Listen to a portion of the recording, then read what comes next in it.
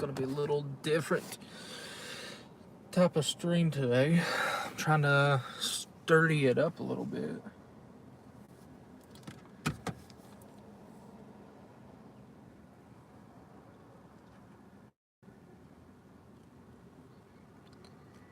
Tornado watch was just issued for our location.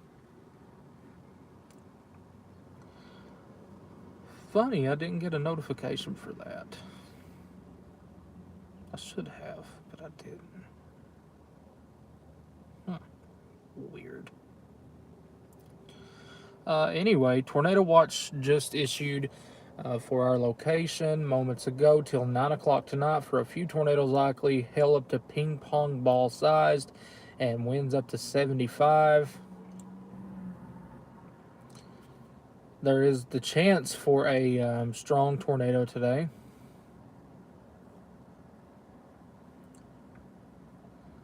And tomorrow looks to be even bigger than today. We are currently in Center, Texas, and waiting for stuff to get, I guess, truly started. And then we will be tracking it back to the east. And if I sound like I'm like not feeling too hot, I'm not. I drove all night last night, so I'm not feeling the most energetic. So, yeah. Watching some stuff that just popped up down to our southwest. This stuff's just so messy.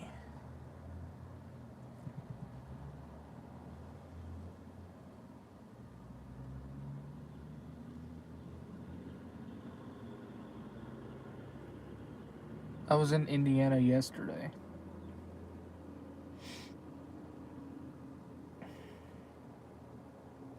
Actually, I was in Indiana this time yesterday.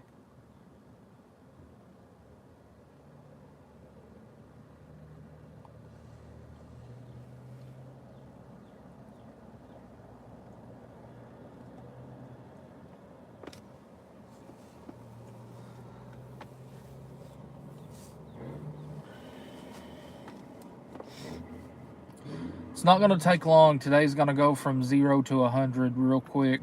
I'm just going to go ahead and tell you that. This isn't one of those days.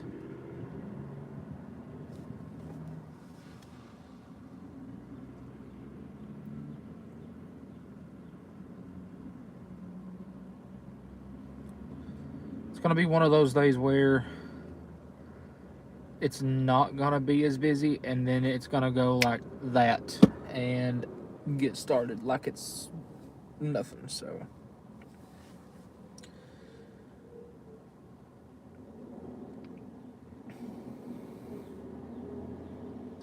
if you're just tuning in, we are in Center, Texas, which is just right across the border from Louisiana. There is a 10 hatch for today. Or you just tracing tornadoes there last week? In Indiana. Yeah, actually I was. Yeah. Chris, can you hear me now? Yeah, go ahead.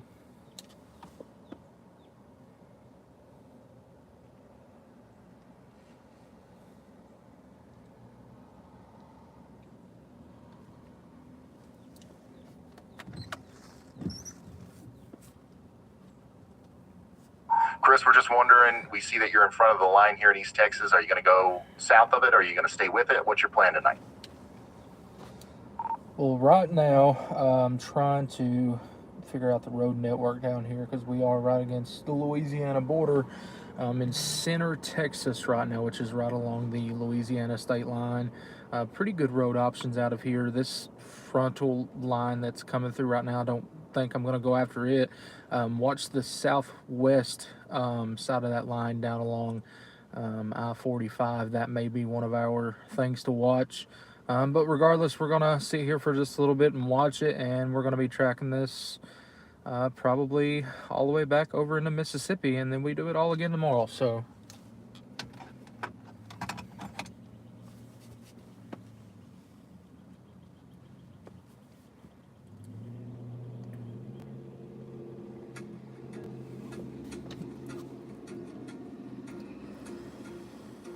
front of that line today. I'm just watching south towards the Livingston, Jasper, Lufkin area to see if we can get some isolated supercell potential down there. If we can't, then I will go up into that larger convective system. I am noticing a little bit of rotation as well, southeast of Jacksonville.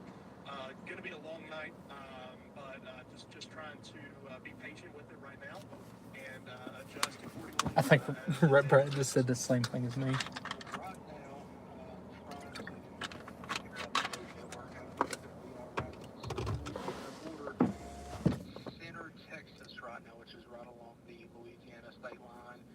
Pretty good road options out of here. This frontal line that's coming through right now, I don't think I'm going to go after it. Watch the southwest side of that line down along I-45. That may be one of our things to watch. But regardless, we're going to sit here for just a little bit and watch it, and we're going to be tracking this probably all the way back over into Mississippi, and then we do it all again tomorrow. So, hey Ryan, you got a second? Okay, that was Ryan Joel coming through. I'm going to pull him up for you here. Everybody just starts talking at the same time. Yeah, what's up? We're live. What's going on, man?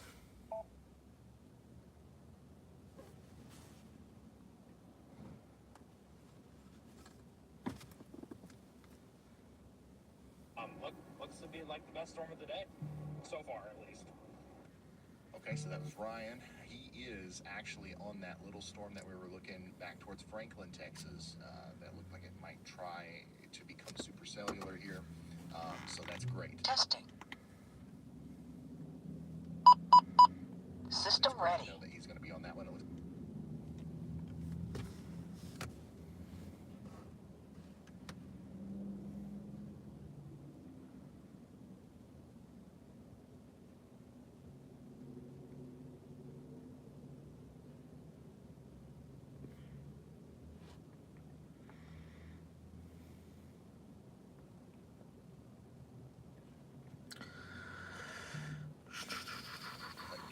Need to be in the 1 and 2 spot if we can do that. As we watch them approach this storm a little bit farther to the west here. Let me pull that up for you. If you're just tuning in, we are in Center, Texas, watching some storms develop off to our southwest. Right here. Okay. So If you're just tuning in, slap that like button. It helps me out more than you know.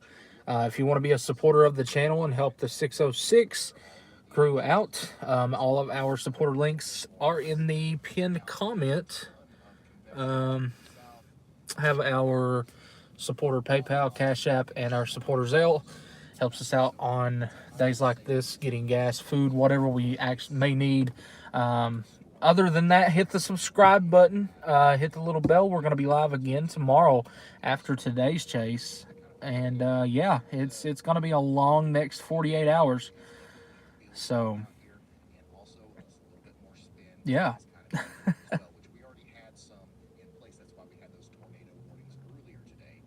That same kind of system, or the mechanism that caused those tornado warnings, is still here. But now we've got a little bit of a more favorable storm mode trying to develop right on top of that. This is what the velocity looks like here. There's not a lot of rotation. Okay, you can see on the key above the radar there. If we saw some greens or maybe even some bright blues, and we do see a little bit of greens. Okay, so that's the Got some thunder. there is some rotation on this storm, but it's not nearly strong enough or tight enough or kind of focused enough.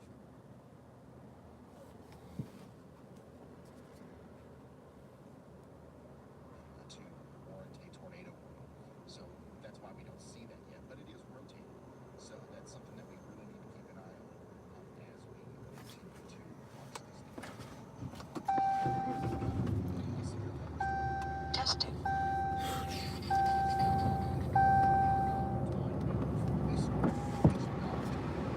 Did not want that to do that. At least, so you guys can go ahead and expect to get a severe thunderstorm warning at some point well into Louisiana in front of this line. We're starting off with a 60-mile-per-hour severe thunderstorm warning here. That's the kind of winds that we can expect in Timpson and also down there towards Cushing, Mount Enterprise, these places in Texas. This is going to be a very strong storm. The hail, I don't think we're going to have to deal too much with hail, but you definitely got to get indoors if you aren't already there. Another thing is the lightning. Look at all that lightning. Tons of electric activity with this storm. And Andy's got something to say about it, so go ahead, Andy. We are just outside of this severe thunderstorm warning now. Stretch of our first of 2 days coming up. I'll be looking at radar for a long time. I wanted to talk Brian through this storm because even on this newest scan for the severe thunderstorm warning, it does look like it's happening more precisely, as I'm going to tell you. If you look from the Shreveport radar and you have a bookend echo. You see why it's got that bowing shape to it. Yep. We're about to get a hell of a storm. That pocket of light blue winds right in there, maybe even some darker blues starting to show up there, like 70, 80 mile an hour winds. The radar's picking up about a mile above the surface, and that's our rear inflow jet. It's literally a pocket of winds that are concentrated right behind that leading part of the storm and pushing it forward the fastest. We see this often in those, infamous windbag storms. So I do think that this will be actually a pretty powerful windstorm as it moves through Mount Enterprise, Texas, and further on downstream. So that's why we're seeing that bow echo shape to the storm, because it's got that really solid rear inflow jet that's focused right toward the Shreveport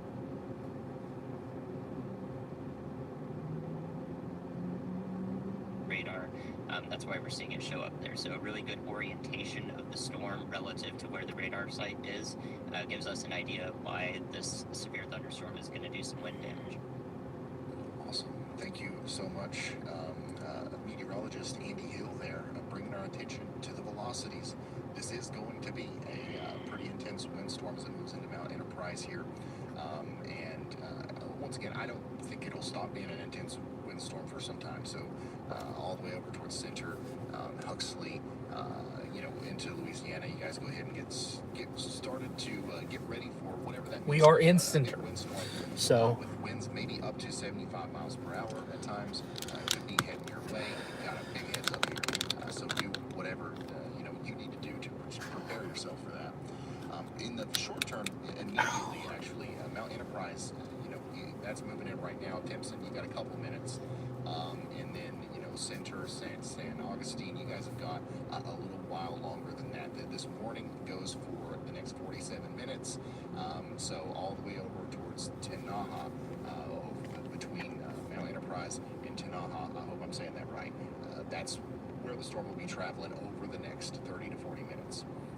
I'm going to go back and check on our little storm back here south of Groesbeck into the east of Bremond, Texas. It continues to look a little bit stronger, and the velocity still doesn't show much rotation, but it does look like there's a little bit of an increase in the inflow here, and we also see a little bit more greens. So this is trying to come together. It's trying to rotate more.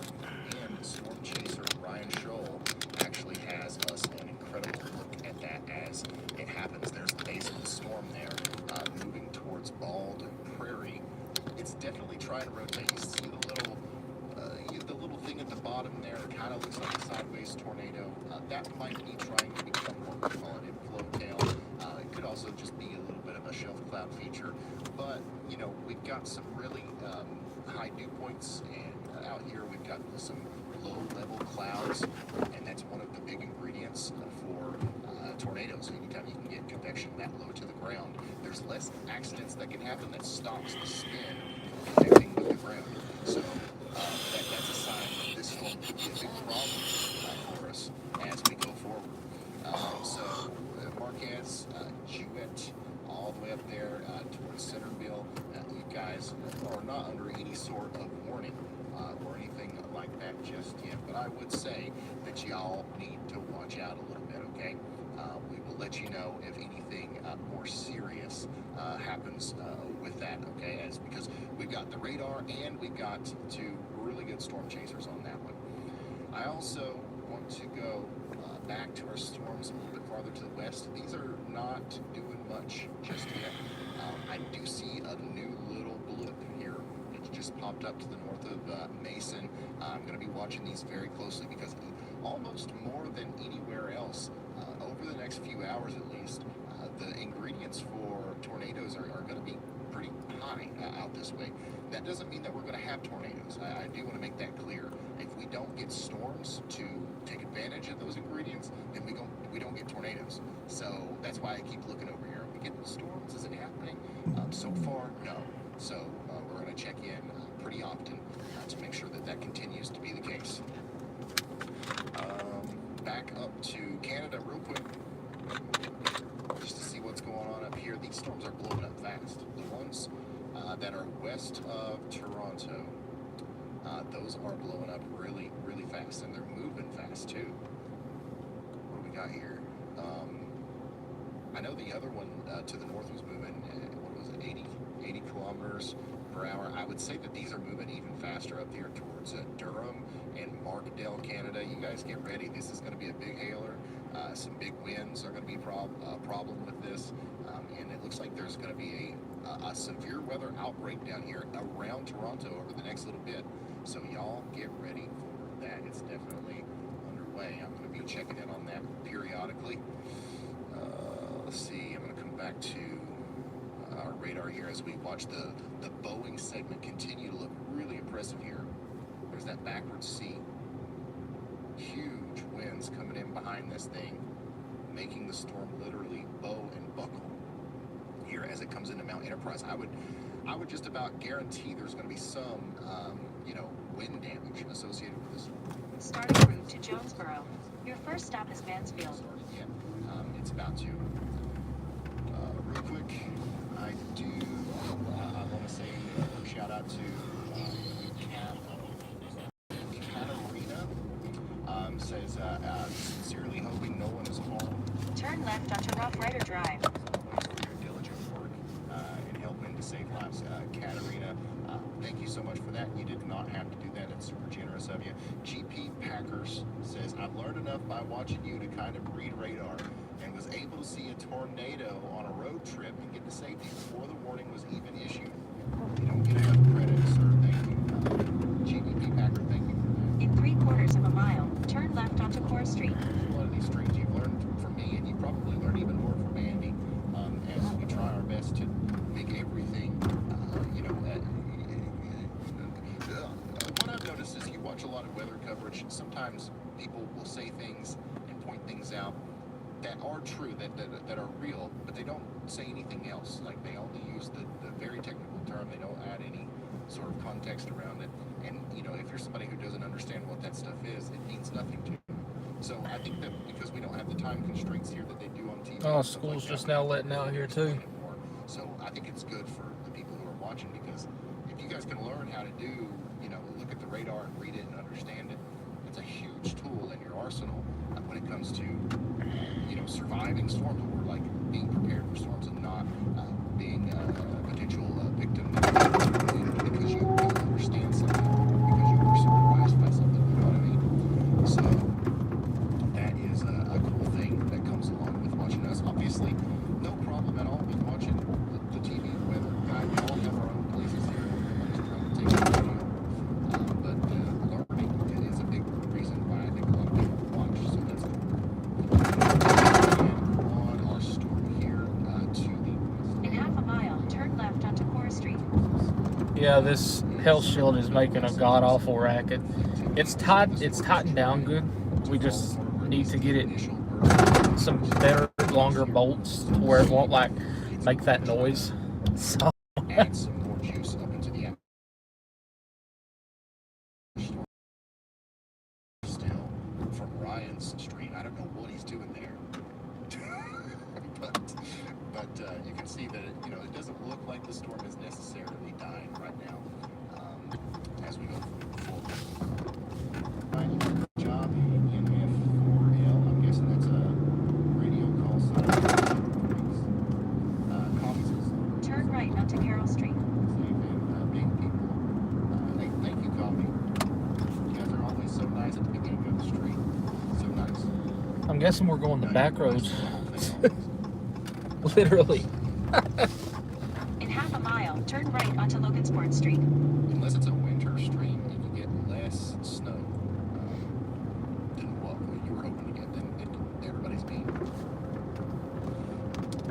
Freddie's, everybody's in Texas right now.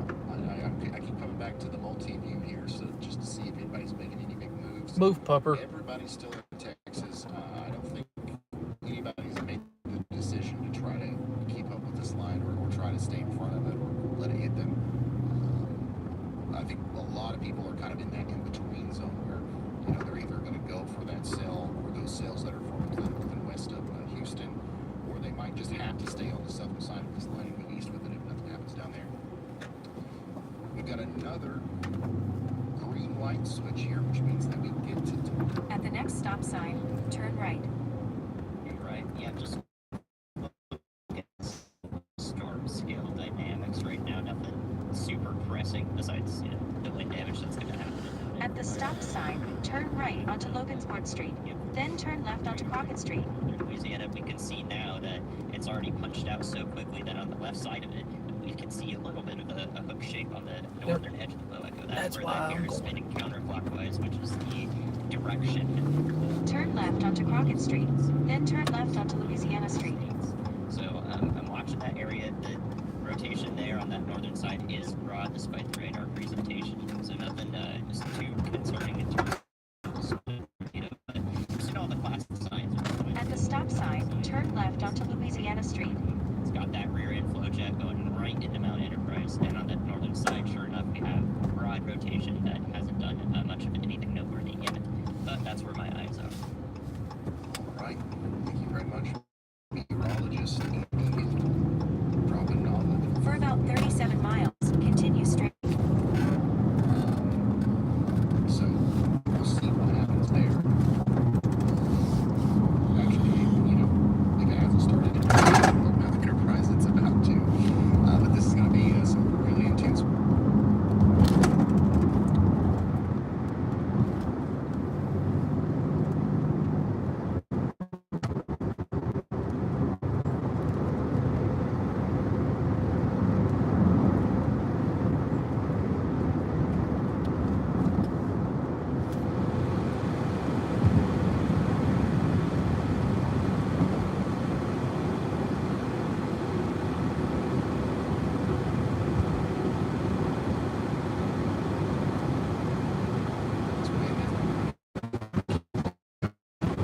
But mainly right now, watching the line this. See this bow echo is going to definitely cause some problems as it moves through Ooh, Enterprise right now. just had a big CG bolt. It's going to be coming from Boston and Caledonia, Colorado, Rice. And you heard that. Anybody out there should let them know when big windstorms on the way. And so, obviously they're all severe thunderstorm, but I would just about bet that this one's going to hit a little bit harder than most, at least in terms of wind. So that's going to continue to be a problem all the way into Louisiana. If you look at Louisiana right now, they're all completely themselves. Hello from Little Rock. East here, to the And hello from East Texas. and near Jena and Harrisonburg. I'm watching these. I feel like I've sit right here before. Really interesting Real to talk oddly. about there, but if they become pretty sure big storm that becomes really big, this environment has to be watched closely. So we've got to see what happens. Towards Harrisonburg right now, if you live there and you watch it from this area, it's just a storm. It's just a regular storm. But we're watching it because if you're just now tuning in, this is the beginning of what could be a severe weather anomaly here in Texas and Louisiana. And we're just kind of watching all the ingredients come together right now. Looks like our storms out west here are trying to be a little bit more organized. This look like a storm. Watch that one. Sorry to hear that. We're going to check back in. We're starting to find shortcuts. Looking at Trying to fix the shakiness. I don't know why it's doing that.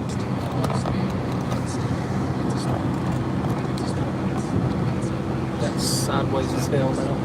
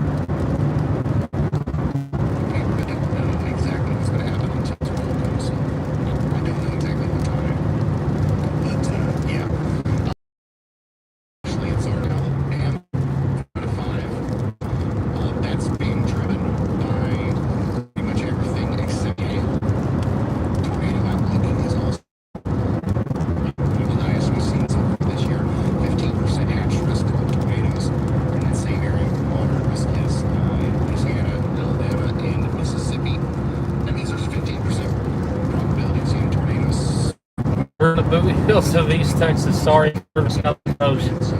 We're moving to get in front of this likely coming up on destructive severe thunderstorm warning. The elevated risk, which means that intense cruising into fire damage. And then outlook, 45% probabilities down there in Mississippi and Alabama and Louisiana. Significant severe wind is possible, and I think that the tornado threat is conditional to as it always is in these kinds of setups. But it's big, and we could get some big tornadoes, but we will certainly have some major wind problems with this storm system tomorrow and tonight. So that's what we're going to be dealing with. It doesn't end there. We do have some outlooks.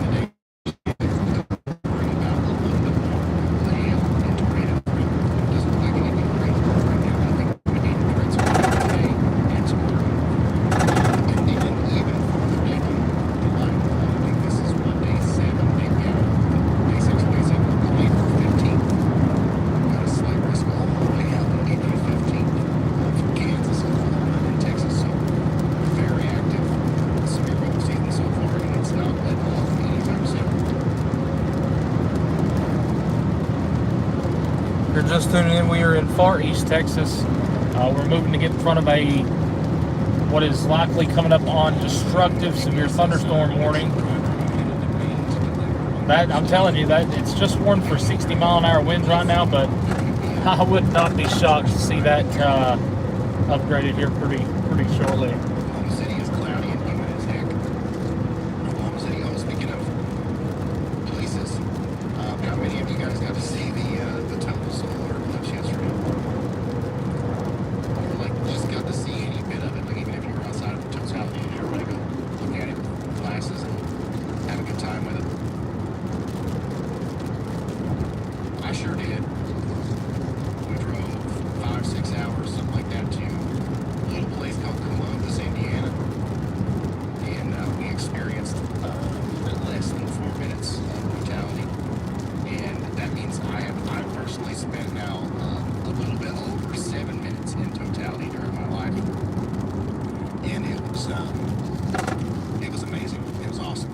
I'm gonna get myself water real quick, and I'm gonna show you a real quick video of that, and then when we come back, I'll update you on everything. I'm sure Andy will have some stuff for us at some point here too. So if you haven't seen it yet, this was my experience of totality yesterday. Was it yesterday? My goodness, it seems like a longer than that. All right, here's this. We go. 30 seconds, hands on camera.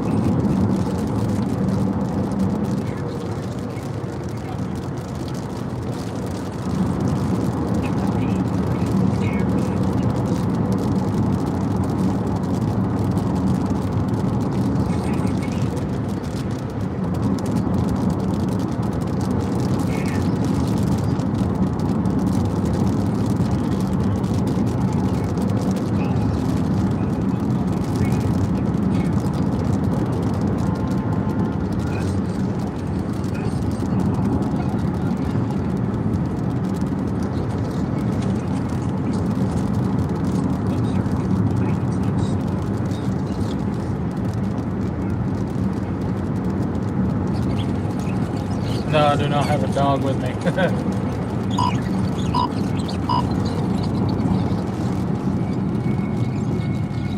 Max eclipse in 10 seconds.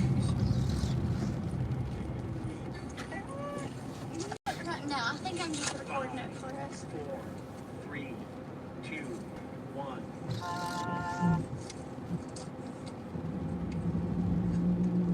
Observe the horizon.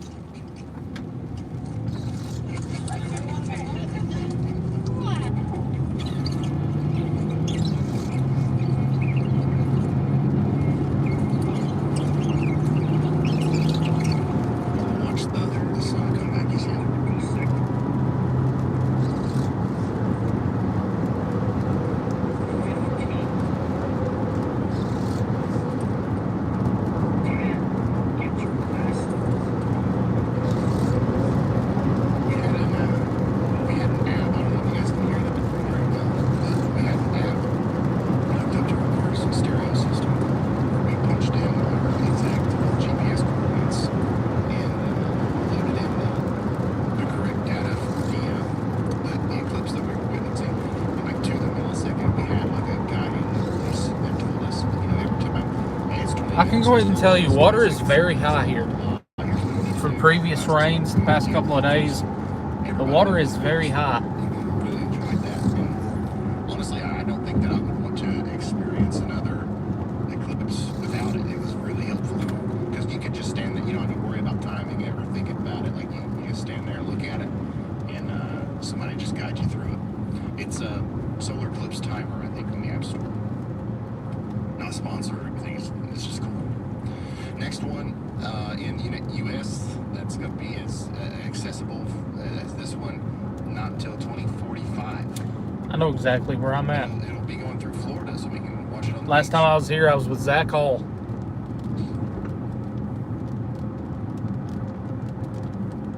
All right.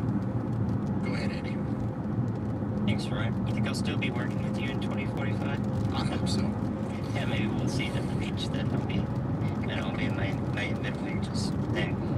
Anyways, I'd rather not think about that right now. Carthage, Texas, I know is pretty populated, and you guys aren't in a severe thunderstorm quite yet, but if we watch the orientation of the bow echo, we can actually see the dominant movement is more to the north and east outside of the current severe thunderstorm warning box. I expect there to be another severe thunderstorm warning, especially because you can see some rather increased or elevated velocities coming out of the front end that's headed straight into Carthage in Panola. So you guys know that y'all watch out ahead of time for these severe winds, and they'll be pretty impactful. You're definitely going to hear it in Carthage, Texas, so get ready for that.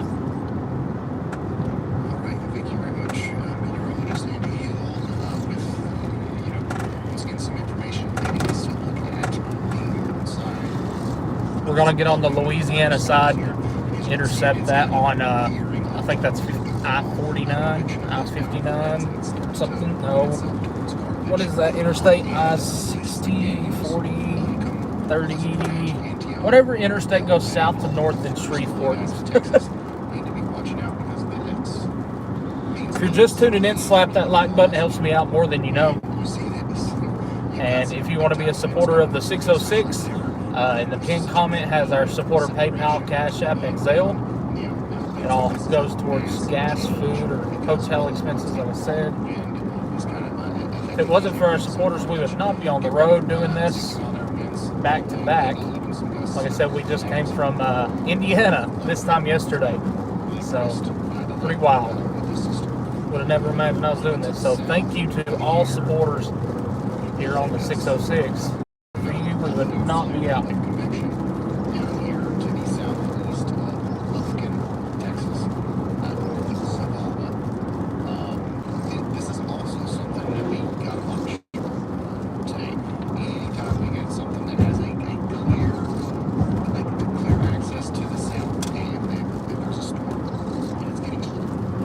Hey Ron, you have a copy?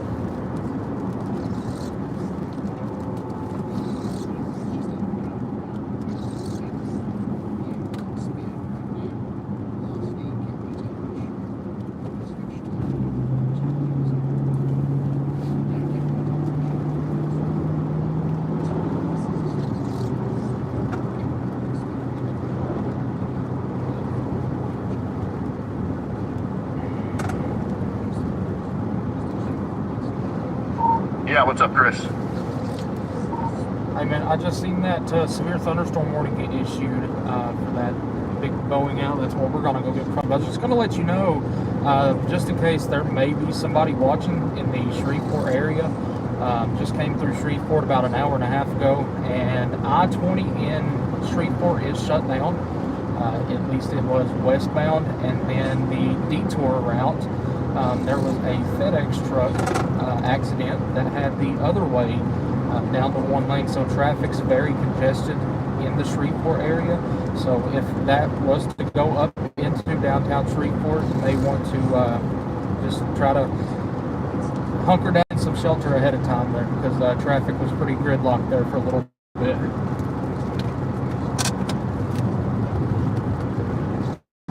This is something that we have to watch out on the list, all right? That's why I'm talking about all these storms.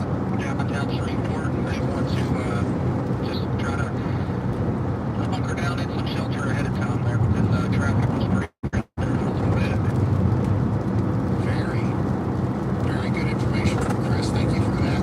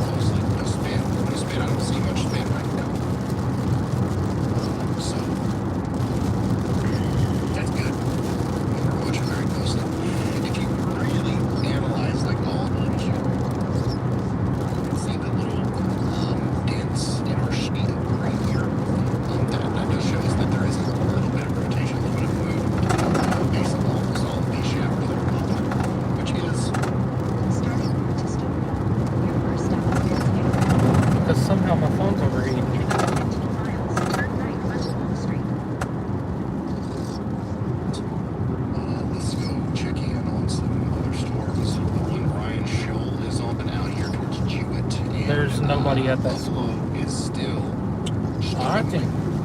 still struggling, but it's something really interesting. Every time we see these increased colors on the inflow side of the storm here near Newby, you see how we have the brighter reds there. That's new air getting sucked into the storm. We start to see this. Let me just see if I can zoom in. There's that inflow happening. What we were referring to as that like that wind, like whenever the storm is We're from Eastern Kentucky. There's some really cool stuff happening. That was storm chaser was red and neighbor from the air. With this drone man, going in below this already because it's our regular springtime thunderstorm, but it has the ability to become something more than that. So watching it very closely, just like Samantha is watching and her dog, Lady. Lady is watching while Ladybug is listening to Lady and Ladybug tuning in. Thank you, Samantha, for listening back. And thank you for everybody that's watching us for Thank you for listening to us. Take it very seriously. Not a problem.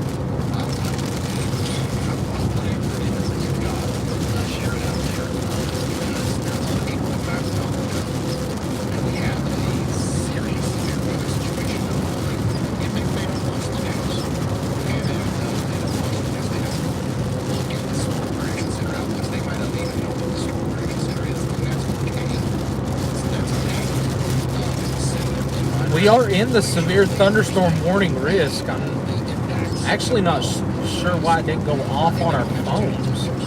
They're already on social media, so that's what we're here for. Even if you don't know anybody directly that's going to be impacted by these storms, they still share it out there. We've heard time and time again that if it wasn't for my aunt's cousin's grandma sharing it on Facebook, I wouldn't have seen this. And she lives in Maine, and I live in Texas. You know what I mean? So the spreading occurs even if you don't directly. How come I'm not live on Radar Omega? Because I reached out to them and they said that they had no spots open available for us. So I tried. On the screen, just like you would a YouTube video, and YouTube's going to do the heavy lifting for us. Right? If you're just tuning in, slap that like button. It helps me out more than you know. Subscribe to the channel if you haven't already. We're going to be streaming today. We're going to be streaming tomorrow as well. And if you want to be a supporter of our channel and help us out with gas, food, or hotel expenses, all of our pinned comments has our supporter links. It's all very much appreciated.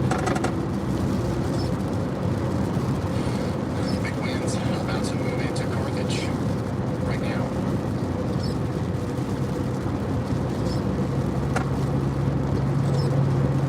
And after that, long screen. Greenwood, you guys are next.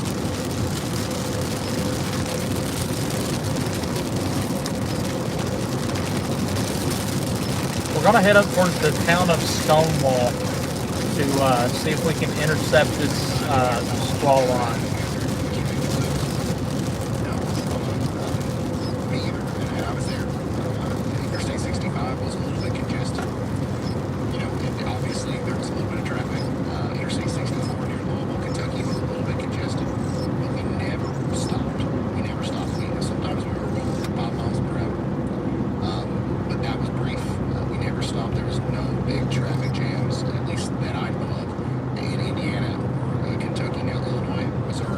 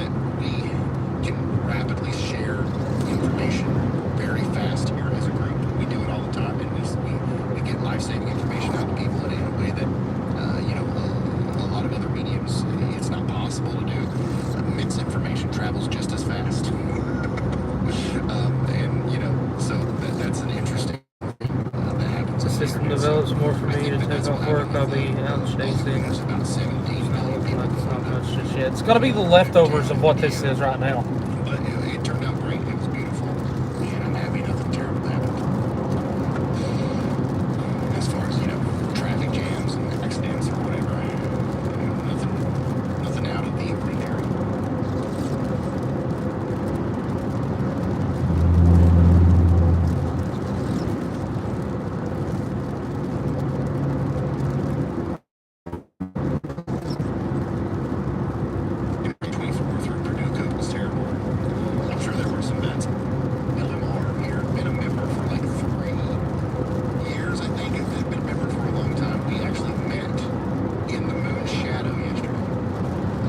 Ooh, I forget I'm not in Texas anymore. The speed limit's not 75. Speed limits on the roads like this in Texas are 75. And then it messes with me whenever I cross into another state. Country, Columbus Country Christmas in Tallman Farms, which was the best place to possibly view the eclipse yesterday. They were awesome hosts.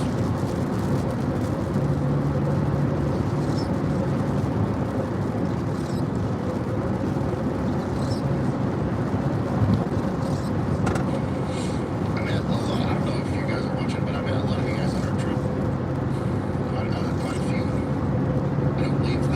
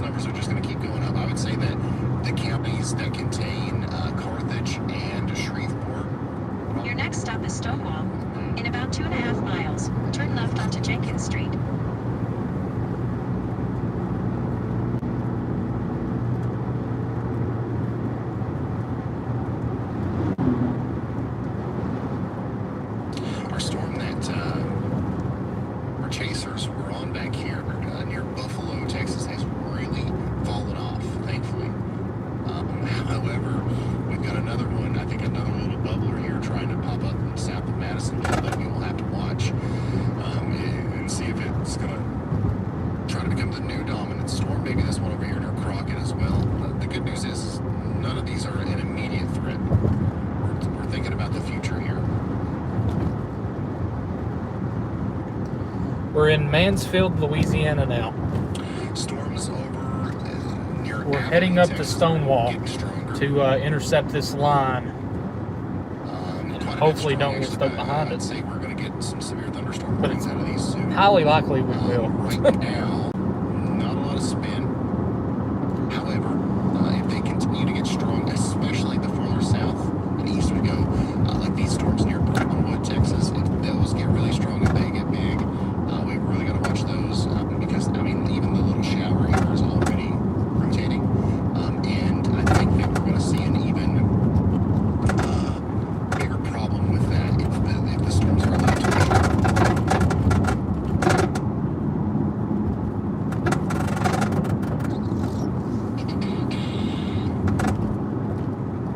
Let me show you some stuff here.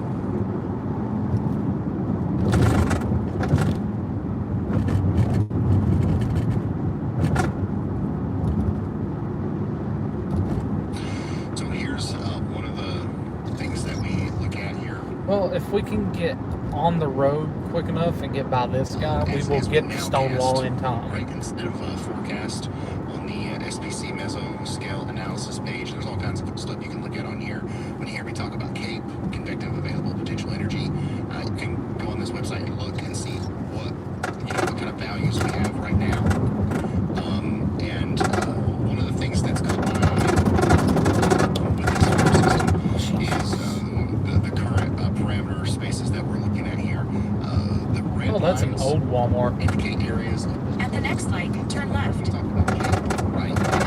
Oh, it's an old Walmart sign. That's storm fuel. Whenever you hear me say 3 CAPE, I'm talking about CAPE or instability or fuel that's closer to the ground.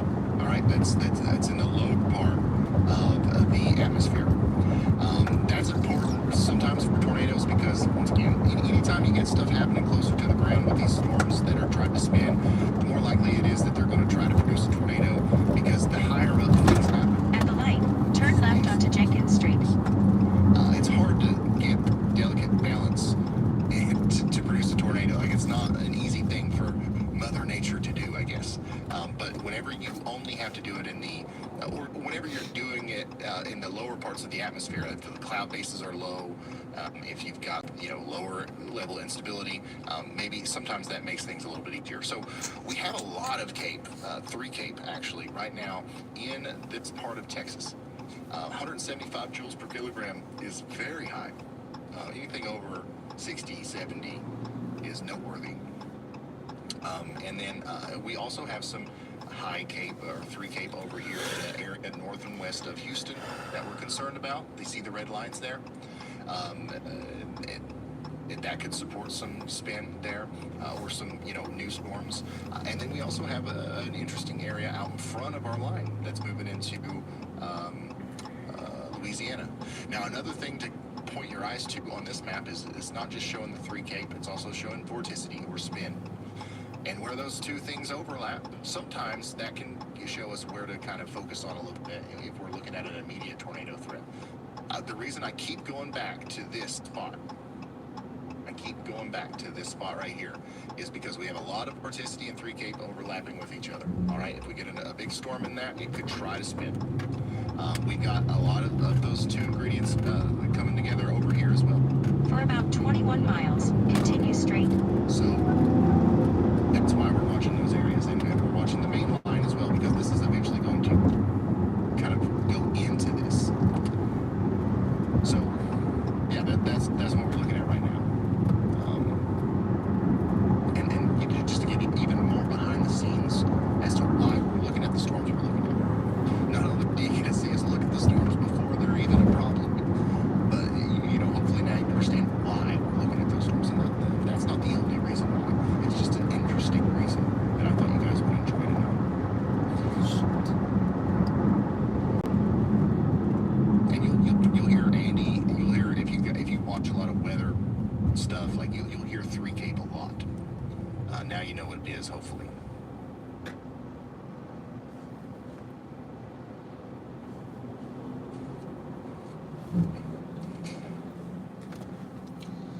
We've got winds pushing towards the storm right now. So westerly winds. So watch for areas of spin. Very closely here.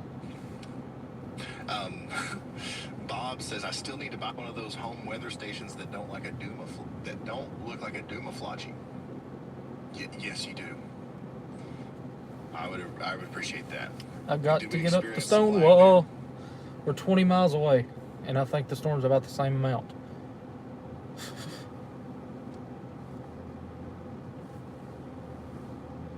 If we were in Texas, we'd make it. Speed limit be 75.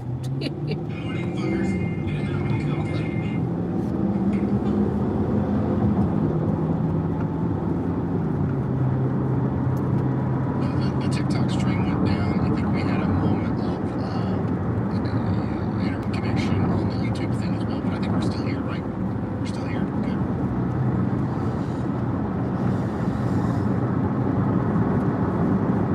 Back on TikTok.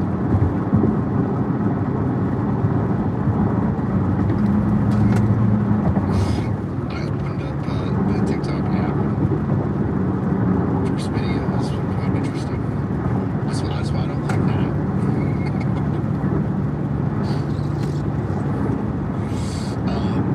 But it is good for getting new people into the stream. I've noticed that a lot of people, not everybody, obviously the vast majority of people have found us and are here today because of YouTube. But whenever we do these behind the scenes TikTok lives, I'm actually shocked I don't see a shelf cloud. Interesting. Group of subscribers here. So that's what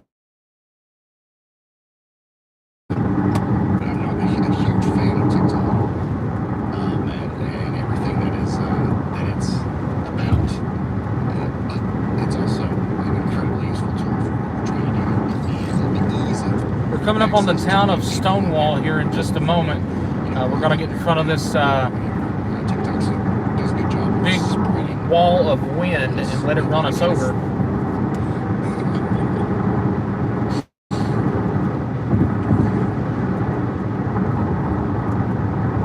Yeah, everyone's on the stream. I can't tell you how many times we've played a video of somebody like poking their head above them or like filming a tornado or something. And language warning, like it is going to happen from time to time. This is live. Very minimal production, like as far as like pre-production goes. No screening. We've got a storm forming to the west of Austin. Look at that. If you're in Austin and you look out to the west right now, you'll see. Actually, you'll see. It's so dark in here. I thought that it would be later than what it is. It's certainly daylight. We're definitely gonna see this thing over here near Druid Springs in Lago Vista. And it probably looks pretty cool. Over there to the south and just to the south of Brownville, these storms are continuing to flare up. They're not getting strong. They're not getting strong yet. I don't know if it's going to happen or what. Check that out. The last scan there. Multiple little cells trying to pop up their south. These storms are probably going to go. Like if we can see them become as strong as the one over here near Austin, nothing's really going to stop. Nothing's really going to stop them. So we're probably going to be watching that area a lot tonight. That's our shelf cloud right there. We're looking face to face with the beast right now.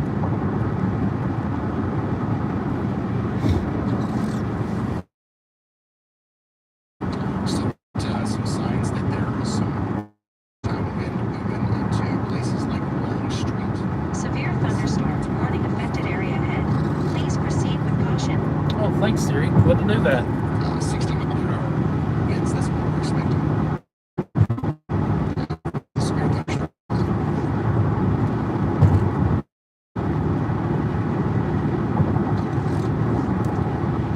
We're gonna send a video of when I go hitting Southeast Carthage. If you have video of that, if you want to send it to me, the best way to do it is on Twitter, X, at Ryan Volleyball is my username.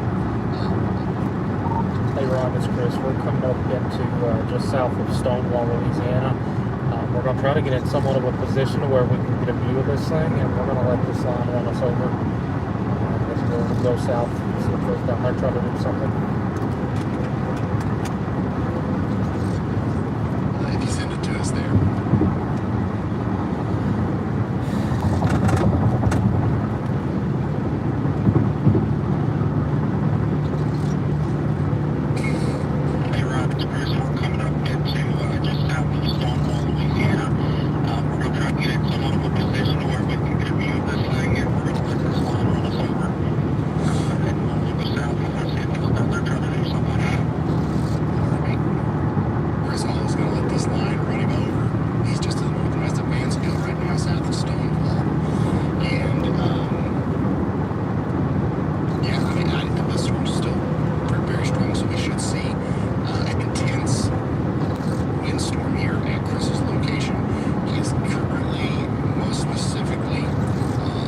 Now CG.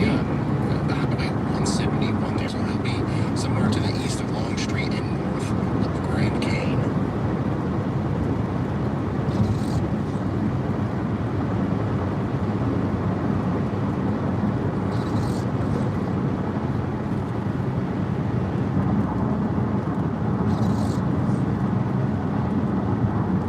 You could post a video in the Discord, but it's hard for me to find it sometimes. Yeah, you could post it in there though, and it might make its way to me. But the best place is Twitter. A lot of low-level clouds out in front of this. A lot of scud pushing back up into this too, so Quite a bit. watch this storm for any little kinks. Any little kink, and I think this one will do it pretty quick. Look right in front of us. That's the stuff getting pulled right back into this line.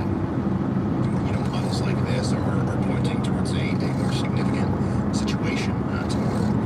30% North of risk Grand tornadoes Lane, from I think what it is. official. And that's something that you don't see every day. That's definitely a sign that there's some elevated parameters that are going to be in place.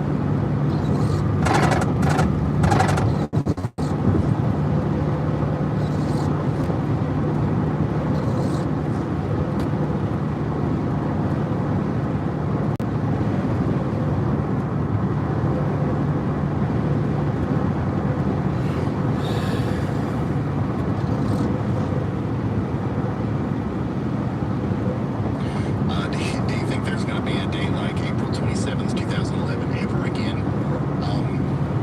Probably, yeah. I mean, at some point. Ooh, right there would have been a good spot. With the exact same outcomes, I know the answer to that. It's probably no, but we get those kind of big outbreaks. If there's a pattern to it, and there doesn't necessarily have to be, but it seems like those kinds of things come around every 40 to 50 years. Could be next year, but you know, just looking at history, those kinds of really, really big ones have some gaps. But like you've heard me say it, you've heard other people say it, you know, it doesn't matter if the tornado of any outbreak comes down your street, that's your April 27th. Okay, we're good here. And it doesn't have to be a big outbreak for it to be, you know, as impactful. We just have to watch these lines. So that's why we cover everything that has an even chance of becoming a tenth of what that day was. You know what I mean? Actually, yeah, we're gonna go on up. It's gonna go to the north of us.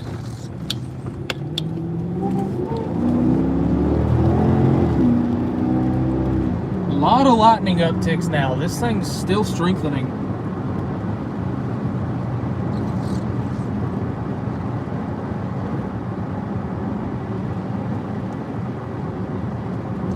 Rebecca says her area Right there would have been a good spot too. Last night, my room modeling my house, the wind damaged part of my roof, flooded my living room.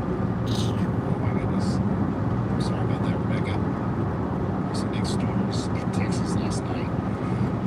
Last night might have been a time. Hey, there may be a CC drop in Long Street. Well, I was driving, you know, I was coming back from the eclipse, so.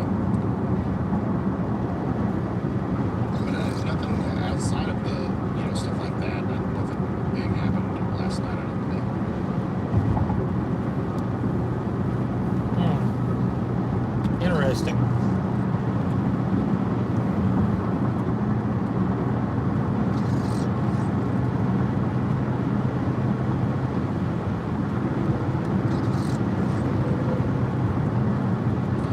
Yeah, I just looked at the day 7.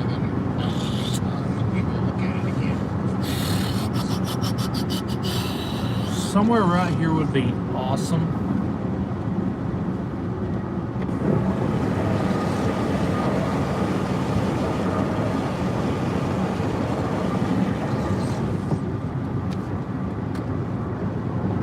I promise. Is this somebody's barn or house? Nope.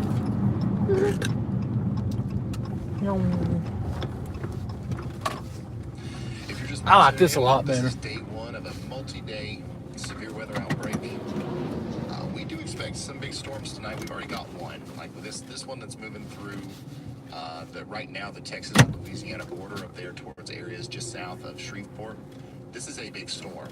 It's producing damage. It's got some strong winds, 60-mile-an-hour winds.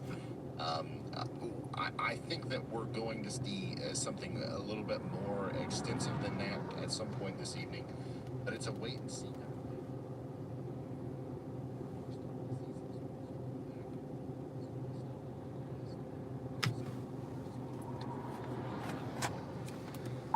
Hey Ron, it's Chris. You have a copy real quick?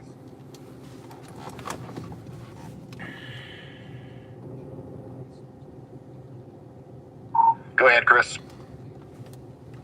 Hey Ron, we are in position to get run over by this wall of wind. But I just wanted to point out something, and you may be able to go look at this. If you go back a couple of frames there on this line, just to the west of Long Street, see if there may have been a quick spin up there, just on the northwest side of Long Street. There wasn't any tight rotation at the time, but there was somewhat of a debris, not a debris, but a CC spike there for about 2, maybe 1, 2, yep, 2 scans. So on this line, just to the west of Long Street. See if there may have been just on the northwest side of Long Street. There wasn't any time rotation at the time, but there was somewhat of a debris, not a debris, but a CC spike there for about 2, maybe 1, 2, yep, 2 scans. So I see what Chris is talking about, and it's as possible as it is that there's some sort of little spin up happening there. It also could be anything. The correlation coefficient product shows us things that are in the atmosphere. I'll tell you what, Up there, we go to this thing sure has some clouds and some scud getting pulled into it big time. Drops and hailstones, especially small hailstones. And we've got things that are different. Sometimes when you see something like this, in kind of like a circle, kind of look, it can indicate that a tornado has picked up debris and put it there. And you know that very well can happen along lines of storms like this, but because we don't see any big time convergence with the velocities there, and we haven't received any reports yet, in my opinion, this was likely either just some interference from the radar, or leaves, or something else that has been picked up just by the strong winds on the front side of Let me try to fix this mount real quick before it starts. I don't want to discount Oh the hell! very real potential that this storm could produce a tornado like that. If you're under this severe thunderstorm warning right now, you've got to get ready for anything, because this is a strong storm. It could produce a spin-up tornado at any part of it, and you want to be in your... Hopefully that will stay there. As safe a spot as you can get in for a severe thunderstorm. You don't want to be outdoors, and you don't want to be near windows, probably not in the living room.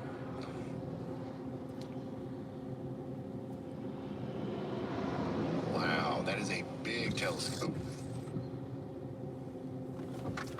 We're gonna go on north. Smokes. The biggest That's huge. winds are I wish pushing I had farther one to of the those. north. We went to Walmart and we bought a $20 one, and it worked beautifully. In about 10 miles. Look at these make a clouds. turn. You all see what I'm seeing here. Oh, right there would have been a perfect spot. On the glasses and Tell me there's somewhere to turn here. Small. We had a solar telescope. Tell me there is somewhere to turn right here. Come on. So I found Yes, I'm turning here. people that were doing this, and this was way better. We projected an image of the sun onto a canvas, and it was about 6, 7 inches wide or something. I don't know. And it was just a lot easier to look at the sun this way. Use the left lane to make a U-turn. Projection of the sun coming out of the eyepiece of this telescope onto the canvas, and it's the actual sunspots. You can see all kinds of cool stuff. You can even see just how quickly everything is moving. Like the sun is moving across the sky. We're having to adjust the telescope quite a bit, but we will be able to see at a pretty. In a quarter mile, turn right onto US 171 North. First contact happened, and the moon started moving in front of the sun. We could see it, and it was just. There we go. That's what I wanted to see. And of course, if you were paying attention in that video, you heard a vehicle that was started and then it went off. When the vehicle went off, unfortunately, we lost our members-only live stream that we were doing. And I do want to apologize for all of our members that are here right now. A lot of you all, we had a lot of you watching during the eclipse, and we lost our Starlink connection, and that's our fault. We should have been. There you go, Ryan. I've got a actually really decent view here of this shelf cloud that's going to be running us over here in the next 5 minutes. Members only video. All right. I know I got some screenshot warriors. Members only stuff. I know I've said that. Go ahead, screenshot warriors. Thank you guys so much. Here for you go. supporting. And I want to make sure Screenshot that you guys, warriors. Capture that right there. out of that. We've talked Ooh, about doing or educational that. stuff. Maybe we can do have And a then member tag me on Twitter Hodogram, at ChrisAldoUX. blah, blah, blah, all that Ryan, stuff. I've got a actually really decent view here of this shelf cloud that's going to be running us over in the next 5 minutes. So yeah, thank you for being members. I'm sorry our members only Eclipse live stream got interrupted. Now let's go to Chris. There's the shelf cloud. This is what the storm looks like that's approaching Stonewall, Louisiana. Chris is currently on Highway 71 looking to the west, and he's got a fast moving storm coming towards him. That's going to be really impressive when it gets real close.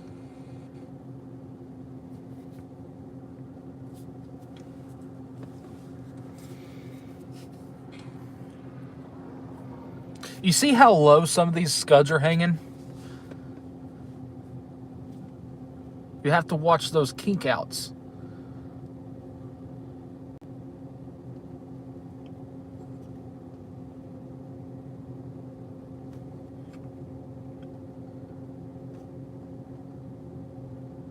And they just put out a mesoscale discussion for this storm too. Hey Ron, they also just put out a new mesoscale discussion just for this squall line moving to the east. Nicole, thanks for being a member. Y'all, look at how fast it's moving.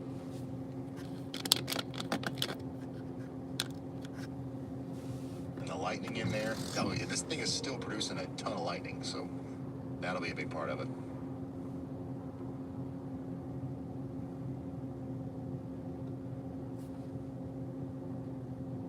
Hey, Ryan, they also just put out a new mesoscale discussion just for this squall line moving to the east.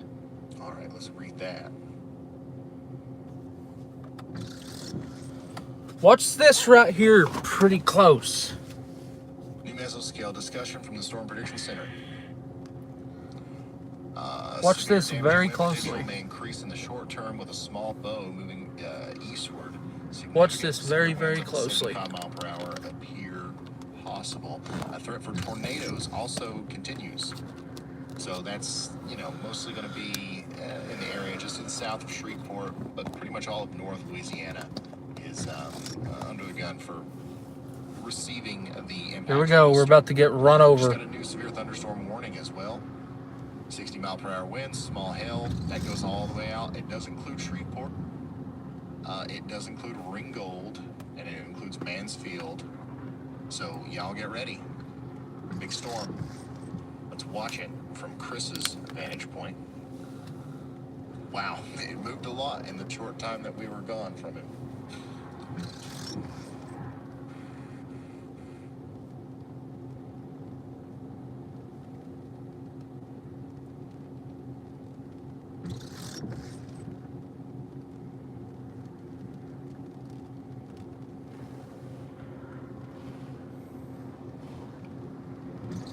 Here we go.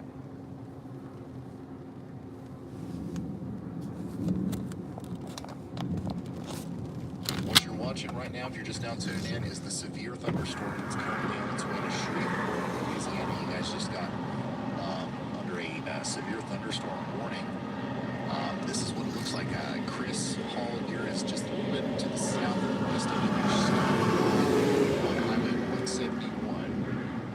And we're watching this powerful storm come into his area right now. You can see that wall of wind in there. And the shelf cloud. Here comes the wind. Was all the warm, moist air coming out from, or coming up over the cool air that's getting blown out from that wall of rain and wind that you see. So right above him now, those clouds are kind of rolling up, spinning, doing all kinds of crazy things. That's where that cool air and the warm air are converging, and sometimes it can make for a really ominous sight. I get, videos and pictures of stuff. All right, here we go. I think we're gonna get some hail too. We have these outflow boundaries outside of storms, or just shelf clouds like this. It's quite a sight to see.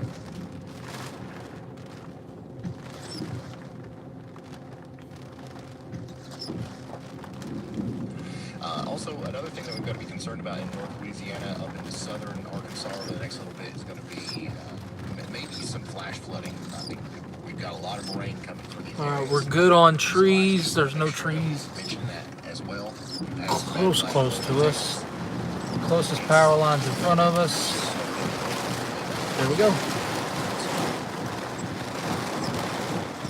This is live just outside of Grand Cane, Louisiana.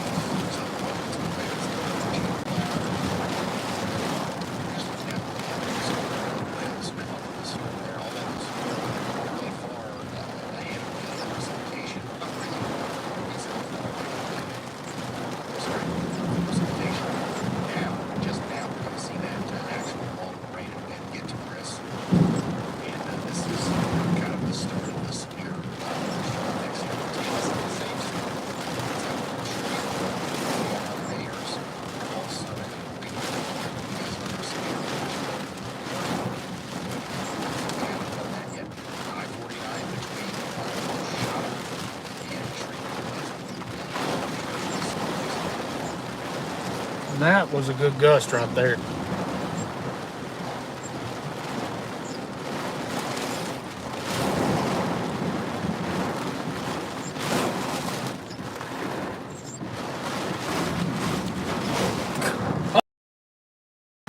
That was every bit of a 50. Every bit of a 50. Holy cow. Just had every bit of a 50, maybe 60 mile an hour gust. Rocked the car pretty good, and the lightning is prolific under this. A lot of CG. Man.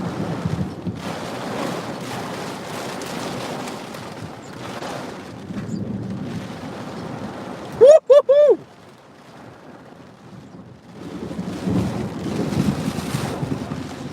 Hot dog.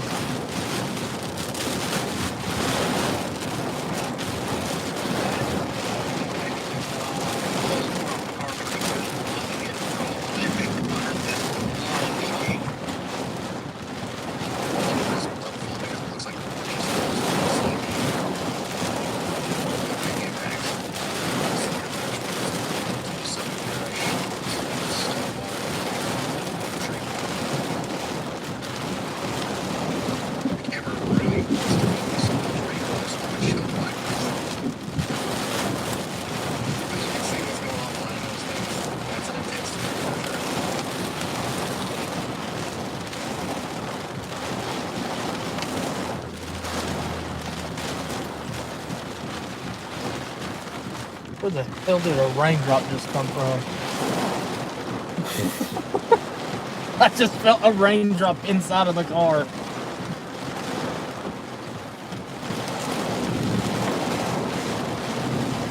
there be another TikTok stream tomorrow? Yeah, I believe so.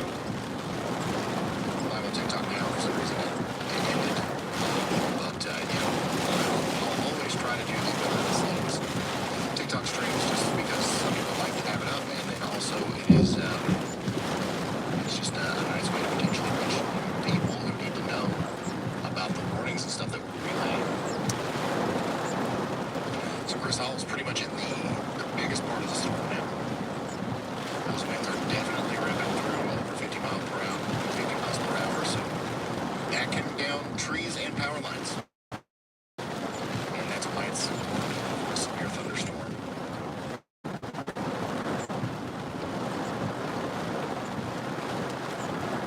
Part of me wishes, one of the things that we don't have is in-car audio, so sometimes I wish we could turn that up, maybe work on that.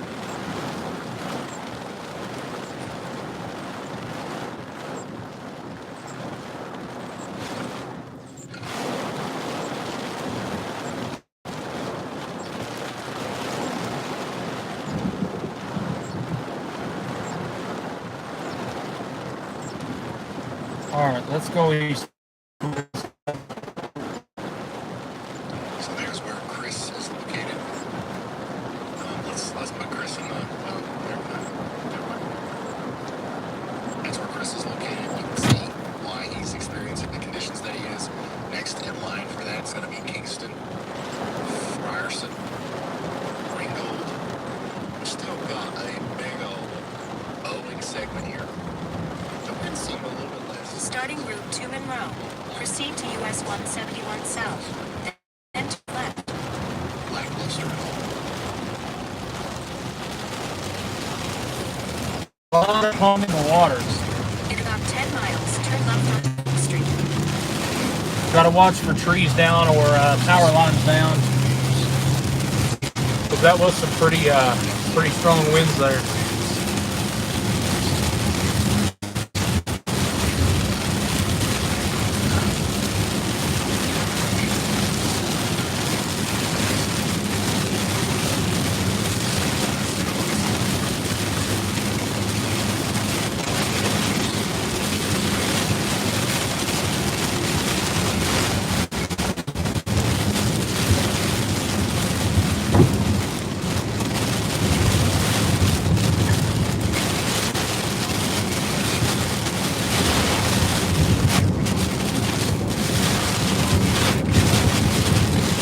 Grand Cane, Louisiana.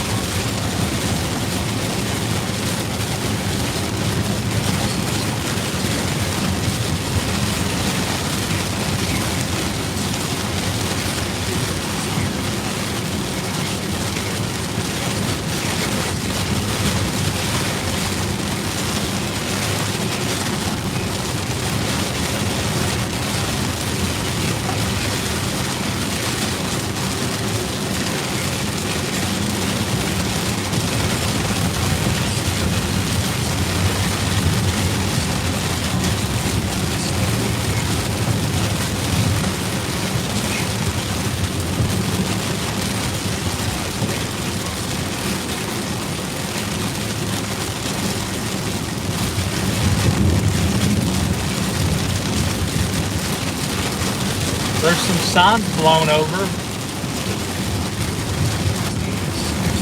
The cows are in a circle. If anybody knows me, they know what the cows in a circle means.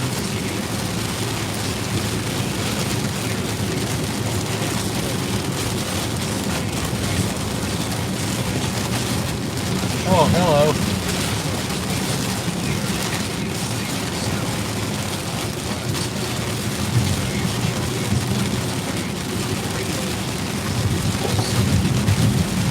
Had some tree limbs down there. Had a power line dangling pretty low.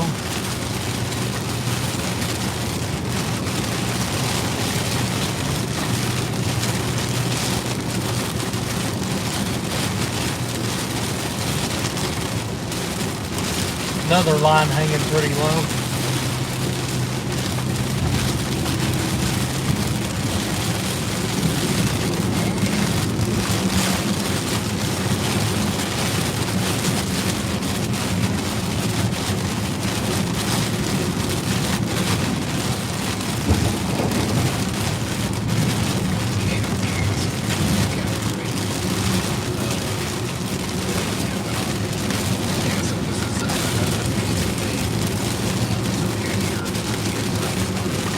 Hey Ron, we come on south, we're going back in Green, Louisiana. Did see some tree limbs down, not large tree limbs. A couple of road signs that are knocked over, and a couple of power lines are dangling pretty decently low, but nothing major. So probably had 40, 50, maybe a 60 mile an hour wind gust through here.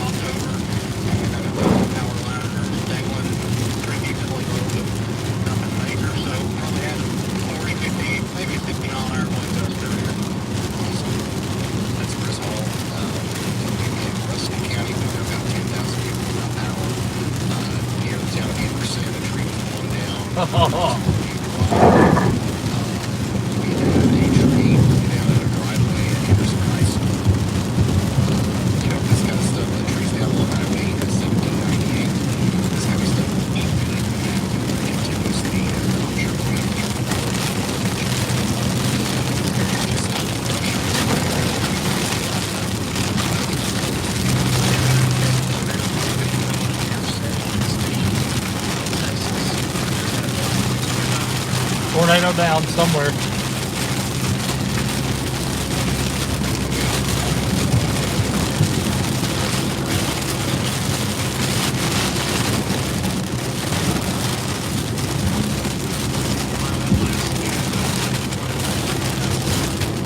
Oh, I see that.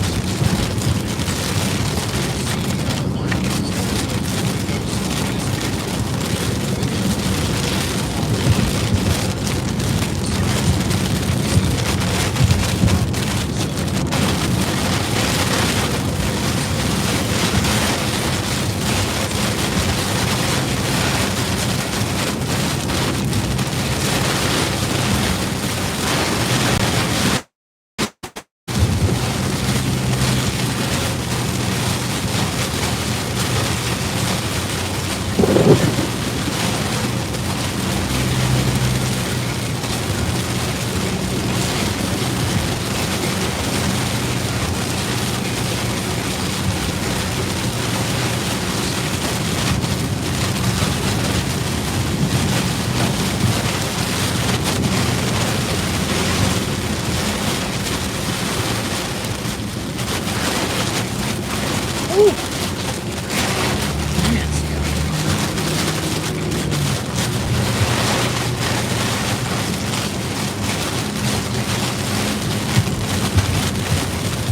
so close to the edge of this line, too.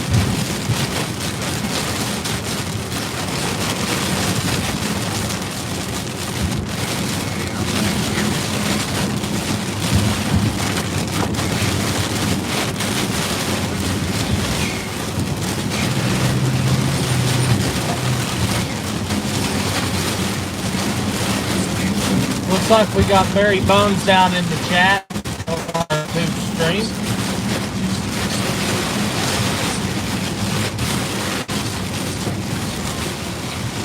Nice to see you, Mr. Bones. Sorry I can't look at your text right now. I'll have to here in just a little bit.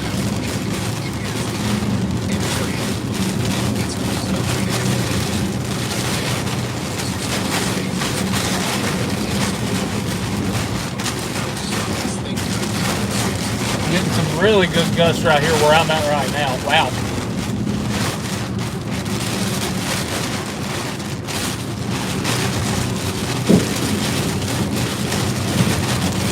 That was a real good gust. We're in Mansfield, Louisiana currently.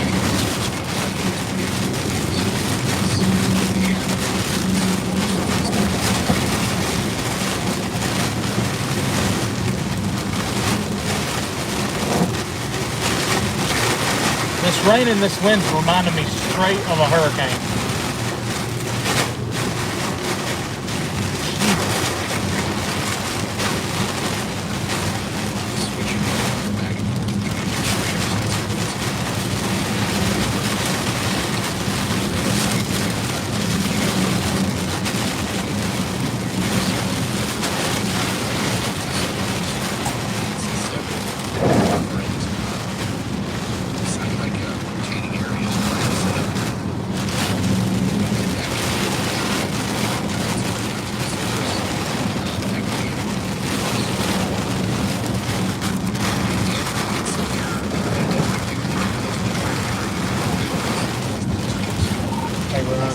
We're back in Mansfield. Let me tell you, this southern end of this southern end of this one down here is packing way more of a punch than that northern part was.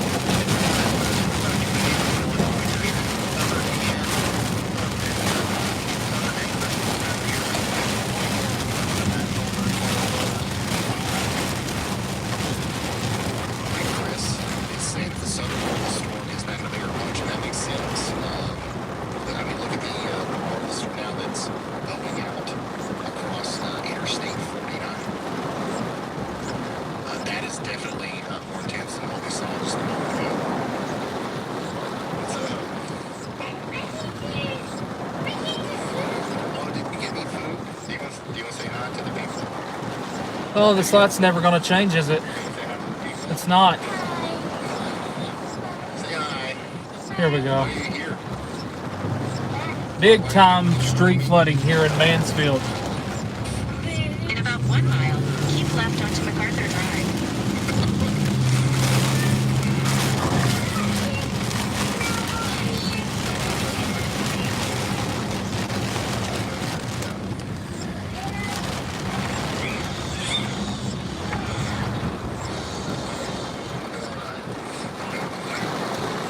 Big time street flooding now starting here.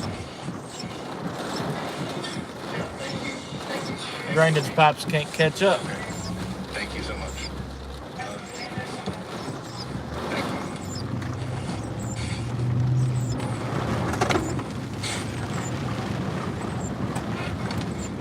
Hey Ryan, it's Chris. We're in downtown Mansfield. We've got some pretty decent street flooding ongoing here, right in the middle of downtown.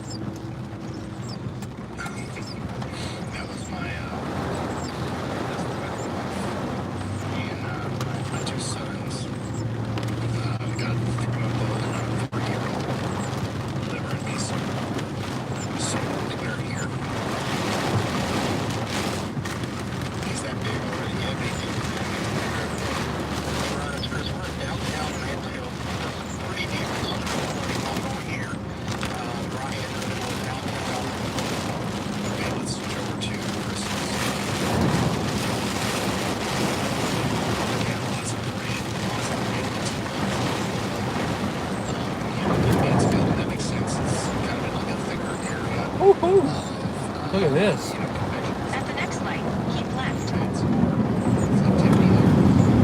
going to be a long That was a big time deep hole. Woof. And, flooding is probably going to be a problem for a lot of people in Louisiana. Maybe even up there towards Shreveport. We already got a lot of rain. So this is just going to be, more on top of that.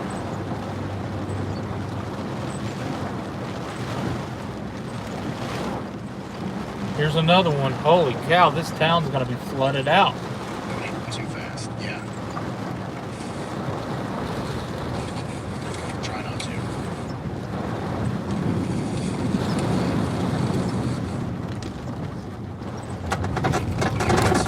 Big time street flooding here in Mansfield. Flash flood warning definitely needed here. Hey Brian, I'm looking very close at the storm south of Brady, Texas, and I think it's got a very intense mesocyclone aloft, actually. I can see it both from really far away from the Abilene. At the light, use the right lane to keep left onto MacArthur Drive. The Angelo radar. Big time street flooding here. Velocity couple, not as it's not in clear airs, but it's definitely more legitimate, more verifiable, and I think it's very consistent. And I wouldn't be surprised if we do see a tornado warning actually with this for southern Polk County in Texas. As this supercell continues to mature and even eat up a few showers, it's pretty far away from a radar, regardless of whether we're going up in tilts or not. But so we would see a warning that's of a preventative nature. Go ahead and issue a tornado warning because we are far away from most radars. So if that does happen, that's the reason why this storm is actually spinning like a cloud. Okay, you guys heard it from Andy there, south of Brady, I hope we Texas. go this way. In 8 miles, turn right to merge onto That's a big I-49 pothole. south toward Holy cow. Alexandria. And this is the reason why it's spinning, and it's growing. I remember how we talked about it, if it gets more mature, if it gets taller, if it gets, all these things, it's going to be able to potentially. Turn right onto Begay Street, then turn right onto Chamberlain Street. Of course, this was not the way I was supposed to came. It is trying to spin. We don't know exactly what's happening at the bottom of the surface, but whenever we look up higher in the atmosphere, we see something. At the next stop sign, turn right.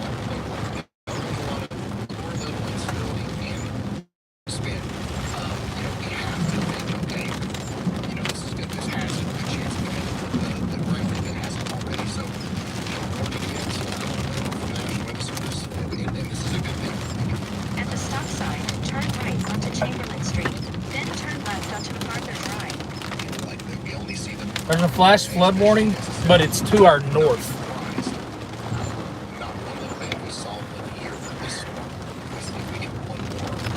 At the stop sign, turn left onto MacArthur Drive. If somebody wants to go back and screen grab those big flooded spots, feel free. I don't have the time to. And you can put it under our post that we just put on Twitter to tag National Weather Service Shreveport. So.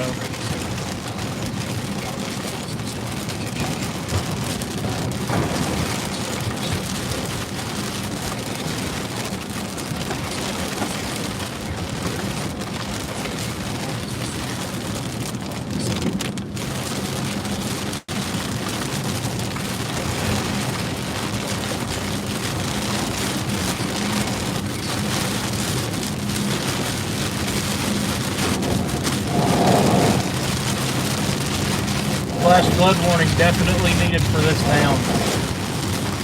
Holy cow.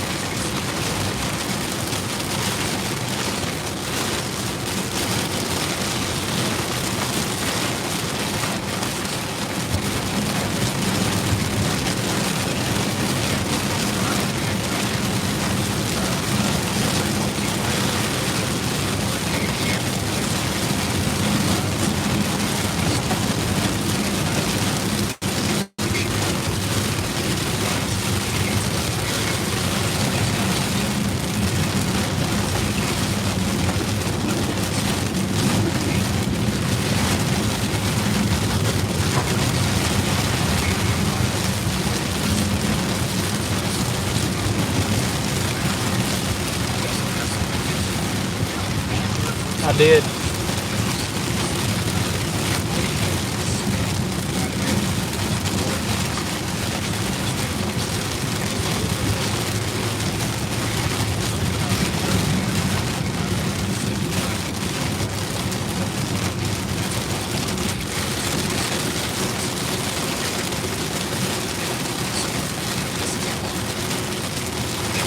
Once we get to the interstate, we go south and see if we can't catch these, catch the southern part of this line.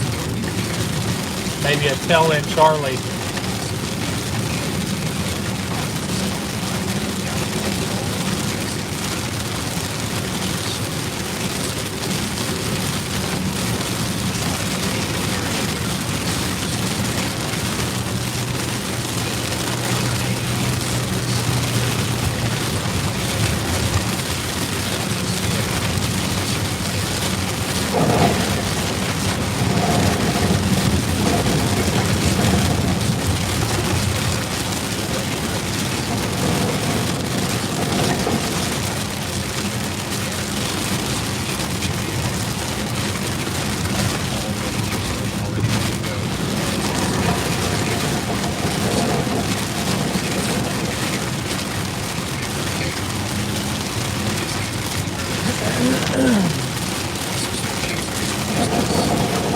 Well, that field over there beside of us is flooded too.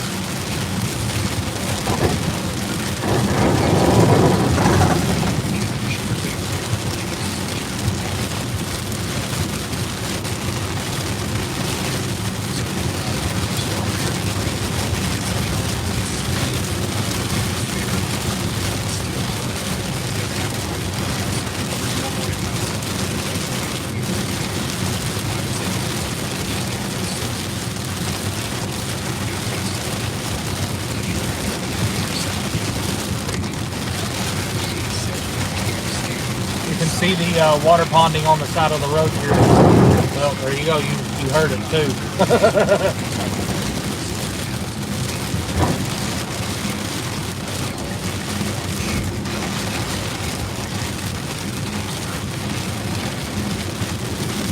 Definitely going to have some flooding issues through this area tonight. Severe thunderstorm watch for Central Texas until 11 p.m.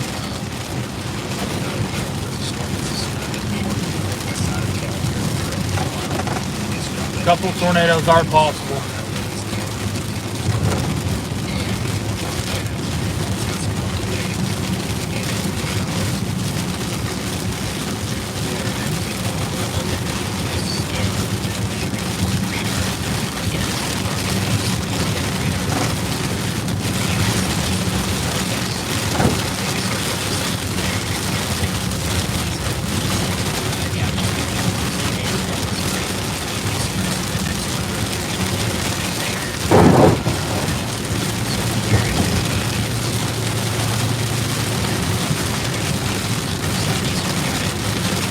This storm's trying to do something.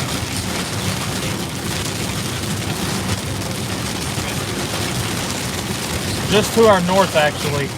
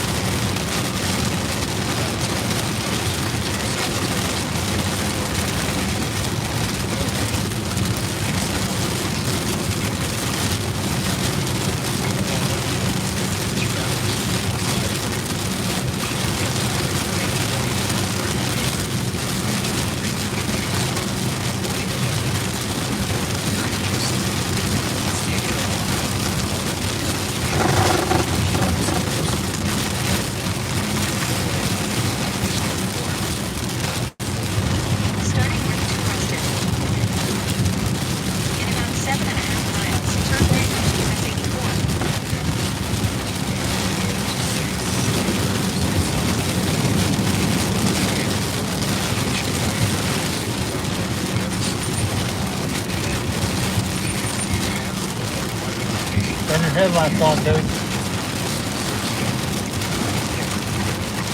Hello.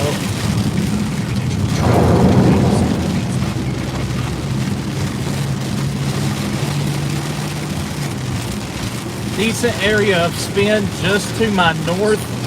This would be right over the interstate right now.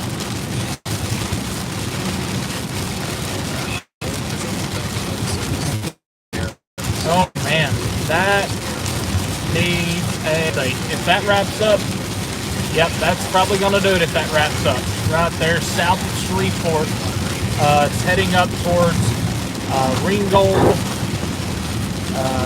Dry Line, or Doy Line. I think that's what it says. I'm reading it from a distance here.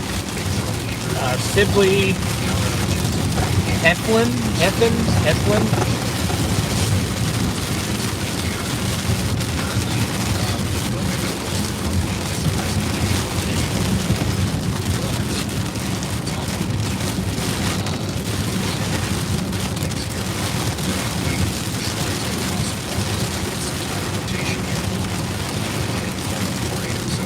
We're not going to take the interstate. We're going to try to get in front of this and see if we can get the bookend echo on this. Oh my God, and the people under the overpass. Nope, okay, never mind. I thought there was a bunch of people under this overpass. There's one, but it looks like there was a lot more.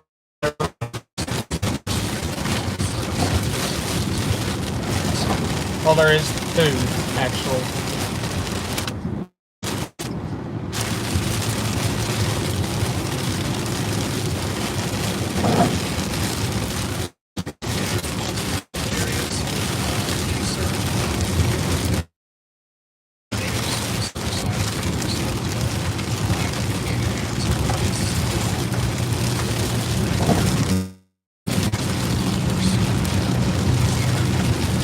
Probably going to lose service here, folks.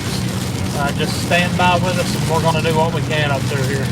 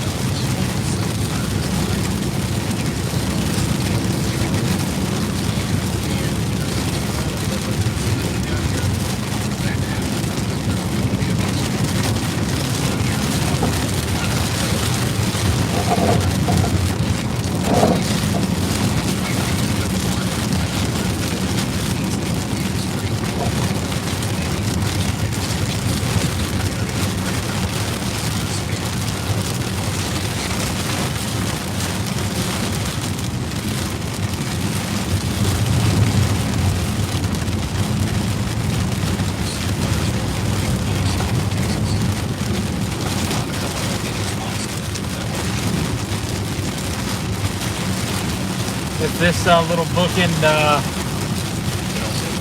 Echo don't do it, then we're going to drop south towards Edgefield and get back down to 49.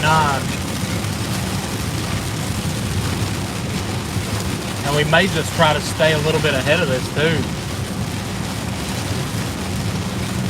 No, I think we're going to go south up here actually. I can see comments coming in left and right. I cannot read these.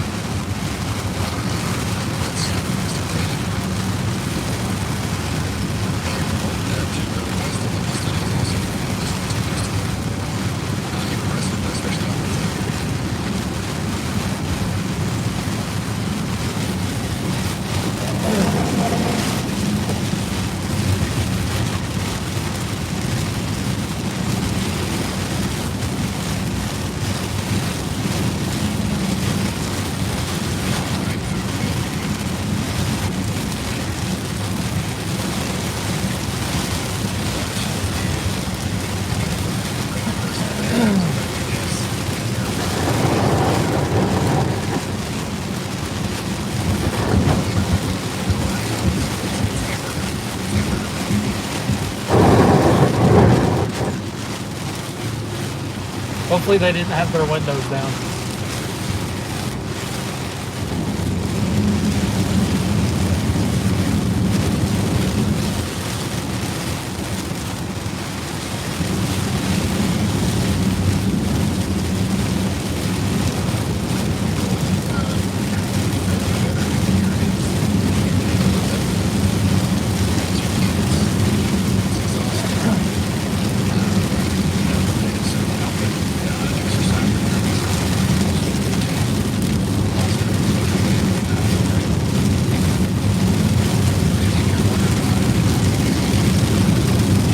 Boy, this road is rough. There we go. Oh, come out that one back there.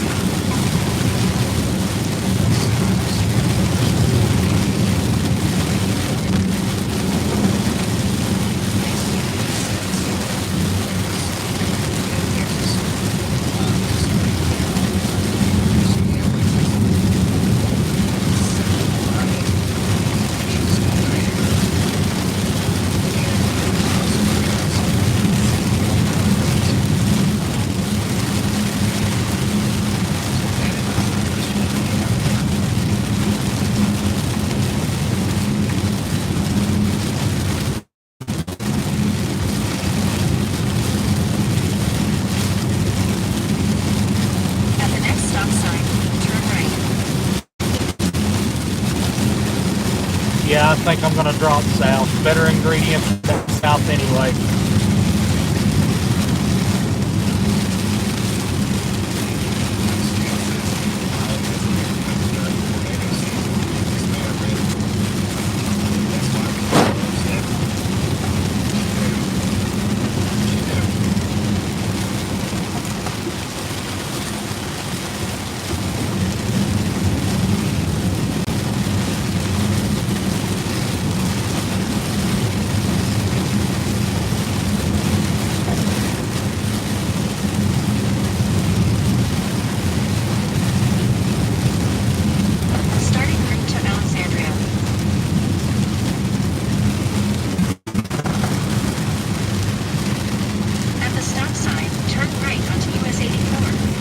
If you're just tuning in, slap that like button. It helps me out more than you'll ever know.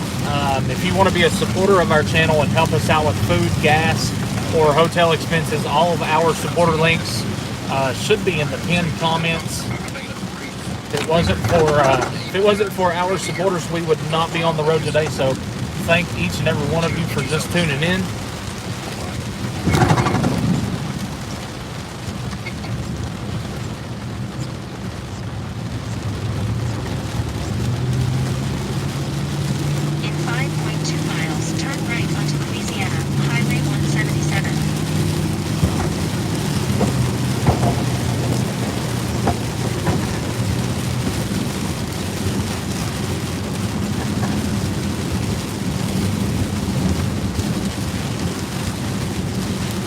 people, you're turning your flashers on now when we're right on the edge of the storm.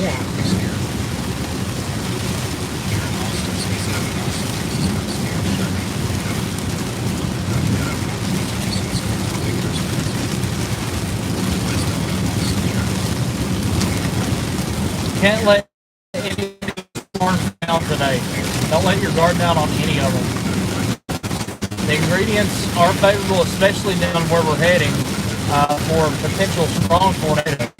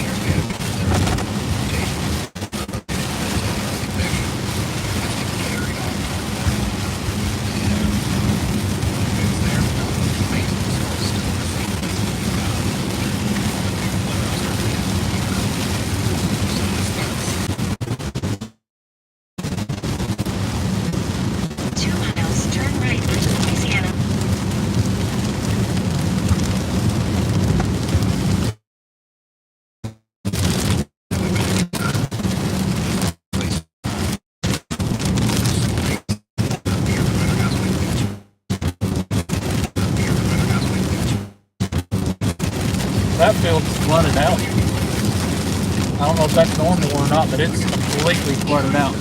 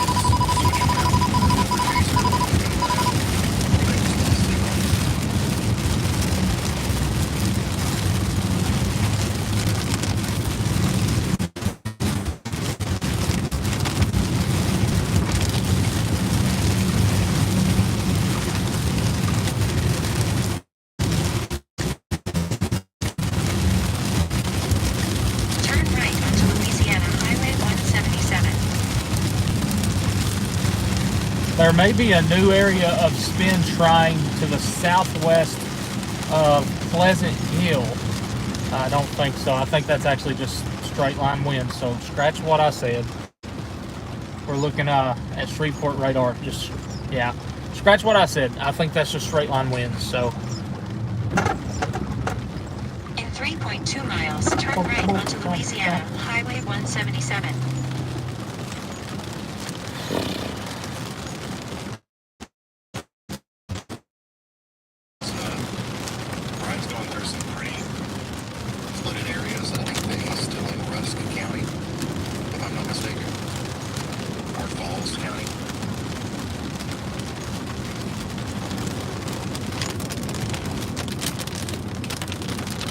we keep service right here, it will be a miracle.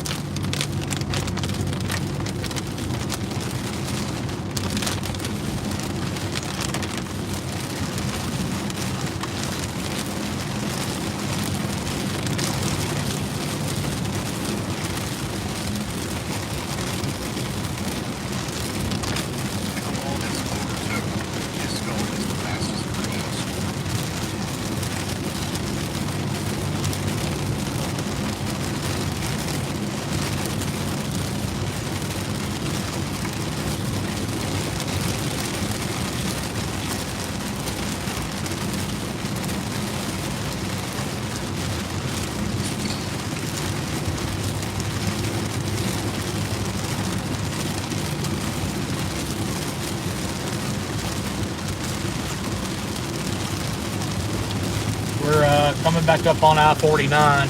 We're gonna drop south. I've got GPS set to Alexandria, but I'm not going that far south. Probably get down around Natchitoches.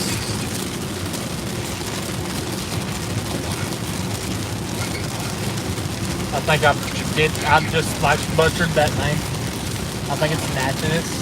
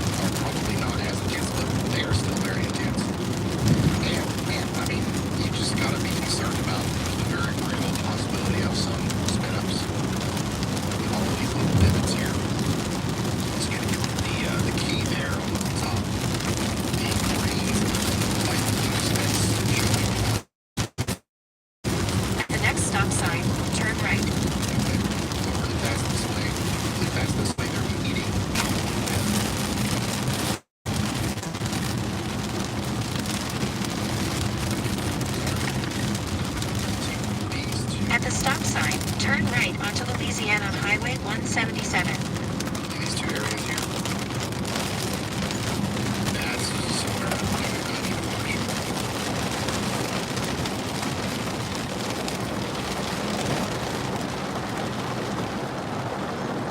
That's crazy. There's like two little cells that have kind of infused with it. That's something else that we're going to have to watch. This kind of stuff right before it. In about 3 miles, turn left to merge onto I-49 South. And we're getting a lot of these little cells forming up out in front of the line here, so there's going to be a lot of opportunities for tornadoes within this line, I think.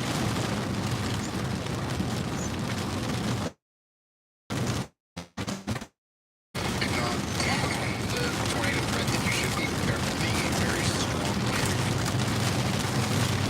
which does exist.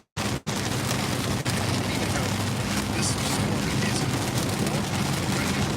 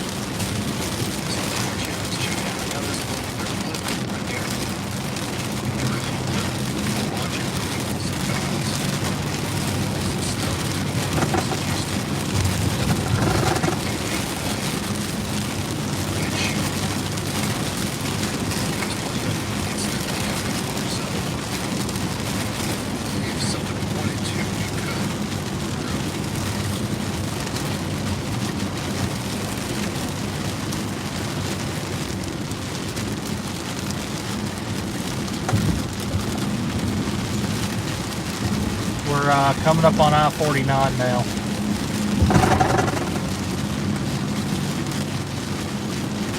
In 2 miles, turn left to merge onto I-49 South. Oh, sorry, we're 2 miles out. We just now tuned in. This is live coverage of a ongoing severe weather situation in Texas and Louisiana. But people are checking in on our friends up here in Canada, including right now. Big time storms have produced large hail and damaging winds up here around Port Carling, Race Bridge. You know, this has been happening for a while. We've got a big storm coming over towards Lake Falls right now. Really miss new storms have formed to the west of Toronto. They are moving towards the northern side of Toronto now. So Toronto, Canada, I did think before the evening's over, you're going to get your thunder, lightning, and storm, maybe even severe storm. So keep that in mind.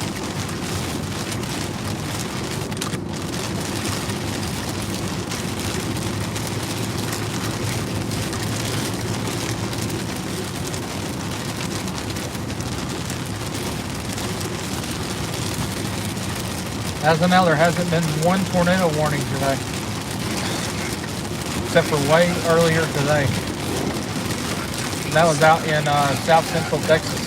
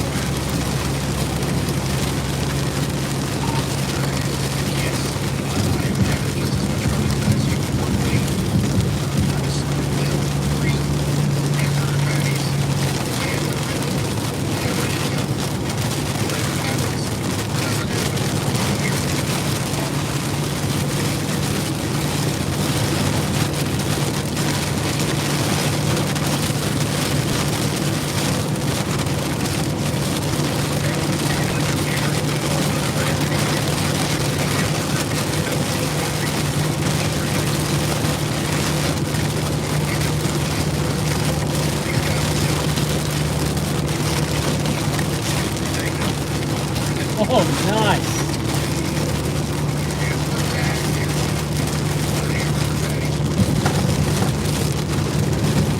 We're nearing the edge of the storm right now.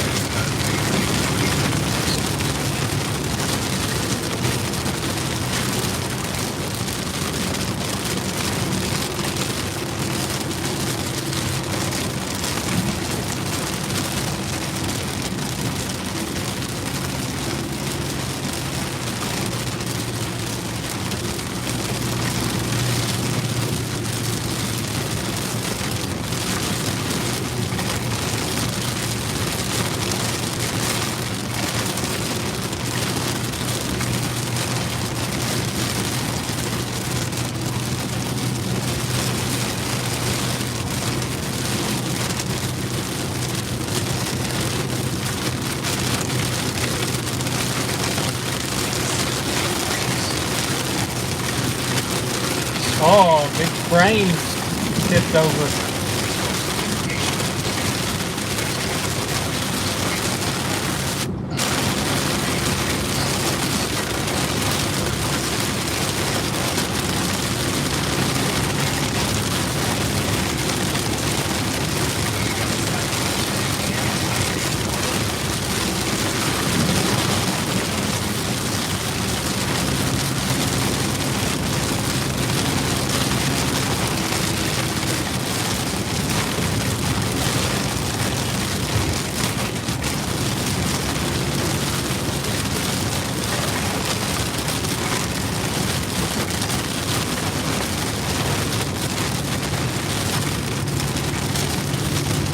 Yeah, I can't see much better than you all.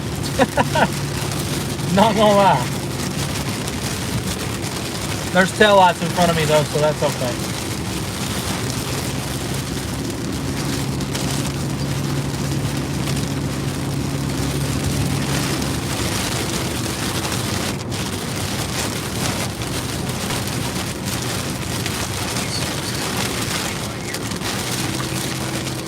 We're right on the edge of it, like I can see the brightness in front of us. But it's just raining this hard, right on the edge of it.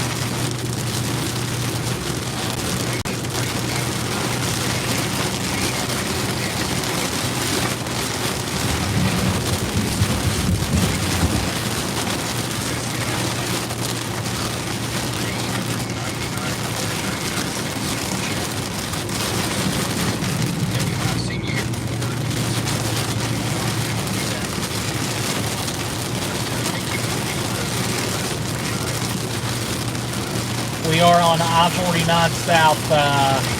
We're to the east of Pleasant Hill, Louisiana.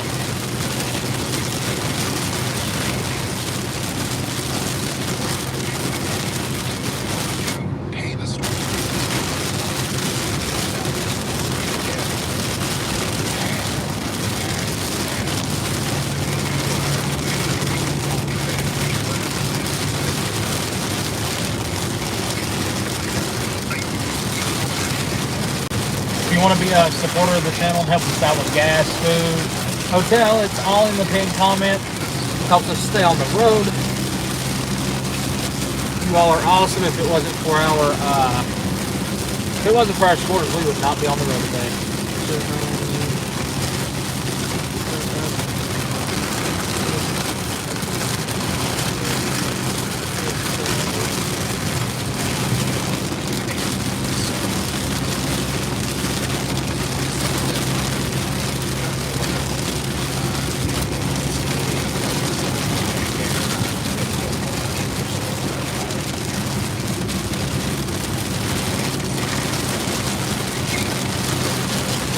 We have one more wall of rain to push through, and then we're in just some light rain.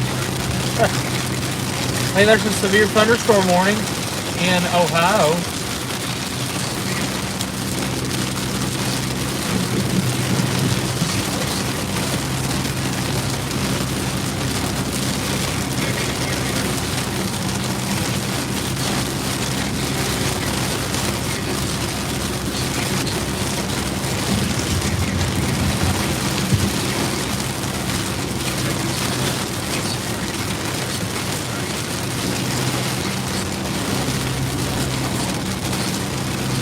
At least we got a free car wash.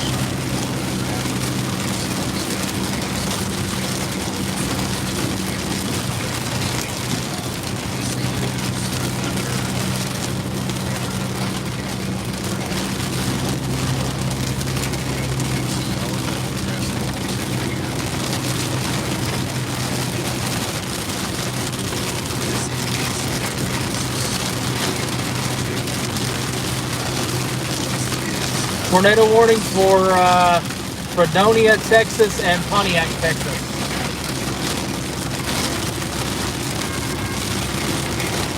First tornado warning of the afternoon.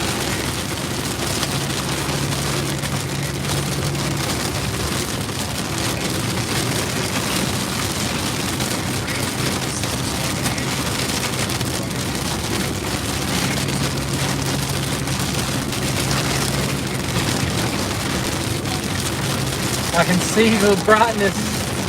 I can see it. We're so close.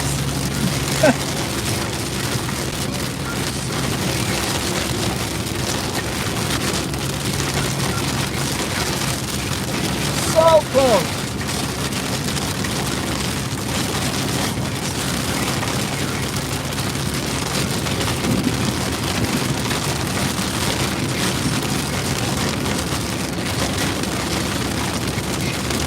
Any tomatoes? I'm assuming you meant tornadoes. No, not yet. There's one tornado warning though over in Texas.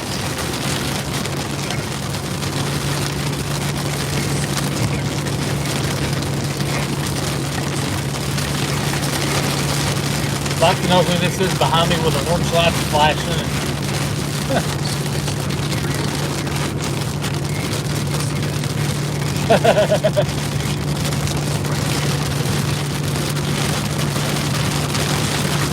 How long have I been storm chasing? 8.5 years now.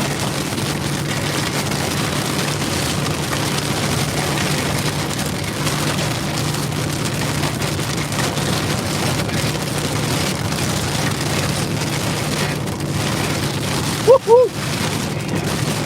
I know you've seen that.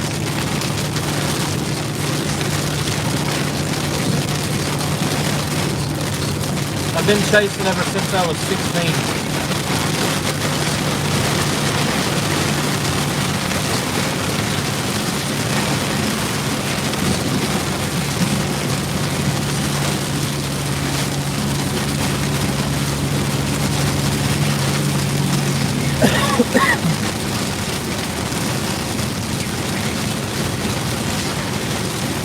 I don't know if y'all can see it or not, but you see the clearing right there ahead of us. So close to yes so far.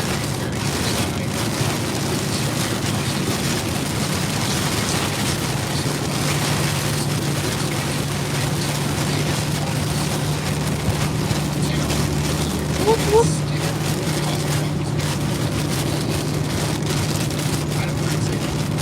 Oh man.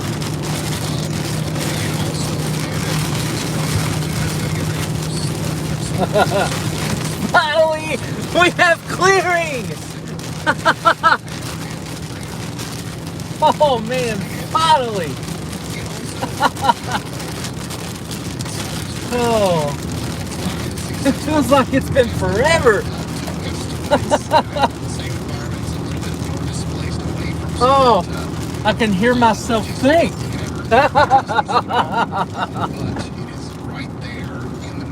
But now what we watch for is any spin-ups along the south side of this. So these storms out here are kind of a show stealer right now. We were talking about these from the moment we started the live stream today. But we're still very much focused on the storms entering Louisiana as well. Pflugerville. Got it. Sorry about that, guys. Woo! Hot dog. By now. Now, down here. Oh, I see another heavy shower up ahead. I spoke too soon. Getting these right, you know what I mean?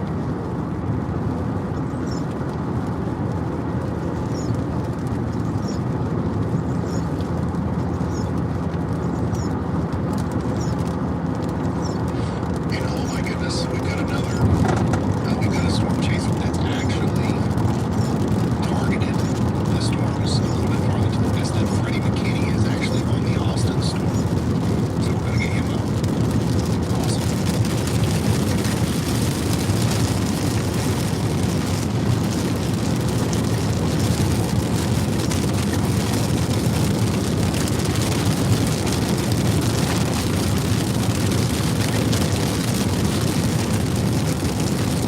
Next exit, we're gonna take it probably, because this is a hell of a view right beside of us right now. Gina, thanks for coming over. If you're just now tuning in, we got this big line of storms moving through Louisiana right now. We've got a ton of flooding reports coming in here near Cushita. We've got water over the road, Highway 71.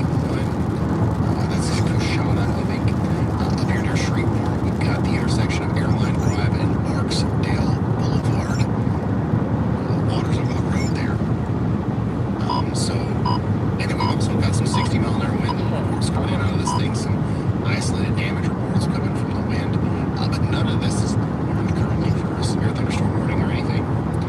But y'all should definitely still watch out just for a strong thunderstorm. If not, We got outside of that wall of rain. We're back up to 68 degrees. Dramatic potential, especially once this line gets closer to you. But right now, no warnings. All of our warnings are focused back here in Texas. We've got a considerable severe thunderstorm warning for the north side of Austin, Manor, Elgin, Norman's Crossing, Crane Switch, Taylor, Byersville, Pflugerville, and also Amanda in Texas. And this is once again for some golf ball sized hail. And the storm is organizing very nicely. It's happening in a way that you would expect it to in this environment. It's still in the beginning stages, but it has a look to it that could try to rotate more in the future. So we're watching that. This one's already rotating enough. The one back here closer to Brady and Saba. The latest velocity scans not as impressive as the ones that kind of prompted the tornado warning, but certainly still we've got rotation here, and if there's a tornado with this one, I'd probably kind of Pontotoc, Texas. So y'all get ready for that. Make sure you're in your safe spot if you're in Mason County, Texas.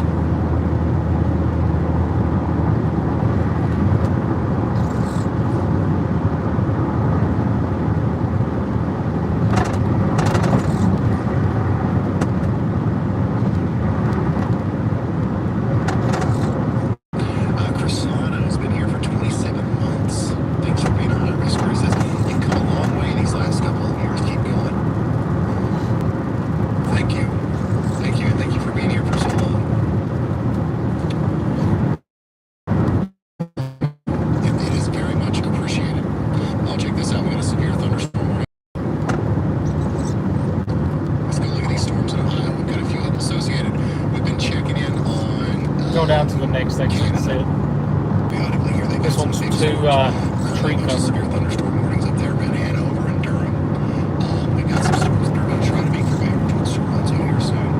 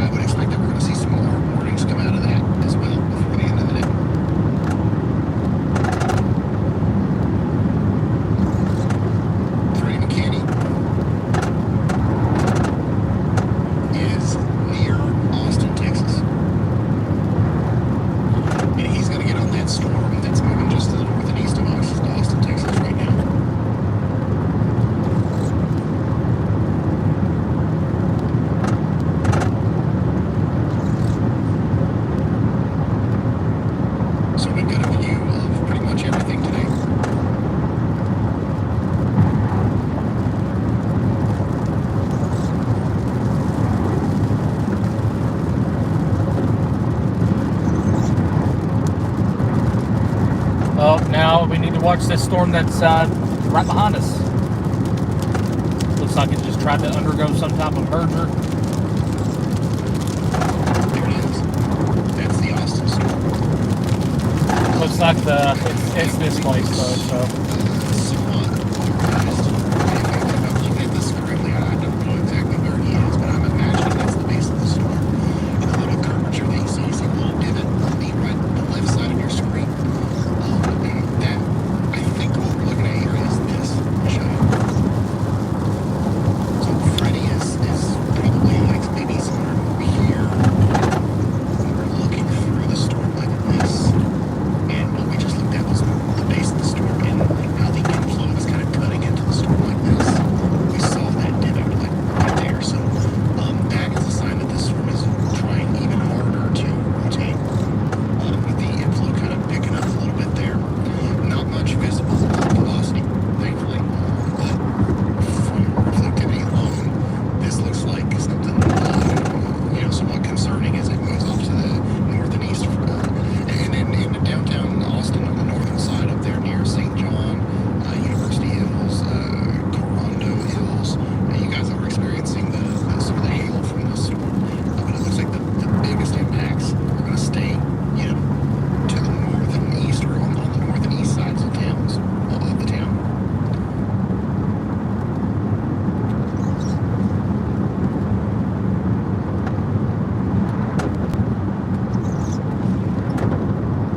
Okay, so Freddie's moving south and north on 45. Well, that makes sense too. yeah, we may be transitioning over to a flood It just chase. seemed like he was closer, so I thought it was this way. So it's still the same thing. We've got this base. We're looking at that little inflow area. So we've got it.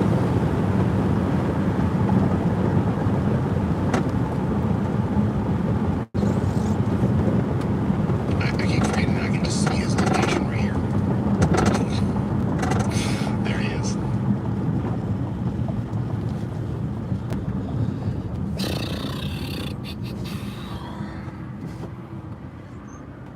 That is a tough looking sail. Yes, it is. I should have went while I had the chance. So is the one a little bit farther to the west. The tornado warning is still in effect there for Mason County, Texas. And if you're in Pontotoc, Texas, you got to get in your safe spot right now. It'll be interesting to see if they reissue that warning. Use the left lane to make a U-turn. Then turn left to The warning. This is the area of rotation, by the way.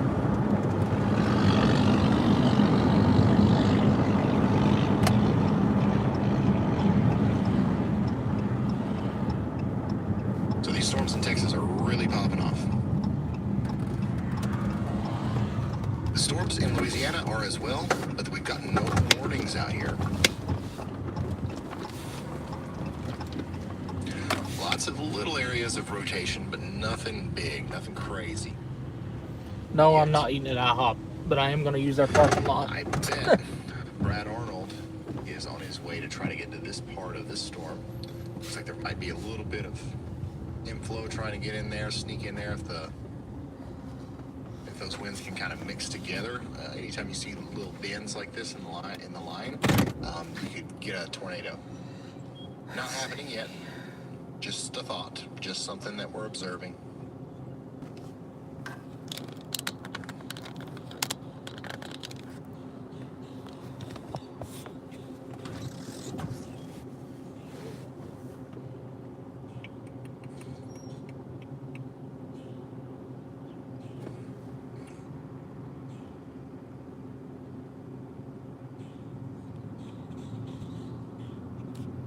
Brett Adair is also on that storm.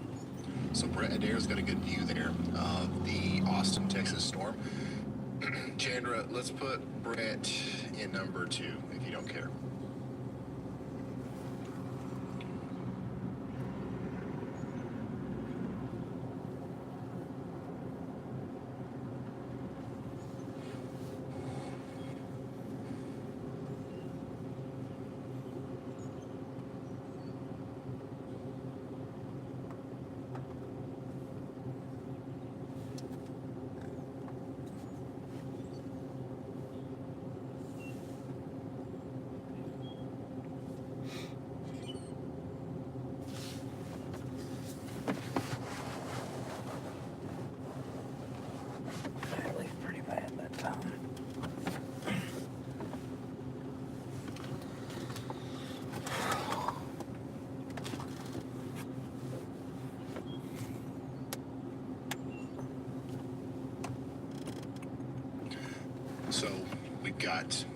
Oh, that Storm jacket Chaser is Freddie soaked.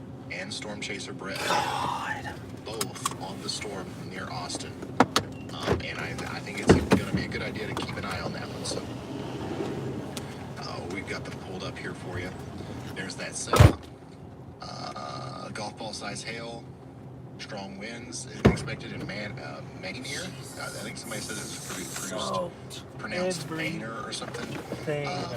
Elgin, Taylor, Hutto, all you guys north and east of Austin, Texas are under a severe thunderstorm warning. And the cell in question, it's starting to look like a supercell that is rotating. And it is. It's not rotating a lot just yet.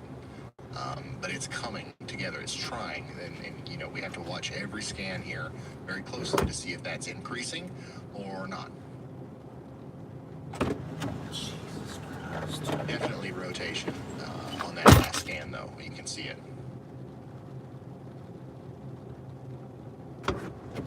Photographs in the Austin, Texas area are not as, I guess, beefy as the photographs out in front of our line in Louisiana and down in our warm sector in East Texas and southern Louisiana. However, they are still curved. They are still curved.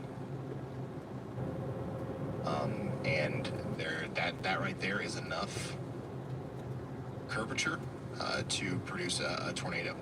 You know, we've got, I don't know exactly if somebody can give me an observed sounding from Austin or something, like, I don't know exactly what our storm relative helicity values are or anything like that, but that's enough to cause a problem right there. Also, notice this line right here at the bottom of these photographs, how it points kind of down like this. This just means that the storms are able to ingest the inflow very efficiently, which is another thing that is important. You know, it's just another thing to add on to the potential here. It's like, okay, we've got a curved photograph, we've got, you know, this, we've got that, we've got a lot of cape, blah blah blah. Oh, also, the storms are, you know, you're going to be able to ingest the inflow efficiently. Okay, you know, it's just another thing to think about. Nothing that I'm saying here is like the one thing that's like, oh, okay, this is why there's going to be a tornado. Or not. Lots of hail reports coming out of Austin now. I'm seeing a ton of golf ball size hail reports. We got a golf ball report coming in there from Travis County. We've got a public report of golf ball size hail. Ton ping pong ball size hail as well. So it's happening. It's real. It's legit. Anyway. Yeah, let's check on the Brian storm again.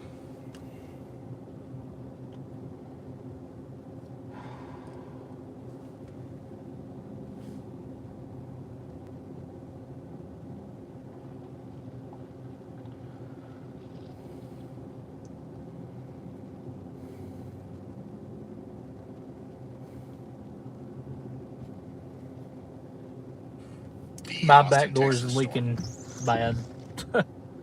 Like, really bad. So each scan of the velocity continues to look more and more spinny.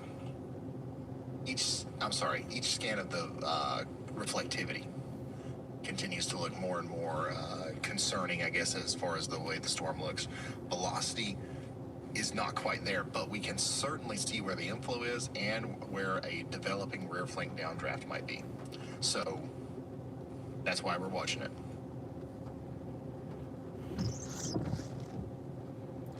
No, that's not. You're just now tuning in. Austin, Texas is under a severe thunderstorm warning, but the strongest part of the storm is to the north and east of town now. Pflugerville, Mainer, Elgin, Manda, Newfoundland. Starting route to Atlanta. Proceed to University Parkway, then turn right. Two great storm chasers on this, and Brett Adair is giving us a great look at the base here. That's an ominous looking storm there. He's on Highway 290 looking west. Turn right onto University Parkway. Trying to stay out ahead of this especially if a something tries to spin up on it. Right on the edge line there, that's where we are. So, my God, this is fucked up.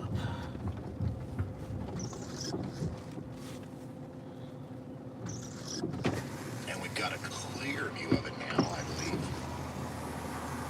And you still see where the inflow is trying to sneak its way in there. Certainly not seeing a tornado yet. But we're going towards Atlanta. This storm that is over Natchitoches, whatever it's called, is trying to get a look to it. So Highway 1 North. he's also there. He's on that same storm. He's kind of under the core of the storm with a forward flank.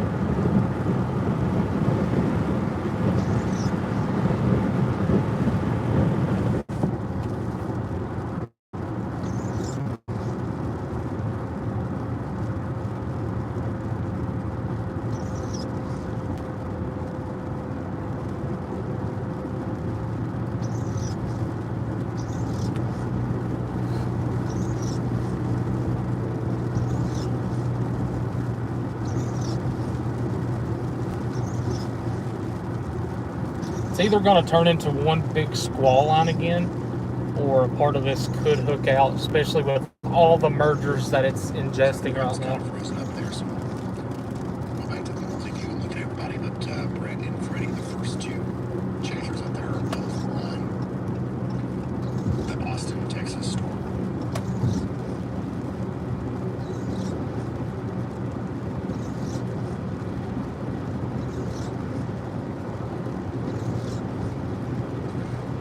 Ryan says, could you rephrase using a taco? What? I'm assuming you're talking about the Oh, Fount Copic.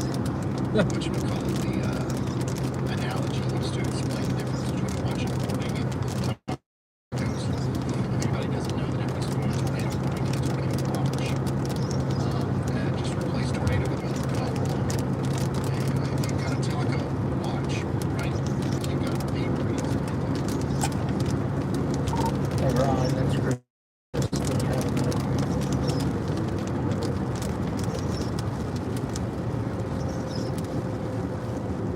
Go ahead, Chris. Hey, buddy, we're a little wet. I accidentally got out of the car for some ungodly reason. But I'm heading over towards Atlanta, not Georgia, Atlanta, Louisiana, on this storm that's crossing over 49. If it was to try to produce something, it would try to do it over this way, especially as tail end Charlie as it is. But if that one right there doesn't do anything, we're also keeping our eye on those storms back over in far eastern Texas near Hemphill. And those two are the ones we're watching right now. But like I said, we're going over to Atlanta to keep an eye on this one that's coming through Natchitoches. I don't even know how to Natchitoches.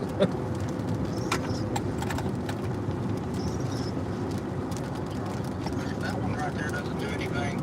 We're also keeping our eye on those storms back over in far eastern Texas. At the next light, turn left. And those two are ones we're watching right now. Like I said, we're going over to Atlanta to keep an eye on this one. That's coming through Natchitoches. Natchitoches. At the light, turn left onto Louisiana Highway 1 North. So, yeah.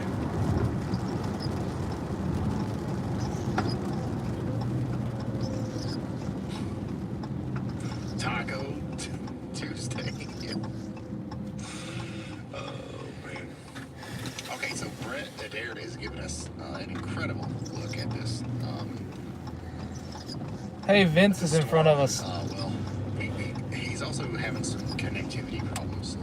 We'll get another look at the base of that storm, but it's so low, it's so In 2 miles, turn right onto Highway 3175.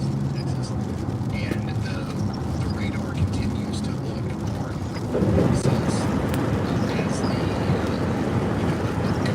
tries to You're Natchitoches. Precocious, Natchodocious, I don't know what this compound's called. Here, I got tip for you. Riley.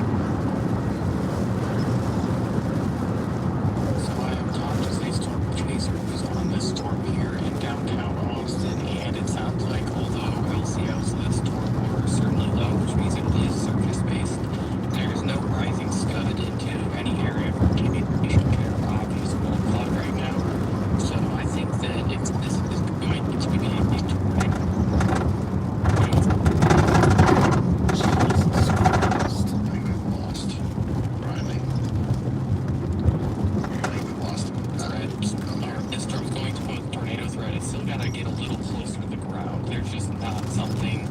something's not working quite right tornado-wise. Exactly. Yeah, I agree. And also, going back to the graph that we were looking at earlier, the amount of spin that we have here is enough. But it's not enough to make every cell like this produce a tornado. Okay, so something's going to have to go right or wrong. While the wind's going to start running us over again, we're going to have to get over to Atlanta to get back out in front of it. We turn right in like a mile. So. But this storm is the kind of storm that can produce a tornado very easily. It's not going to take much. In fact, this little down right here, this storm coming up this way, that could, another storm, another storm today. All kinds of different things can happen. And that storm can Cashapp.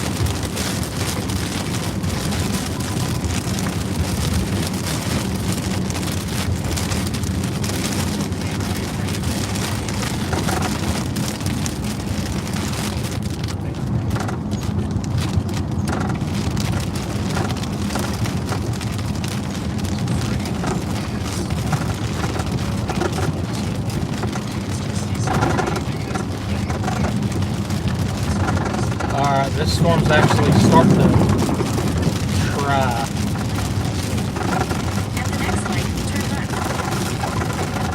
And if it tries, it's trying right on top of us. So, see how this plays out.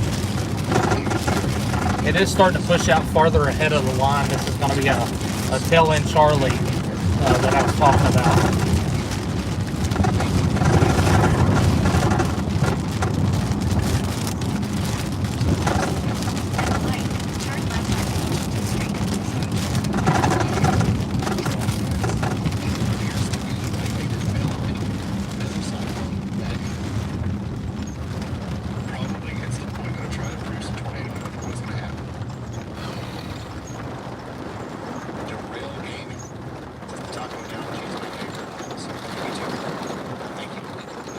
Hi, Vince. Vince never talks to me anymore. It's hail. That is hail. All right, let's go back to Freddie.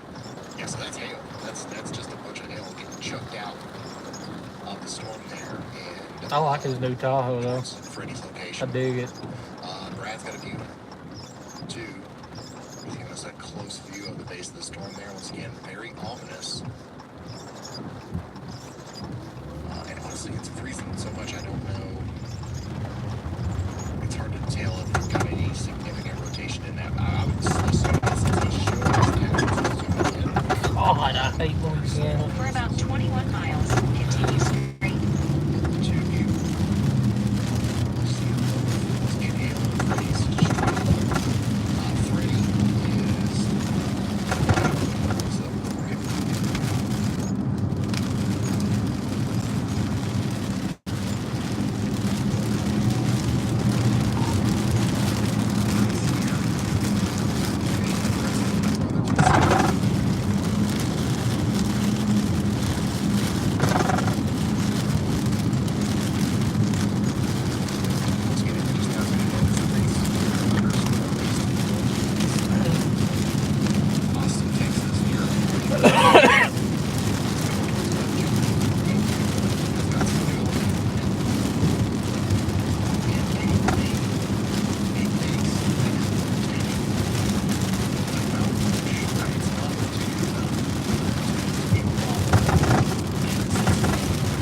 I'm sort of watching these prefrontals out ahead of this line. They're not in the best environment to do anything, but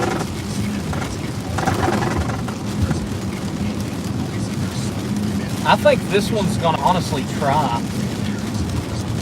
If any of them were to try in this area, it's going to be this one, so...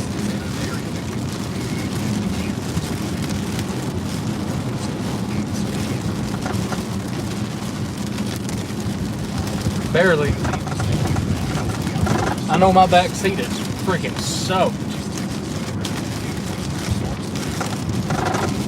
I'm just glad I have leather seats. But yeah, my back seat's freaking soaked.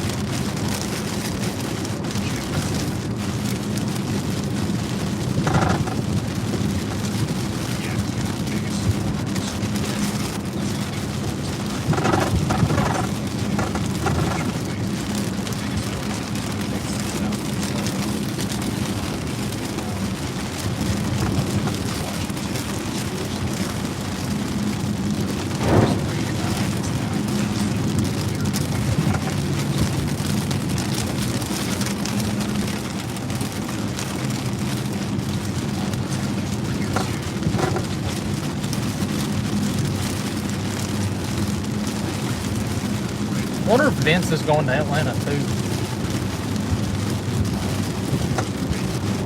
Because I'm probably going to end up going over to Atlanta and then go up to Winsboro and come back into Vicksburg that way.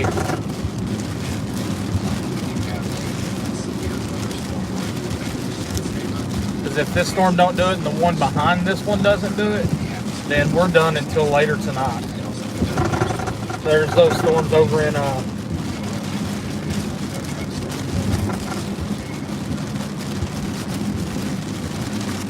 storms in Texas will be heading this way, which I think the storms in Texas is the play for tomorrow anyway. Oh, we're crossing over water. Ooh, I just got cold chills.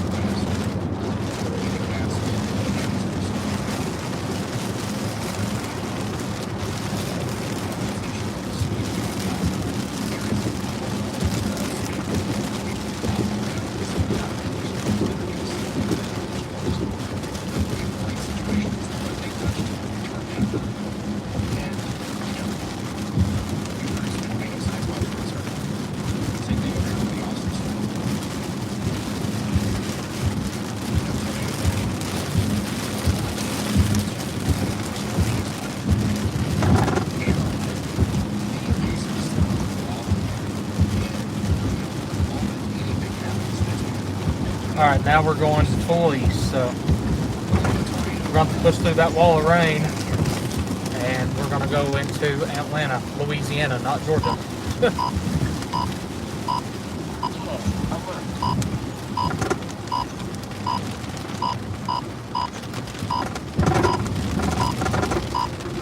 I guess he's not going to Atlanta. Bye, buddy.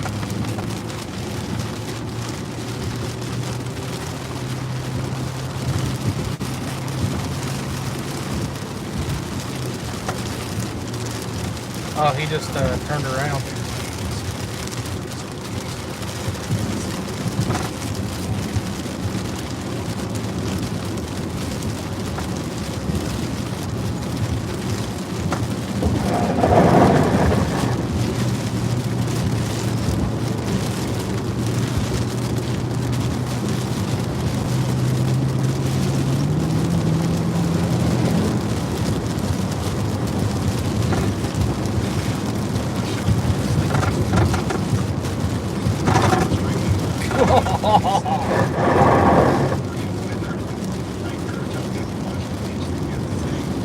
Shit, he about hydroplaned like a mofo. If you're just tuning in, slap that like button. It helps me out more than you know. If you want to be a supporter of the channel and help us out with gas, food, or hotel expenses, all of our supporter links are in our pinned comments. It's all very much appreciated. It turns around and goes right back into the channel. This is day one of likely 3 of streams here on the channel.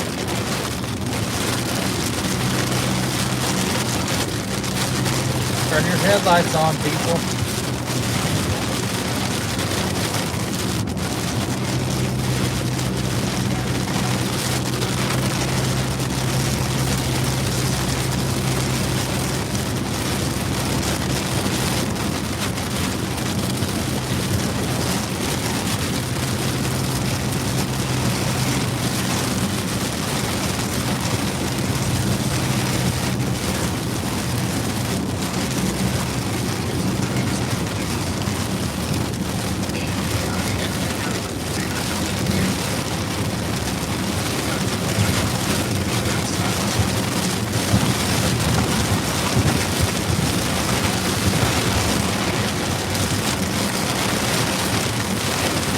Hello.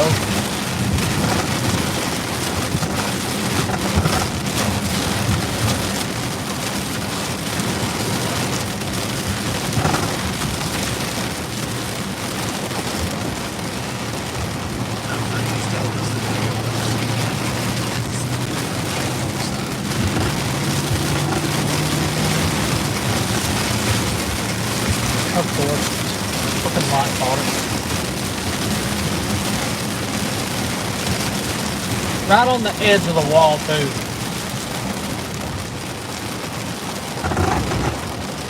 And there's a train coming, so if anybody wants to come this way, I suggest coming on.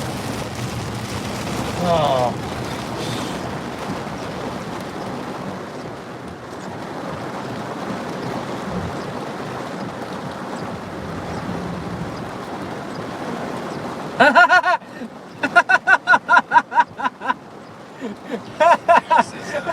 Thanks, Morgan. Awesome.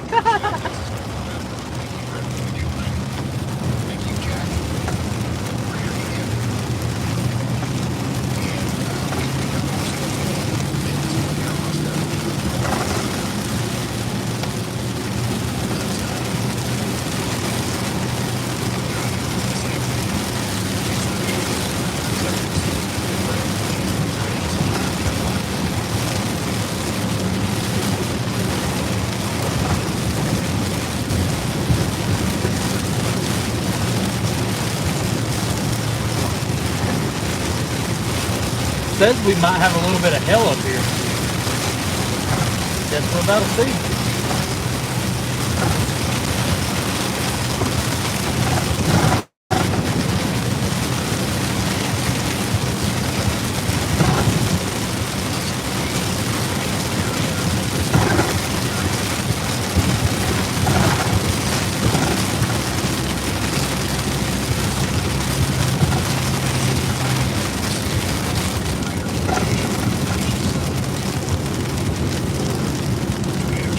No hell?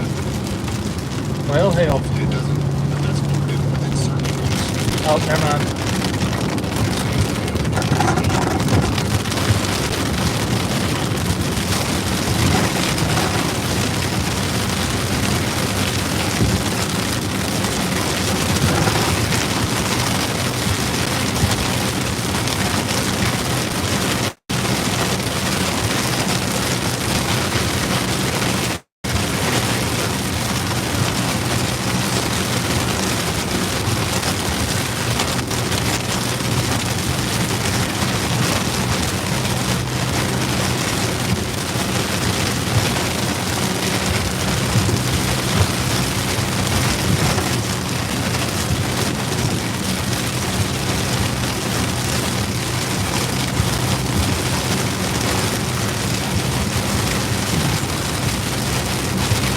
real close to the outside of this wall. Literally just a big wall like it was a while ago.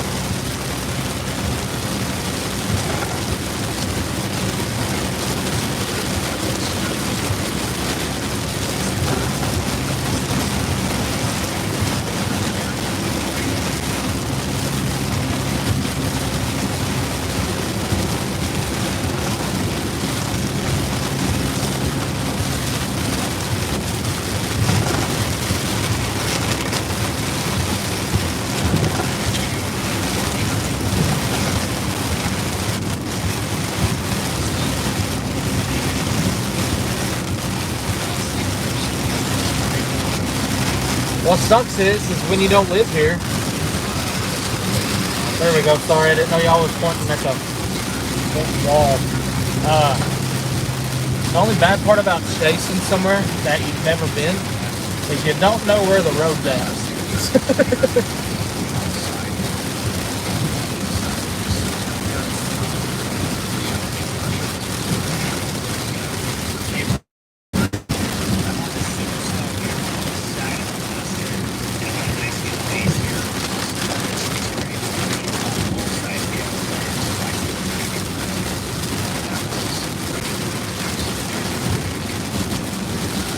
We've got winds shifting to the south here.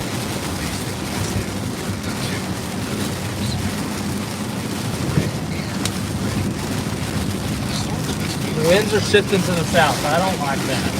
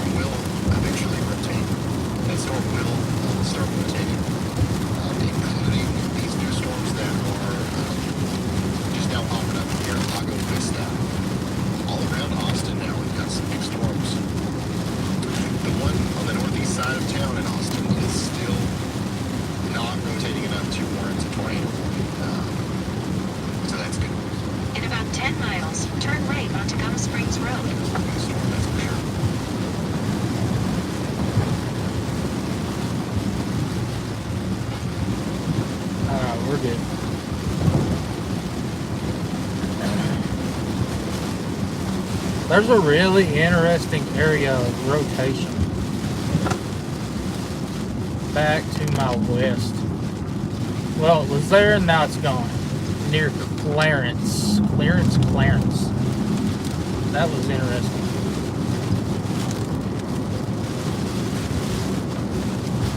Austin Coleman says I'm watching the storm at my house in Austin, Texas.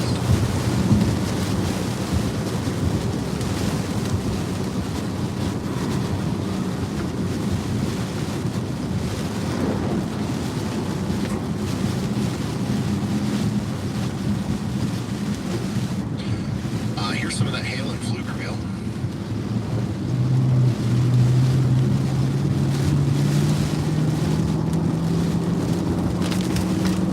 Not big home, so it's a little smaller than that.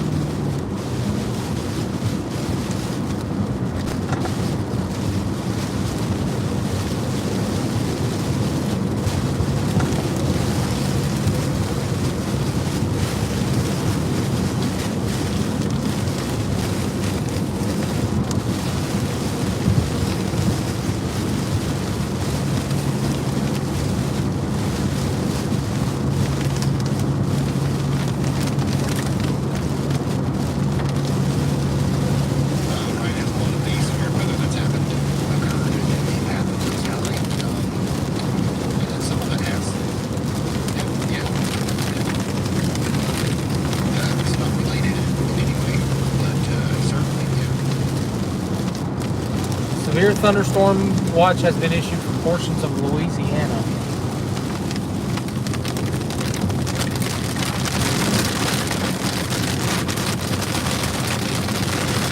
It extends all the way for this line. It goes all the way over to the Mississippi state line.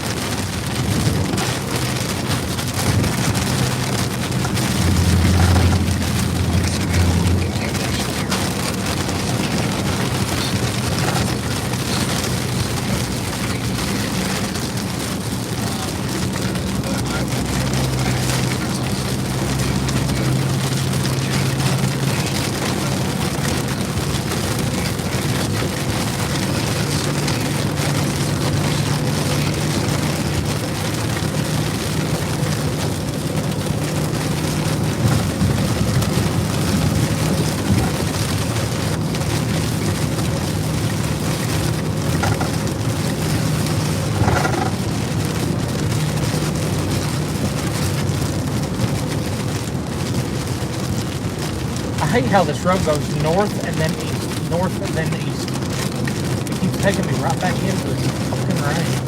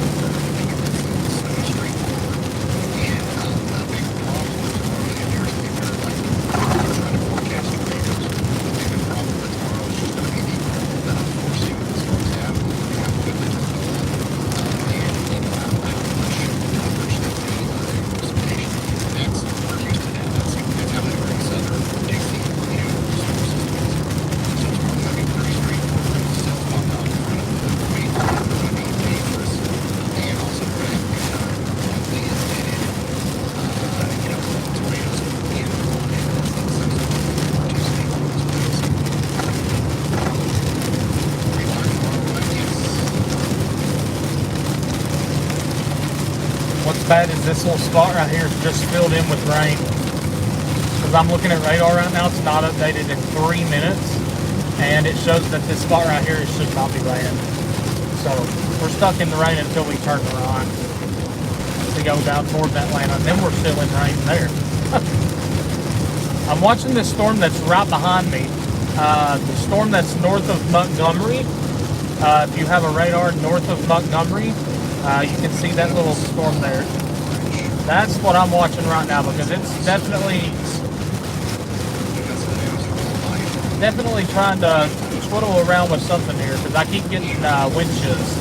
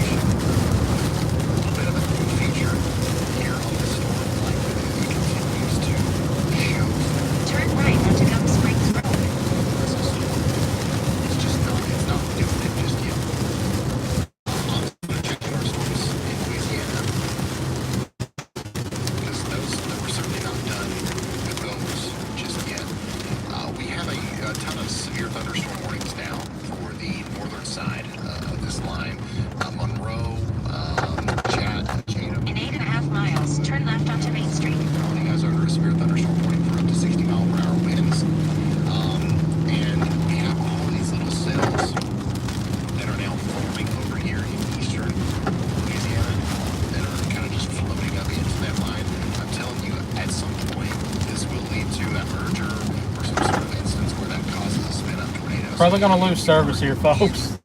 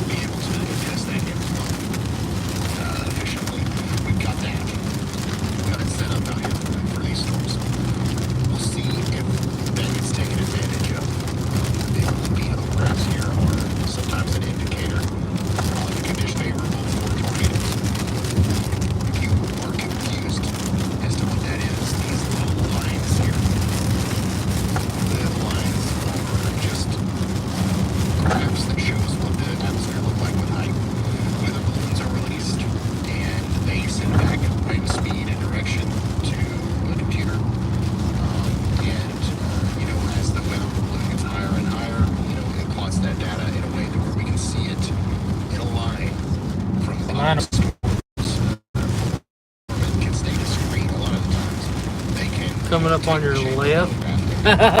Awesome.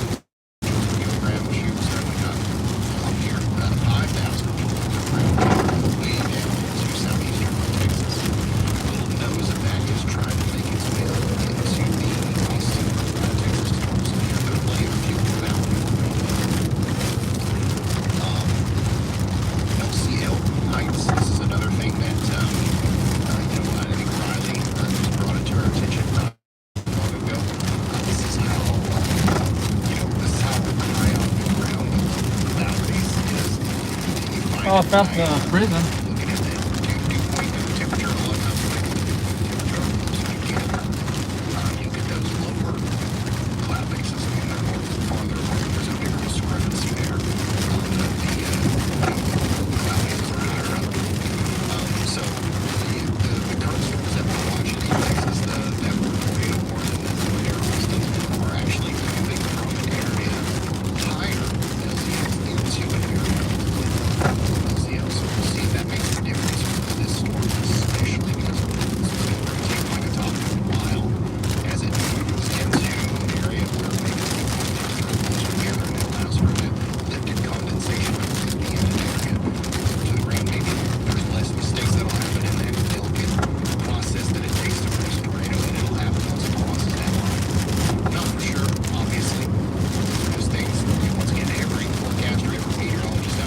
If you're just tuning in, slap that like button. It helps me out more than you know. We're still chasing this big rain blob right now. That may change as the sun sets with storms coming in from the west. But yeah, slap that like button. Subscribe to the channel if you haven't already. We're going to be live for the next 3 days. Well, the next 2 days, sorry. I got my days mixed up. And if you want to be a supporter of the channel, all of our supporter links helps us out with gas, food, hotels.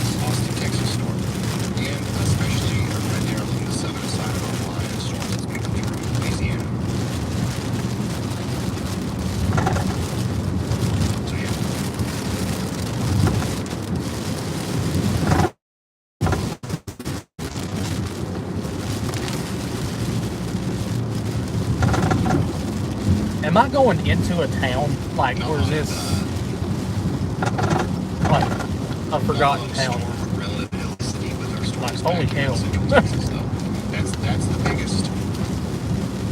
biggest missing link right now, I think, for the stores where they would be producing tornadoes out the wazoo right now.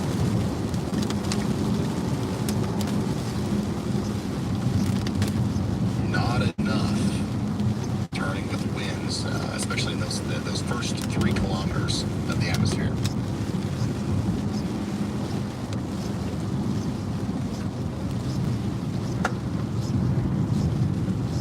we're decently close to the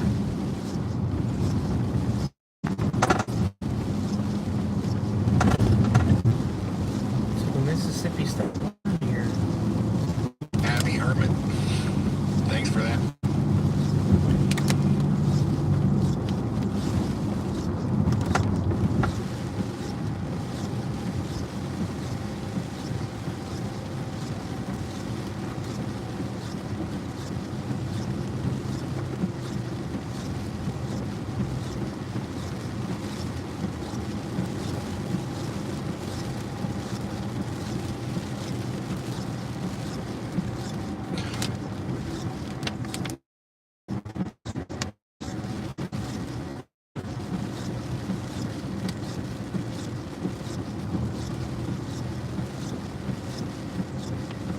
Starting to see some more colors here on our storm now north and east of Austin, Texas. There's definitely a more notable Starting route 7146. Which is honestly something In about 2.5 miles, turn right onto Main Street. that would be considered the outflow from that storm. I'm just taking us back out to the that'll be interstate interesting to again. watch and see how that evolves. Because this storm, The storm to the west of Austin now is I don't know starting about to it. ramp up. This one will probably This one's impact looking like a downtown big Austin as windbag well. now. Probably more directly. So get ready, Austin, Texas. It's not over for you. It's not over for you. This one's getting out of Dodge, but now you've got an even bigger storm. It looks like forming over here near Gripping Springs, and that's going to be coming towards downtown Austin, probably with some big hail and another very real shot at some tornadic activity. Remember, we've got that big area of what was it, like 3,000 or 4,000 Cape, the storm fuel that kind of goes up right into the Austin area. We've also got plenty of low-level Cape here, so there's nadir juice, storm fuel, whatever you want to call it, around Austin. So that's Where in the hell am I? And why am I all the way out here and I just passed a humongous prison? I'm in the middle of nowhere, Louisiana, and I just passed a humongous prison. really wonky turns storm here. Emphasis there. Can't work particular. Is definitely rotating. Don't get me wrong. It's not rotating that much here that side. It's probably going to cause problems. Definitely used to have hail 60 mile per hour winds. But this storm is going to moving into some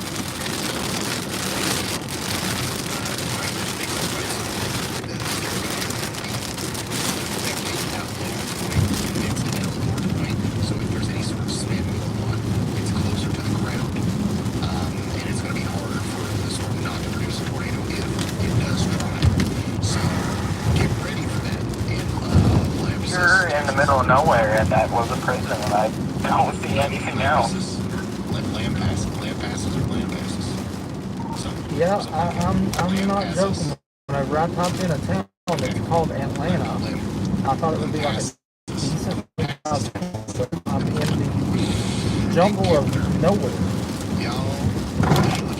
You're southeast or southwest of Winfield. I'm gonna try to get back over to 49, maybe towards Montgomery or there. If you ask me, that stuff in Texas is gonna be the ball game. It seems like Atlanta is literally just a prison town.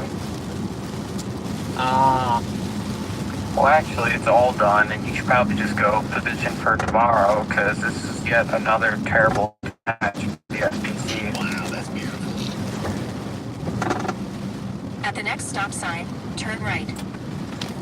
I could go back and go swimming. You know, if I got like quadruple what I gotta take now, I would go and swim in some type of flood. But that's only if At the I stop had that sign, when I turn was- right onto Main Street. My car's so region now. it's looking like I'm on road, and I don't know why. Somebody needs to take away their yellow highlighter. In half a mile, take a slight left turn onto Louisiana Highway 471.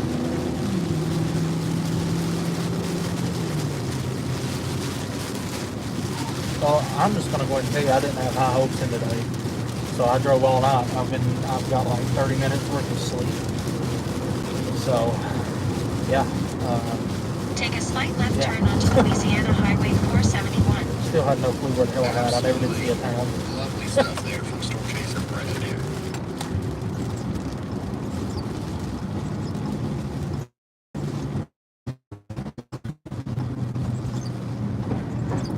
In 7.7 miles, turn left onto Louisiana Highway 122. I'm one of the EMS guys that was involved. Tornado potential. Tomorrow looks like trash for anything besides an MCS. Welcome here. Thanks for being here. Yeah, I don't think that's why they've got the big asset. It's all gonna be like in the risk area tomorrow. all So be with us watching like tomorrow. jumbled together. But if they merge like a cell together, then you're gonna have the mega wedge of the century, you know. But that ain't happening. You know, NATO Cash does say 45% hatch tomorrow, so it might happen. Who knows?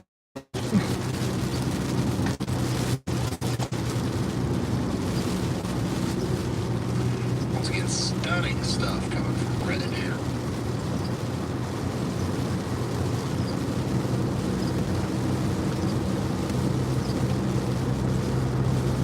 So we got a major storm coming towards Lampasas, Texas, and Kempner. Okay. Watching it closely. This storm is the kind of storm that likes to sneak up on you and produce a tornado. Is it doing it right now? I don't think so, but it could, so we're watching it. All of these storms are rotating. If you're just tuning in, I have no clue where I'm at. Somewhere in Louisiana. They're not doing it. Slap that like button. Trying to evade the rain once again because I think this little bunch of stuff here is done. See if anything else tries to go back to the west. Not. We're already going to be in position for tomorrow's storm if we get back a little bit farther to the southwest. It's a win-win situation here. If it doesn't, we're on position for tomorrow. I'm not saying the chase is done whatsoever. We're still chasing, but nothing's really like throwing eyeballs right now that says go here right now. So we're watching though. We're watching like a hawk.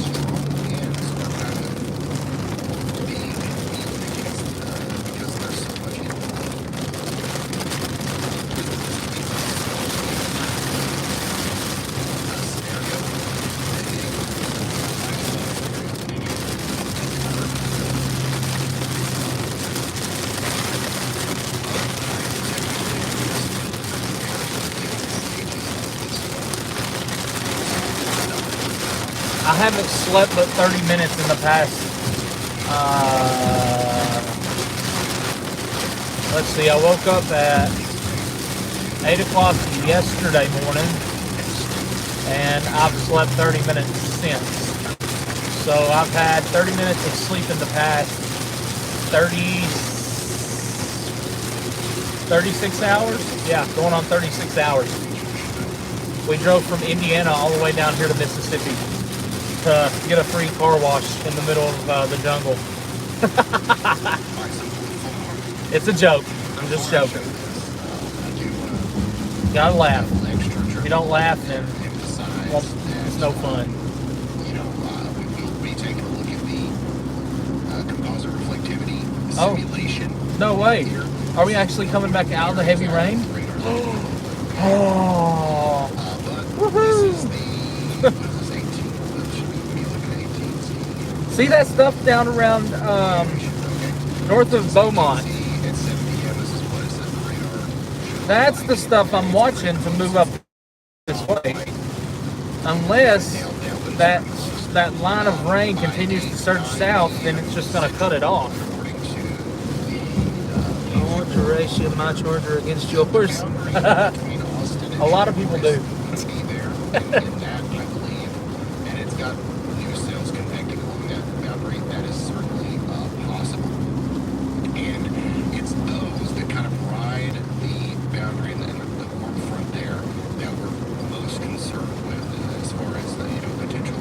Tornado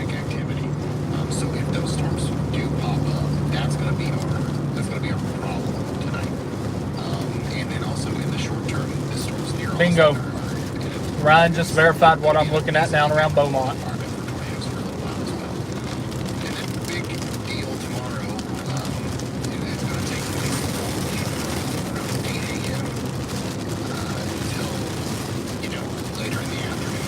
Oh yeah, there's no sleep tonight probably either. If those storms pop up tonight, we will not be sleeping until tomorrow evening. If that, if then. Because then I'd probably drop home to Chase in Kentucky if nothing happened tomorrow or tonight. Yeah, even like the most recent runs of the HRR continue to have that boundary in place. And new storms affecting, but not much. He's got a flat tire? Oh no. Yeah. A spare to put in here. The big thing is we know what's going on right now. We know the broad scale. I was about to say, that's an old Crown Vic. The setup here, and that's what's most important. And now we just nowcast. I think that if the HRR is anything useful right now, it's telling me that we should really watch these storms around Austin. Like, they can stay fueled up, and they should. They've got access to a lot of energy. The farther east they make it, especially over the next little bit, and especially as the sun starts setting, remember, the biggest thing that these storms are missing right now, the reason they're not producing tornadoes right now is because there's not a lot of storm relative listening. Not a lot of spin. The low-level jet is about to crank up a little bit. Yeah. Okay, when the sun sets, that might be the last little ingredient needed to get these cells to do it, to actually try to produce a tornado. So we've got to watch for that.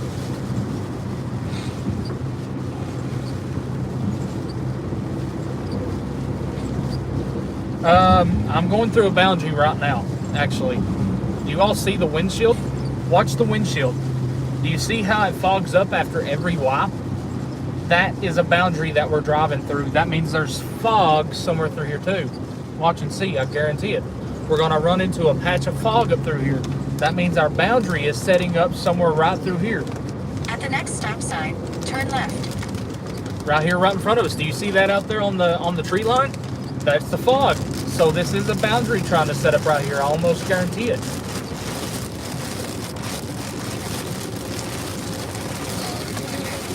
At the stop sign, turn left onto Louisiana Highway 122. Otherwise, eating about sauce packets to stay awake as we wait for something to report on that needs my eye on the radar. But Canada has something that is along the lines of that. If you look at the Cashapp SET radar, which is north of London, so it's the southwestern Ontario radar, you can see a good... In about 10 miles, turn left onto US 71. Seen very few cases that have such a nice looking mesocyclone on a supercell like this on that storm near Shelburne during Marchdale, that area. And you can also see the rotation from the radar that's in Toronto as well. So a nice rotating storm left. It's currently severe warning. One time I went and I took this thing. We went to a racetrack, me and my buddy, another chaser. We were on this empty road, straight road. We got to this red light and I looked down and I'm like, on green, on green. And I still have the video of it. And me taking off at that light, just absolutely leaving him in the smoke. But they're definitely starting to come together. This one over here, a big supercell near Shell, Canada. These are all forming a line sort of west of Toronto.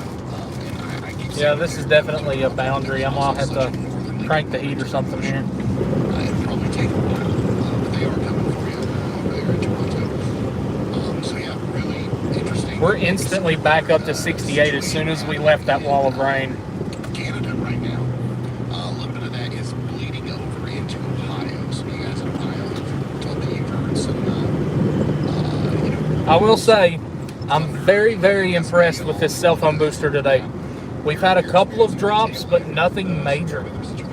We kept most decent service through eastern Texas. We've kept pretty good service in Louisiana. I'm going to knock on wood now because we still have a whole nother day of chasing. But this cell phone booster that we installed is actually doing pretty decent, if you ask me. But they're not even close to being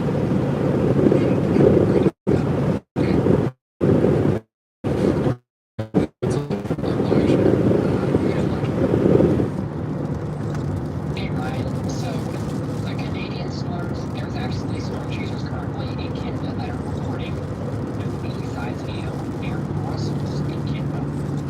Okay, all right. Thank you so much, Elijah. Near Brussels, we got some Toonie. Some Toonie-sized hail is just, it just has a ring to it. I think that we need to use more here. But yeah, so we've got the storm chasers up here that are reporting hail, and it's a good thing that we've got storm chasers up here because these supercells are rotating, and the radar up here in Canada is not the best at, it's not as good. It's just not as good as what we've got down here in the States. So it will be harder to detect the tornado. Just very grateful that we have storm chasers in Canada, allowing us to see a little bit better. Still have 60 people watching. Not a lot today. Let's go back. Not a lot of stuff's happened today yet. Hopefully it don't. Multi-view. We're on our multi-view now. Let's go back to our chaser feed. Freddie, Katie. That's interesting. Talk about rising scud. That's a tornado. I jinxed. Radar still doesn't show anything. We've got the reflectivity continues to look impressive.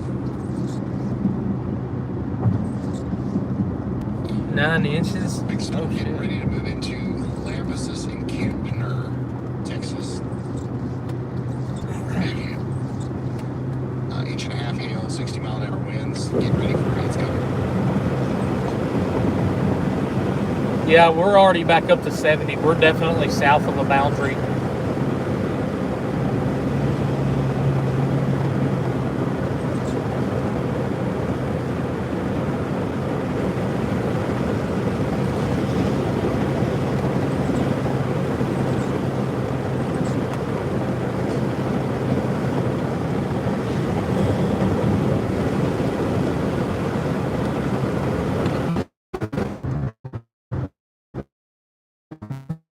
In 1.75 inch in diameter hail. It's golf balls.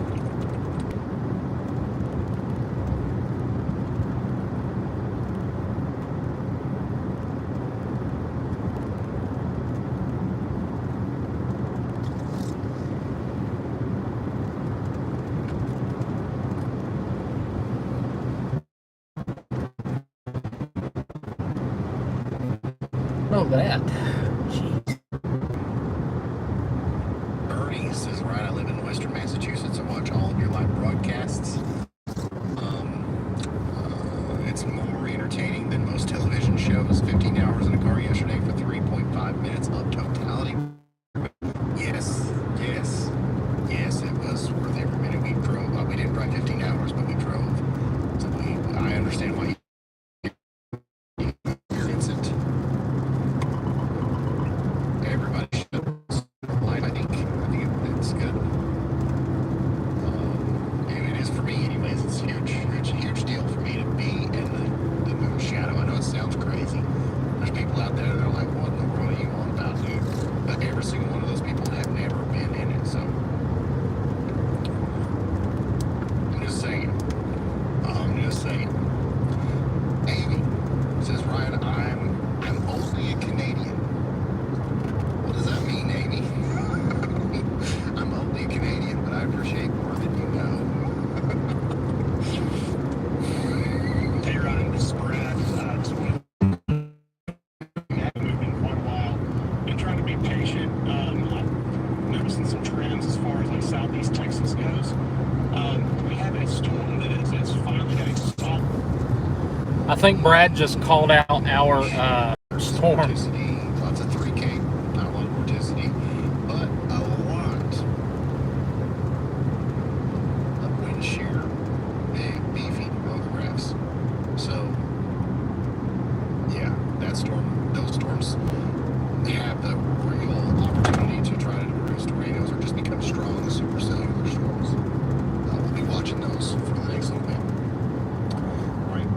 stop sign, turn left. You're great, okay? But you're saying my boyfriend Wayne introduced me to you, and I know there's so many people who benefit from your knowledge and kindness. Thank you, even from Canada. I love Canada. At the stop sign, turn left onto US 71. I don't know why we've got.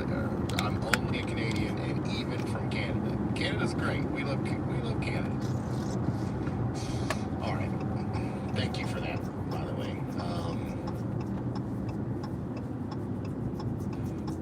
Lamb passes. Okay, I've got it. Jack says I was in totality, and honestly. In 1.7 miles, take a slight right turn. Elijah, go ahead. Hey Ryan, so I talked to Andy about this, and there is a chance that it could be true, so we're going to go ahead and mention it. Just south of the storm that was originally tornado warned, it's going close to Cuba right now. There is Lake Buchanan, and the storm chaser in that region just reported that a water spout occurred on the lake. So there is a chance that a land spout could actually occur there. Okay, well, thank you so much, Elijah, for that information. I believe it. Once again, if we go to our surface analysis over here, list, multi-parameter field, surface vorticity. I mean, that storm is right on top of a bullseye of vorticity, and also lots of 3 Cape in that area as well. So, like, that's exactly what I would look for if I was looking for land spouts. So it makes sense. Also, if we just look at the storm itself, I mean, this looks like a storm that is producing a tornado. The reason we know, or the reason we think, is there's no big signs of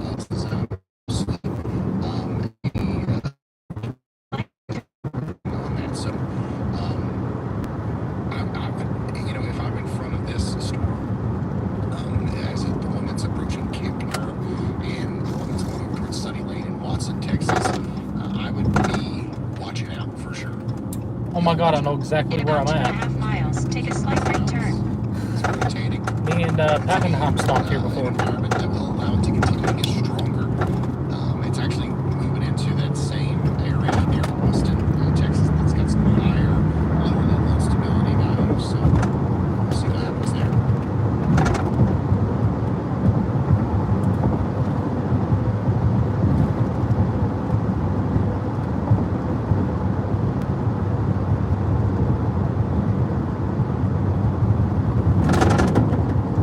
Yep, I found our storms. The ones that I was talking about earlier, that was north of Beaumont. Yup. That's gonna be the one, Land spout, water spout. I think.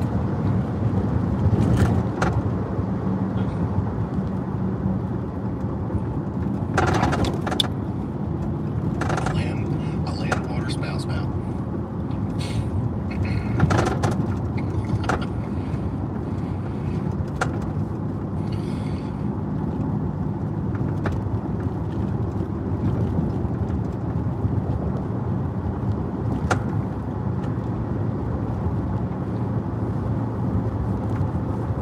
Nathan says, I'm one of the lucky few to be Canadian, American, and Texan.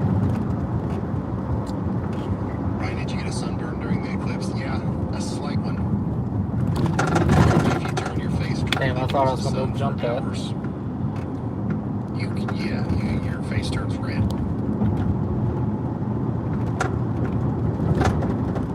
little bit.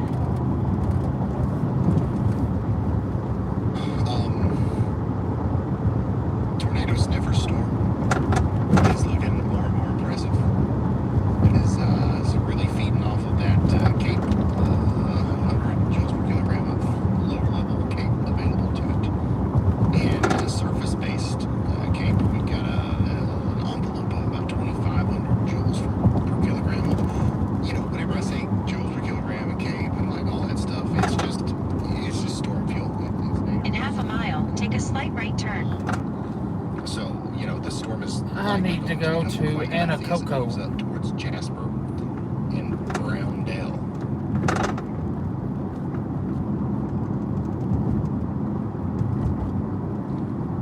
Starting route to Anacoco. Oh my God, it's actually called Anacoco. In a quarter mile, Where the take a hell slight am right I turn. at? Pretty impressive mid-level. Oh my God, this is like an old railroad town. Cool.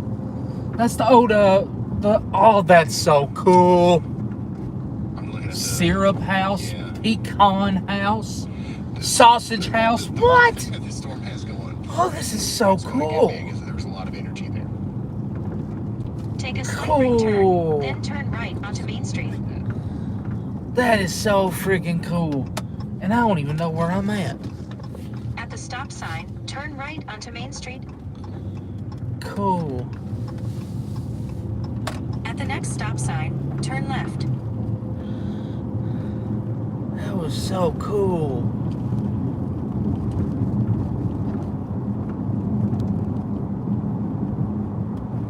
It said sausage house on the building. Oh, this is so cool. It's just like a little tiny little town. Is it even on the map? Colfax, At the stop Louisiana. sign, turn left onto 2nd Street. Cool. That's really cool. I'm glad I came this way Somebody now. says we should put the storm sniffer on the side of Brad's vehicle. In about 15 miles, turn right onto Louisiana Highway 1200.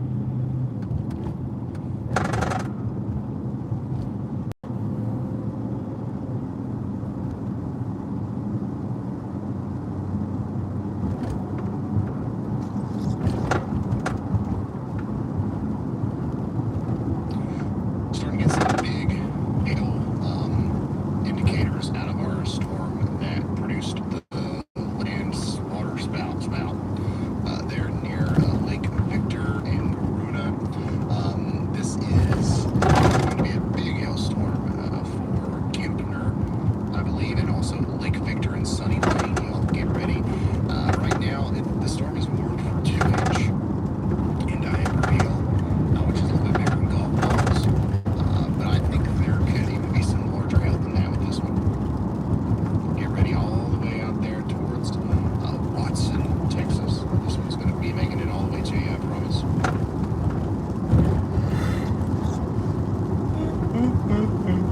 It's gonna be a long night.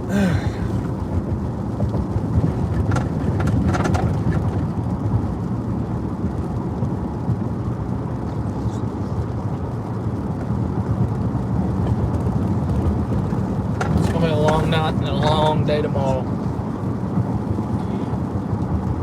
Take a look at our little pocket of low-level instability or storm fuel here next to our Elgin, Texas storm. It's interesting that even though we have such ample energy for the storm here, it's really not that healthy right now.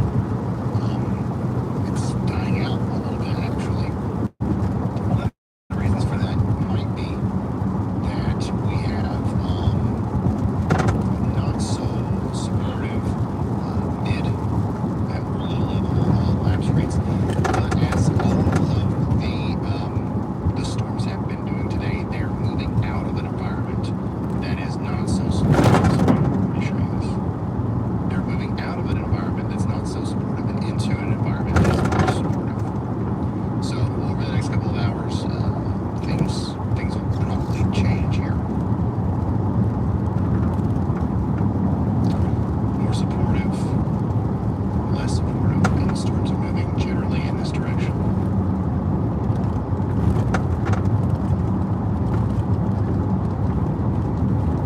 If you're just tuning in, we found a target storm finally. We're heading back west to get somewhat close to it. Slap that like button if you don't care. It helps me out more than you'll ever know. And if you want to be a supporter of the 606, And to simplify, all of our supporter links are in the pinned comments. It's all very much appreciated. It goes towards gas expenses, food, hotels. the storm's ability to stop. It all gets turned around and goes right back into the channel. So if it wasn't for the supporters, we would not be on the road. But how quickly can it So thank you all. If it's not very efficiently soaking up the energy, it's not going to produce as much of a storm. Oh, and I need to say this, I forgot. Scrub blade, the wipers that we have on right now, they sent us some brand new wipers to go on White Lightning. They're white to match the car. I don't know if you'll be able to see them or not, but they're white to match our car. And they're supporters of the channel. They always send us some wipers if we need new wipers. I've always had scrub blade wipers. Love their wipers. If you haven't already, check them out. Very much worth it. Oh yeah, I forgot. We do have merch over on the wxstore.com. We have 606 merch. I forgot all about that.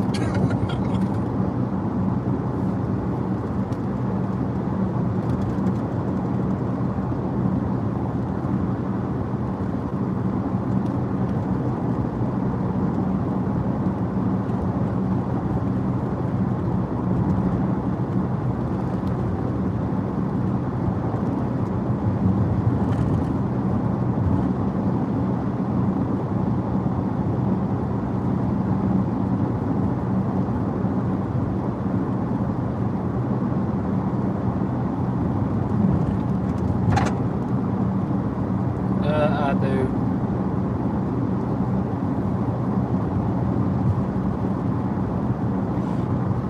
I'd forget my head if it wasn't attached.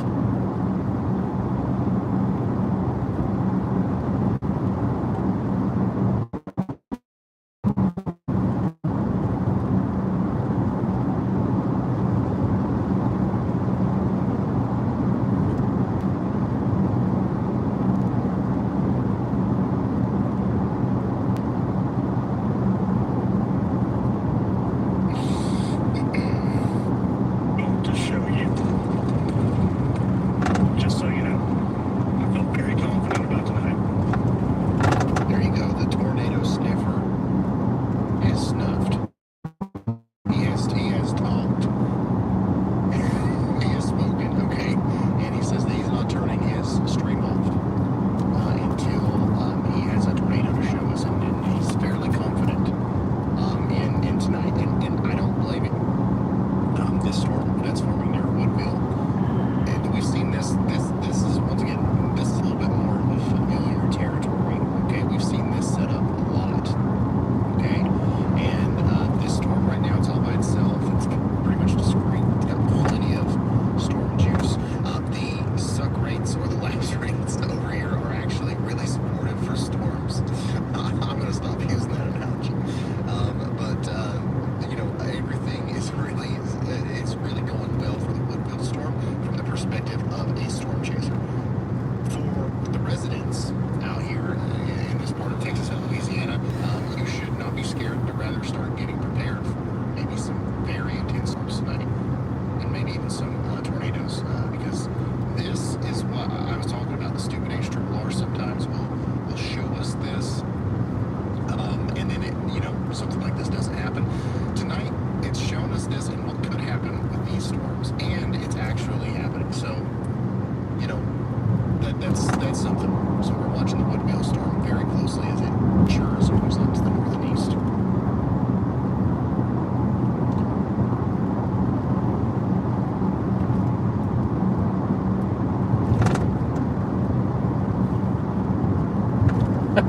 Thanks, Kevin, for the PayPal donation.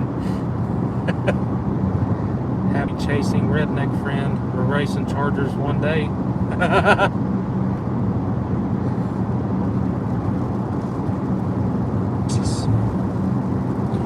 So the answer is most certainly yes. In fact, the big, nasty hail producer that's currently moving into Burnett County, Texas, that storm's going to be coming towards you over there in Temple soon.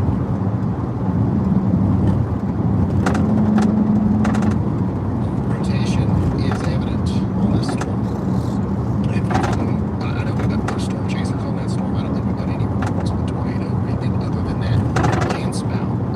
Hey, the sun just popped out. No joke. That ain't good. But if we can get a little bit of a clearer view on the velocity there from radar as this gets closer, I think that we're going to see something really impressive with it. So, and it's just going to take a little bit for it to wrap up completely.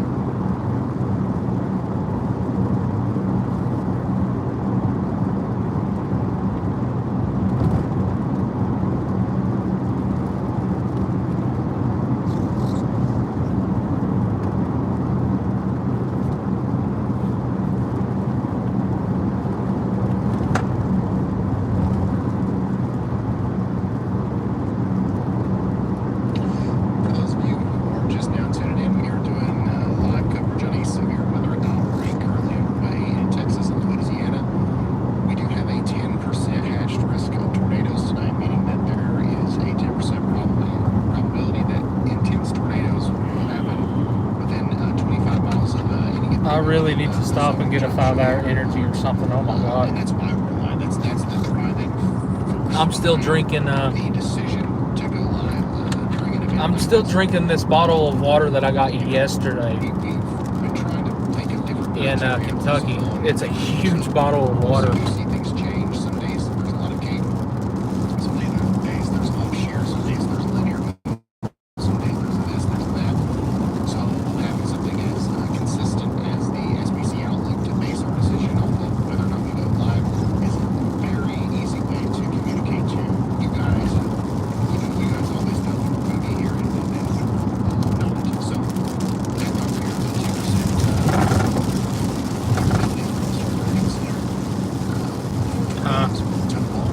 Ah, damn. We've got an even intense outlook. We've got a 15% hatched risk. Here's today's risk. Enhanced in the orange in Texas and Louisiana. There's your 10% hatched risk zone, which is East Texas and East Central Louisiana. Tomorrow, this is what we're dealing with. Moderate.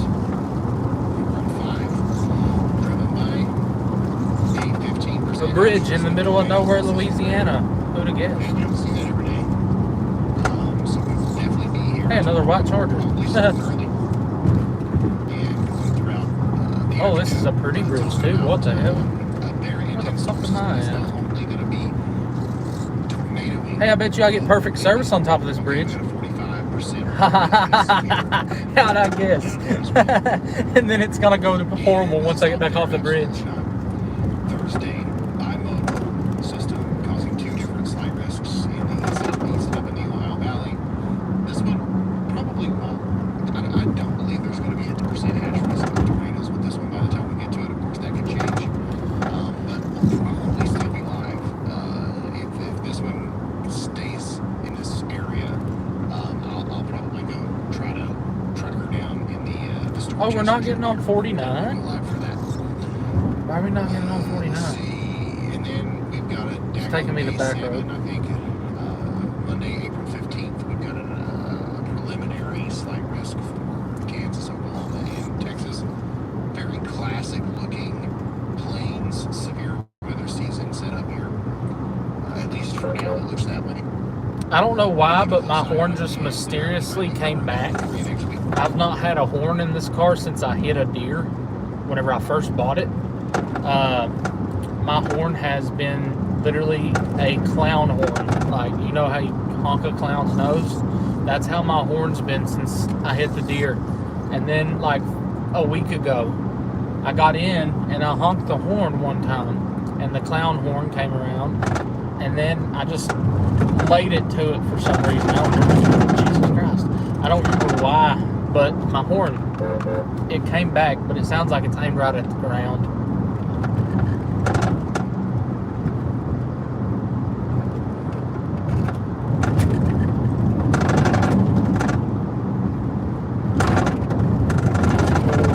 God damn. I know one thing, I'm gonna need a freaking alignment. I say this every time I come to Louisiana. I'm gonna have to get a alignment from these roads. Jesus.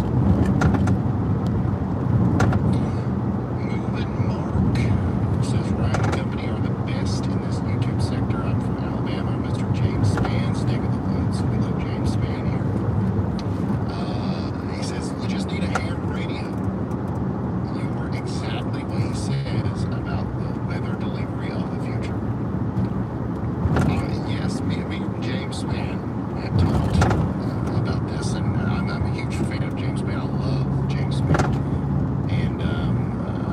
Kentucky roads are heavenly compared to this. We've got some disagreements about some things. James Spann and I don't know if you guys saw the recent post that we did on Twitter. It got a lot of traction, but the thumbnail entitled, debate was struck up again. But I think that James Spann is a fan of what we're doing here and supports it and appreciates it, but understands that's the violent exist.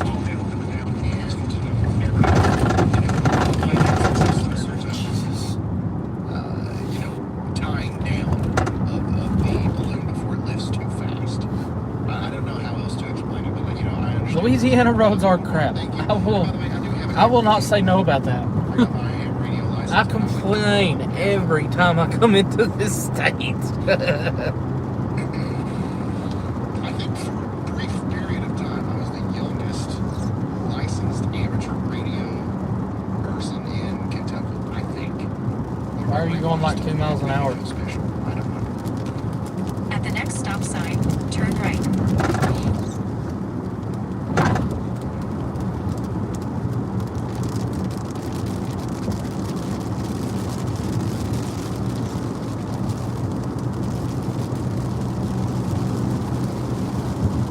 Hey, Ryan, have you ever seen a 60% accuracy for tornadoes? No. While I've been doing this, it's happened once.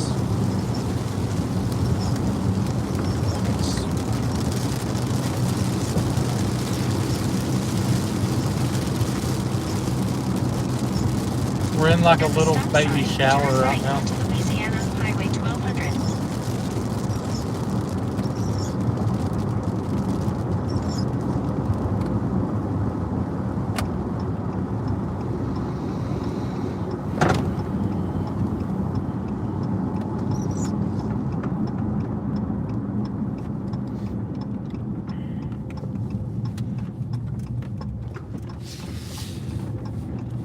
In 1.7 miles, turn left onto Louisiana Highway 1200. Twice. That's a good sound. It's happened about twice.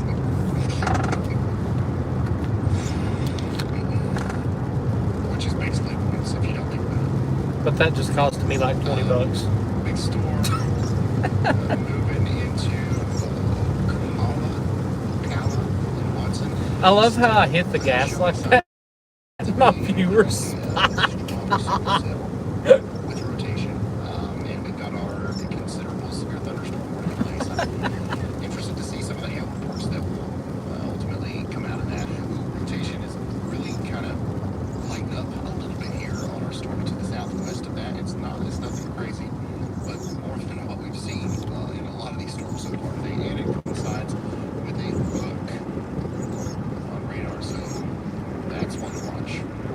The biggest problems out here, if you're a storm chaser, if you're like thinking it from the perspective of like, what's it take to make a storm happen, is the level lapse rates. They're not great, okay? But Any advice or tips for someone wanting to storm chase? and also which year. Do you really want to? That's also going to increase our chance of It's not cheap. watch these Um, because we think there's going to be a brief period Don't where they should quit your full-time job to do it. in the near future. Turn left onto Louisiana Highway 1200. Know what you're doing. Like take a spotter class prior to even looking at a storm, so you know what you're looking at. Make sure you have good wipers. And this is my number one thing that I always forget about. If you're In out, 2.5 miles, turn left onto St. Clair Road. if you're out chasing, keep cash in case you run up on like a disaster area or something, because there is zero internet in disaster zones. Are we heading towards Alexandria? No, we're heading towards Anacoco. That's what GPS said it said, so that's where we're going, it's Anacoco. There's a developing supercell right over in the border in Texas, so Pretty decent spot. Let me show you what we got going on here. SBC missile analysis page. There's the Woodville storm. It's entering an area of higher Cape storm fuel, about 2,000 joules.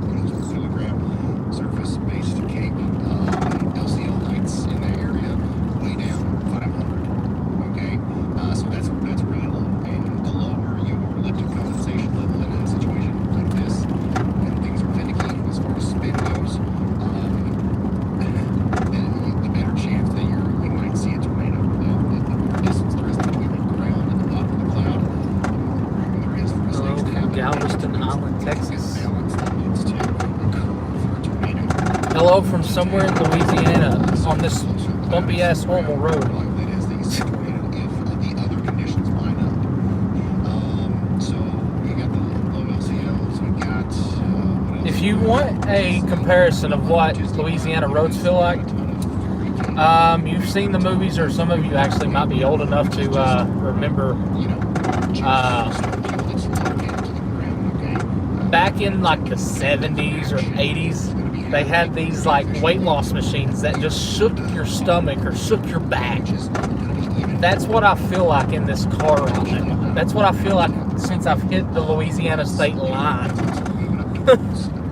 In 1 mile, turn left onto St. Clair Road. Not nearly as bad as what we see with the Central Texas storms. I would say modest over here where Brad is at those storms. That's probably not going to be a huge limiting factor for those storms. They'll be allowed to access the energy pretty well. Alert.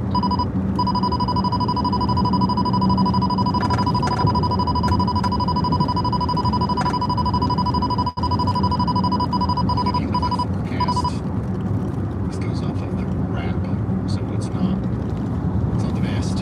But if you look at the forecast, This I installed this hell shield and it's helped me out tremendously when it comes to like cops and stuff. Turn left onto St. Clair Road. So I used to get pulled over left and right. Oh shit! I turned here. it looks like those storms will be able to better take advantage Where the of hell the is what? This is not my energy turn. that's It's in up place here. to see how the storms kind of pop up there. But anyway, I used to get pulled over left and right because I drive a white Dodge Charger, right? With a push bar, but I have light bars on the front of the push 2 bar. miles, turn right onto Louisiana Highway It's 28 West. LED light bars so I can see at You night. got warm air at the surface, and you got And cold I air used to above get pulled over all the time. it. It rises faster And I put this, because warm air rises. put the hell shield on, and then I installed the cell phone booster, and it's like they just overlooked me now. I've had sticker galore on it before, but even the stickers didn't do anything, which got me. Like I don't have any lights, I don't have any sirens or nothing in here. So Maybe they're going to tap into that energy, which, by the way, coming to Anacoco.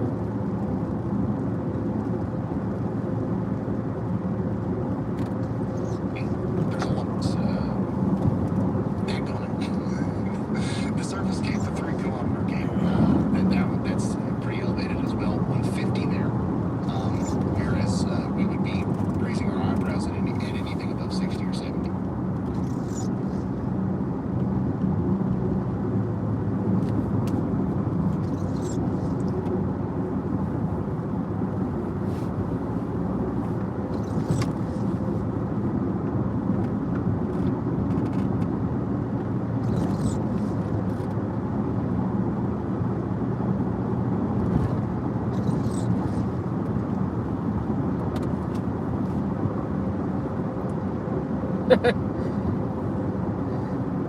Anacoco, the land of zero service. Well, that's about where that storm will go then if there's no service. Feel good? Okay.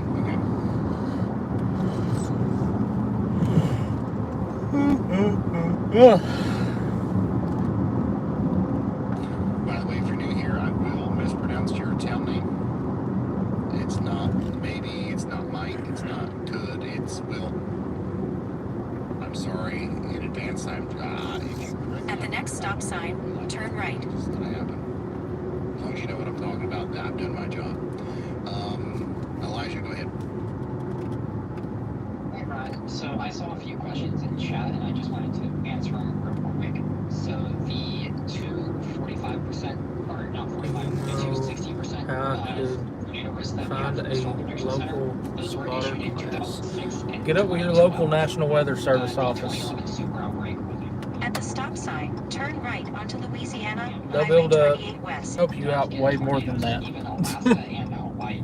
I saw someone ask that question if any states don't get tornadoes. Okay. And are you looking at that data right now? For about 33 miles, continue straight. 60% was Hey, for real, is the roads like this out here? 65? Like, is this all the way to Anacoco? Okay, all right. And then the other one was. Oh my god, it almost is. Wow. So this probably is the land of zero service. Okay. All right. Thank you so much, Elijah. Interesting, very interesting stuff there. Yeah, that's on the All the way. twice. Hey, that's better than some of the roads I've drove today. Operate on record ever. You know, at a 45% probability attached to it. There's Jackie. Used to be a 2-lane 55 road. What is it? A 4-lane? I don't even know what the speed limit is.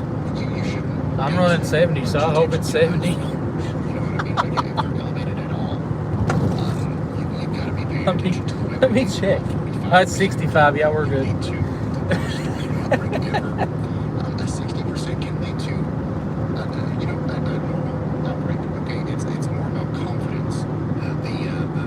Those numbers don't always mean what's. We are currently heading towards a developing supercell in eastern Texas that we've been watching since it was north of Beaumont, that is capable of producing all hazards, and if it don't, I'm sleeping like a baby until about 5 o'clock in the morning.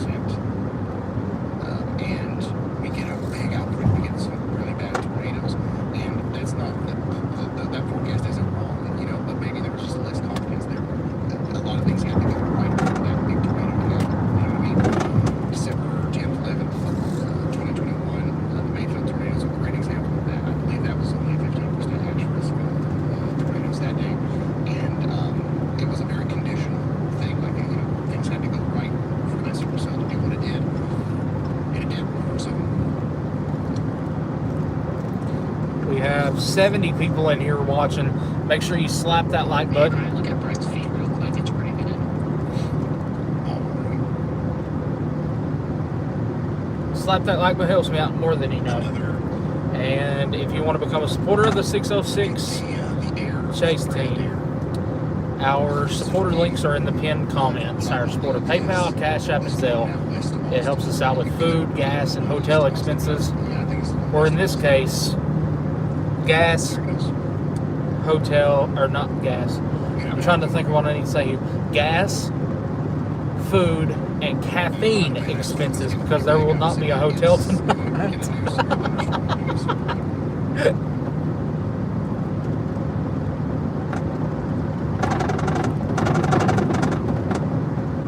That noise you're hearing is the hail shield. It's not loose, but the bolt in it is like not the right bolt, so it still like wiggles on top of my roof every time I hit a bump. It's only one screw out of the 8. So this looks a little bit more legit. Now that we're seeing the velocity scans here. There's no cage in this car. I took that thing out the day I bought it. Storm in Texas. I believe that this is a legitimate scan, and it does show some action. Interesting thing happening here too. There's definitely a boundary. Something is about to slam into that storm, which might cause an interesting interaction here. Remember, the storm relative velocity, a spin in the atmosphere is not quite enough for these storms to produce tornadoes by themselves. Sometimes they need a little extra push. Something like this convergence that we see here could be the thing that leads to a tornado. So we're watching that very closely. Severe thunderstorm warning goes out to Florence. It should include ding. Eat a set of tires a year? I'd say so. Wheels blacked out? Yep. Right now, you're not in Ding Dong, Texas. I had center caps on them, the chrome center caps, but the roads I drive on, they sort of just disappeared. Ding Dong, yeah. Ding Dong, I think that you're probably just in a different, they call us CWA, and they're probably just recording us that right now. Stomach is rolling. I'm not hungry. I don't know what it is. Stomach's not been this upset in a while. Jesus.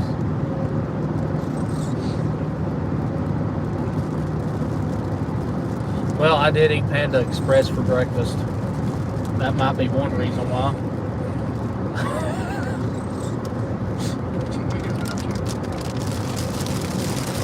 There is nothing on radar right here. What the hell? Hey, I know why. Because we're literally at the radar. So it can't see it.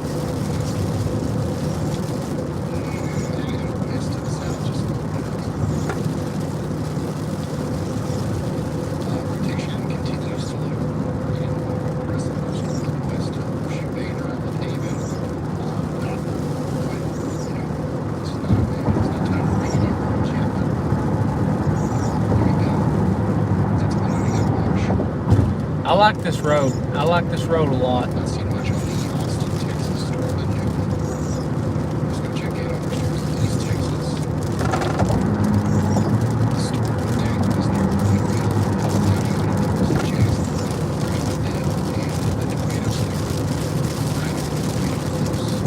Oh yeah, people do slow down. shaped correctly. Yeah. It's just not. It's like that on the interstate, and it's worse at night when I drive this car because people can't really see the stickers on the car; they just see a Charger. And I added the hell shield to make it not look like a cop, right? Well, the hell shield made it look more like one, especially at night, because it looks like a low-profile light bar. Yeah, not even kidding. I've done so much to make this not look like a cop car.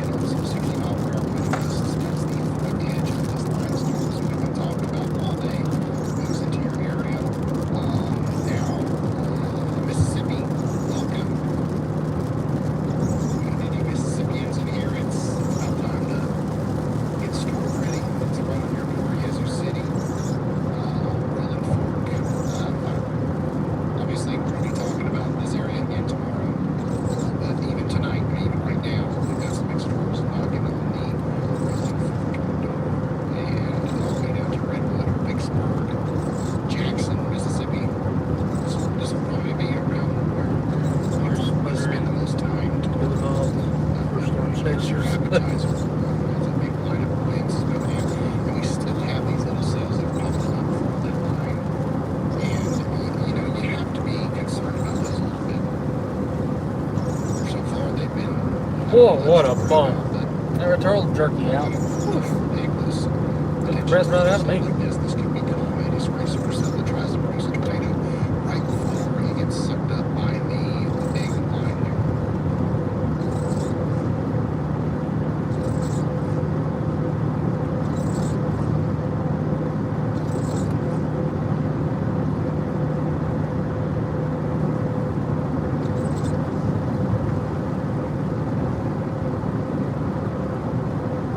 Texas is now under a severe thunderstorm.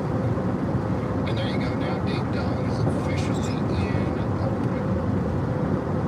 Ding Dong, Texas, get ready for probably up to golf ball size down. I'm gonna make a phone call, guys, so stand by.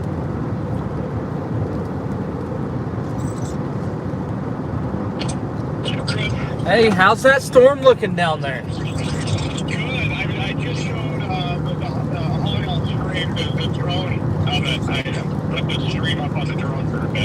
Yeah, I was, that's where I'm heading to. I'm heading to the Louisiana-Texas state line. I think it's got good structure, so. Yeah, if there's any storm that's going to do it out of everything I've chased today, it's going to be that one, so. It's going to be this one, and you know, I'm so thankful because I have drove in circles for 5.5 hours. Yeah. I was about to start punching air, Chris. I'm not even kidding. I've never flopped so hard on a target before. I felt that. And the bad part about it is I drove all night. And I slept for 30 minutes last night, or this morning. And, you want to hear my fiasco? I made it all the way out to like 10 miles out of Lufkin. And then I said, oh, no, this is just another pin hatch, you know? So I was like, I started busting it back to the Austin area. Made it 30 miles from College Station. And then this started going. And I said, nope. So I turned back around.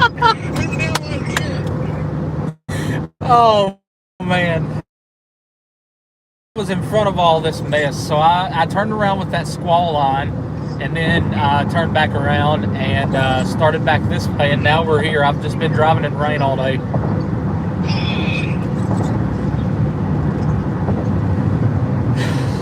Yeah, lovely. Isn't it? So loud. And I wonder if tomorrow's going to be the same way. Probably. Yeah, but I'm on my way up to Jasper right now, so. Yeah, I'm heading towards either Anacoco or Leesville. Copy that. I don't think I want to cross back into Texas if I don't have to. I'm going to let it strengthen some more before I start driving some more into it. Up later or something, because I'm going to go ahead and tell you I'm going to be fucking starving by the time this chase is over, so. Yeah, let's do it. We'll stay in touch. All right, sounds good. All right, man. Everybody, good luck. That was Chaser Jaden Happenheim. We're good buddies. He says that this storm looks really good structure-wise, so this storm may be the one that's going to try here in the next couple of hours, especially as the sun goes down, low-level jet ramps up. Now, I just said I like this road. Well, that's the problem is I don't want to eat yet.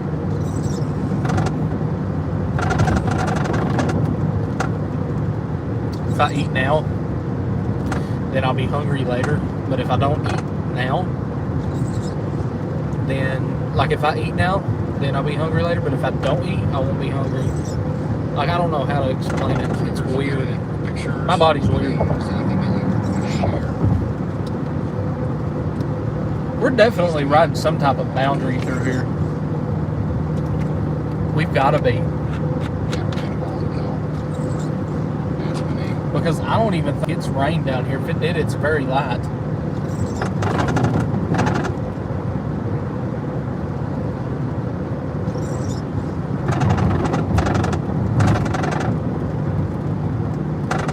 Stuntman says the storm is picking up by Fort Stockton. This was from 2 minutes ago. But you can see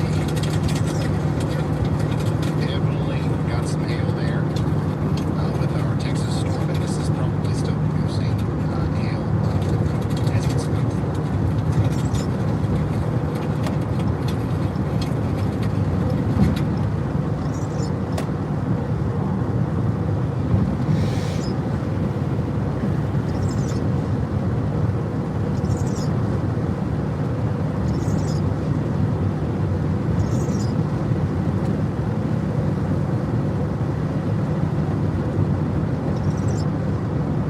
Big, wide, broad rotation indicated on the front side of our super cell approaching Ding Dong.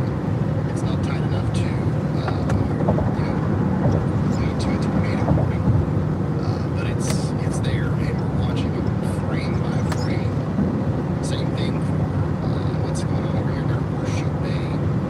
Watching that storm very closely, and the Austin, Texas storm is not rotating much, but it is rotating. I think the biggest problem that we're going to see here is hail and wind. Get ready, Austin. You're not under a warning. That might change, though. Yeah, there's a supercell heading for Ding Dong. Bradworld is getting awfully daggone close to his storm.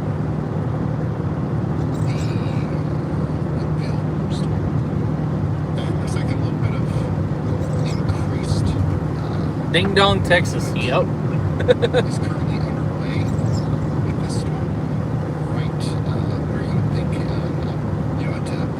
tornado would try to form. So it's not there yet, but we're going to keep watching it.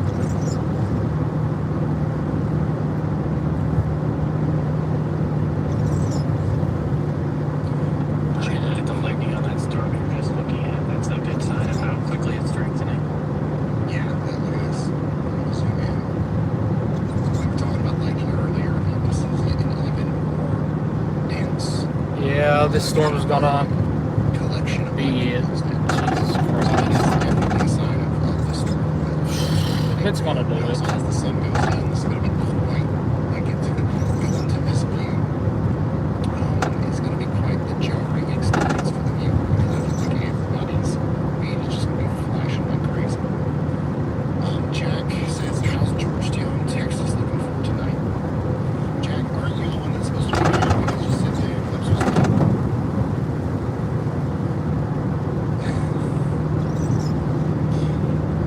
No, you're fine.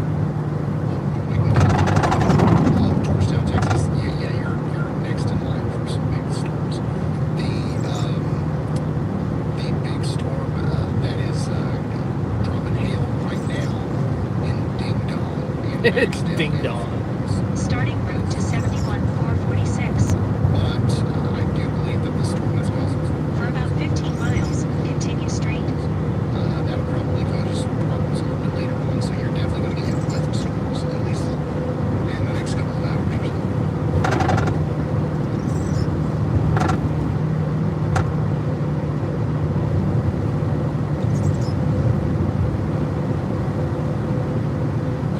Man on Mars says, shout out to our rescue pups, Riley, Cyrus, and Omega. Love watching weather reports. Ding dong's gonna have some ding dongs. Thank you, guys. Oh shit, I need a gas station.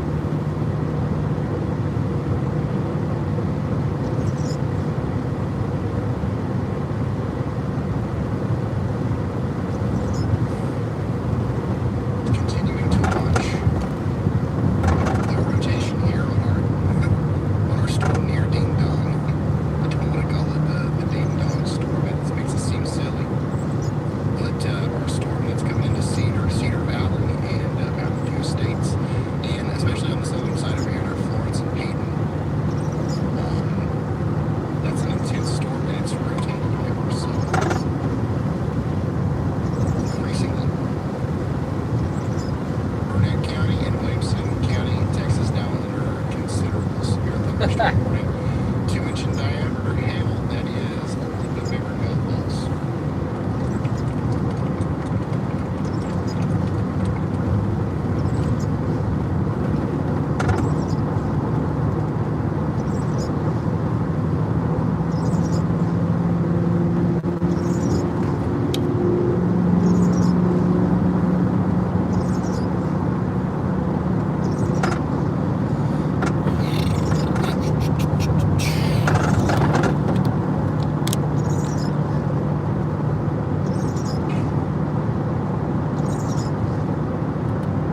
See how it's foggy through here? Mark my words, if that storm takes a right turn in the next little bit, it will parallel this road. Mark my words right now. CB Kennedy, thank you. Zach says, what is your interpretation of the SPC outlook for tomorrow? I went over it a couple times. I promise I will go over it again. I promise. Just for you.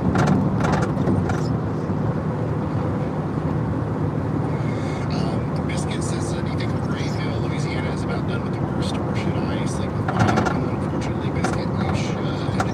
Let's go. Don't be scared.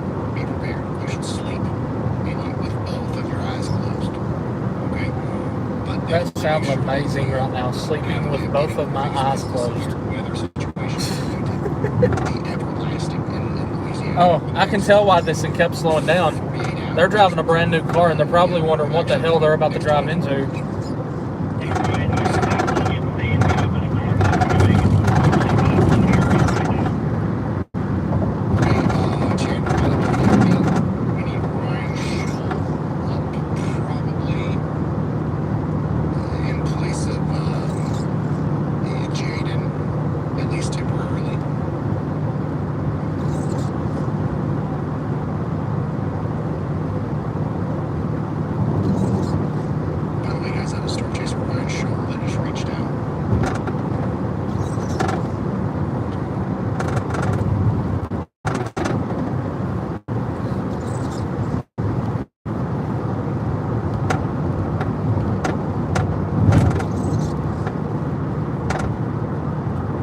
In about 10 miles, at the roundabout, take the second exit onto North 6th Street. Oh yeah, this storm is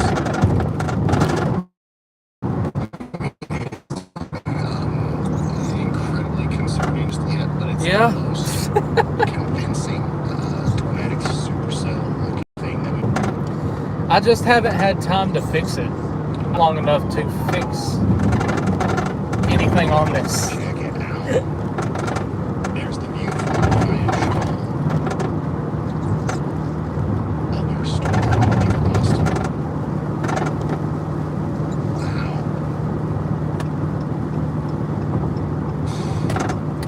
Really? Please speed up. I see that broad rotation Thank you. very, very clearly. Holy smokes. If you're just now tuning in, this is a live look at the storm that is just Austin, Texas right now. Oh, I have not felt good all day. I hate this feeling. Yeah. God almighty. I'm just pointing at it right now. Just in case you couldn't see it.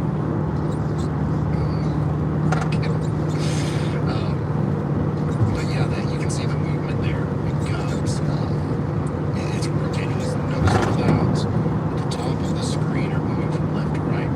But at the bottom of the screen, closer to the horizon, the really low ones there are moving from right to left. So, yeah, big time counterclockwise rotation with this storm.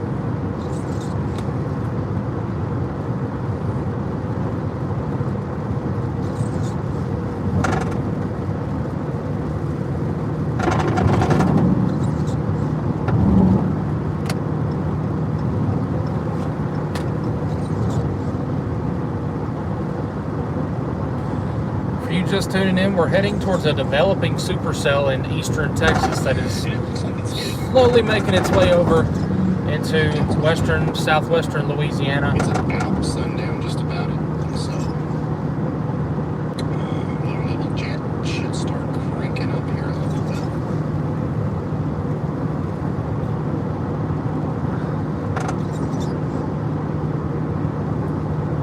Hit that like button. Every time I start to talk, I try not to talk because every bump I hit. Storms tonight, but not Slap that like button. Helps me out more than you know. we're seeing in some of these other areas. Back up to 80 viewers. Thank each and every one of you for tuning in. I can't even talk because of it's rattling so bad. Jazz, thanks for becoming a slight risk member.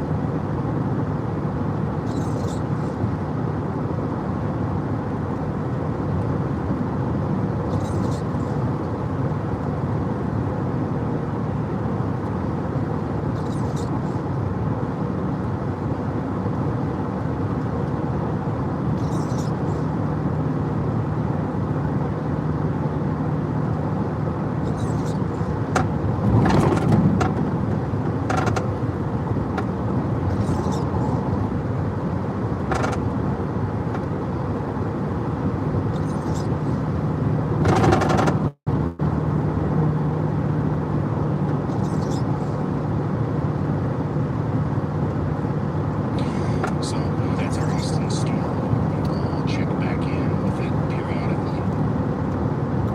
I don't know, but Hotel La Charger is sounding so Take good. another look at this map. Once again, still most impressive. Look at signature of just not connected. Is this left lane any We better? need those reds and greens to touch. You know, if we're concerned about a potential tornado, that's what needs to happen in order to prompt that tornado warning. That's not happening right now. We still have winds coming into the storm.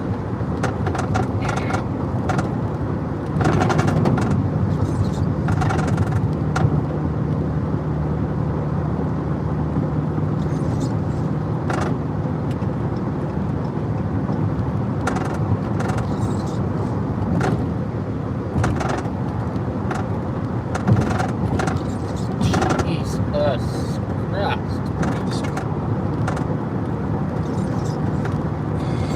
Also, as the night has progressed, slowly but surely,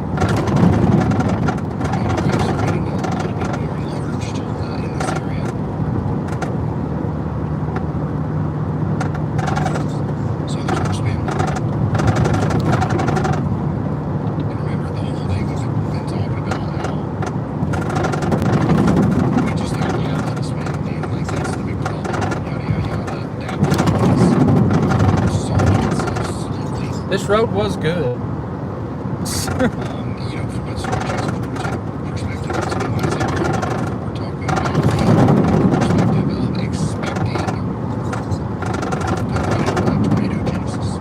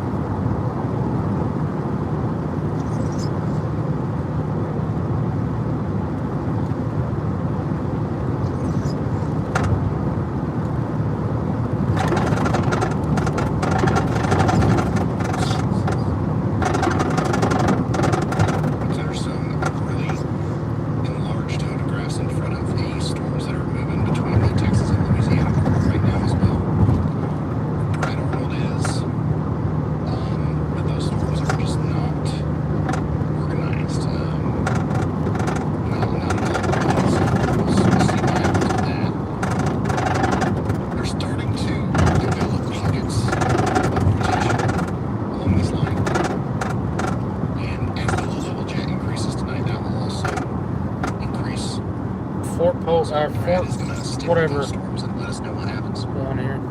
Fort Johnson, there it is.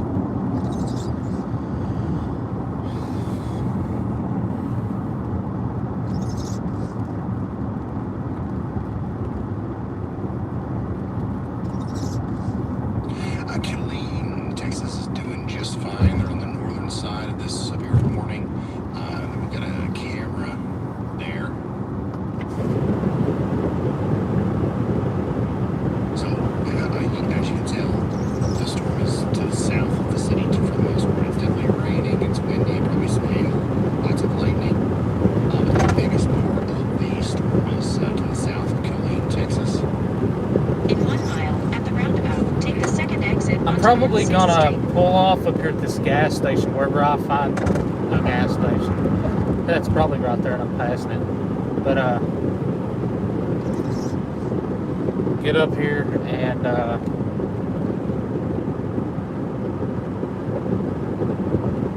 gonna hold on, let me GPS it real quick. Brian Schultz continues to provide that really good look at the Austin, Texas storm there. I'm gonna go on into town. Circle K. That'll work.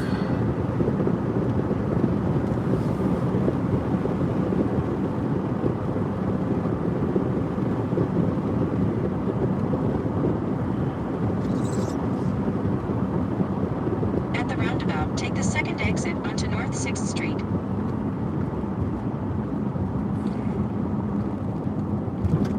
I will say I'm marking more towns off my list than I ever have Ben today. Ander says, I'm in Kentucky. There's no weather for our area, but I'm still watching the weatherman.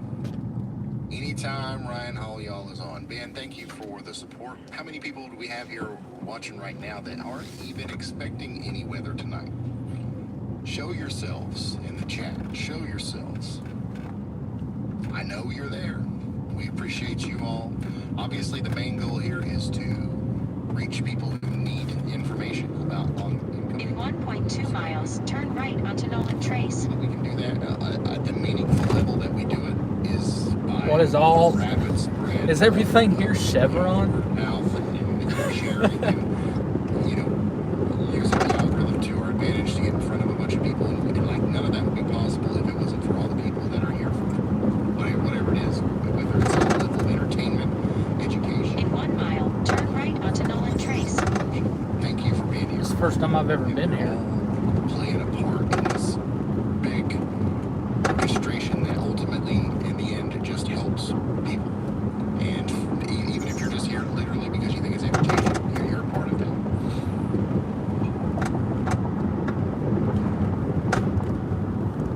What's high school here?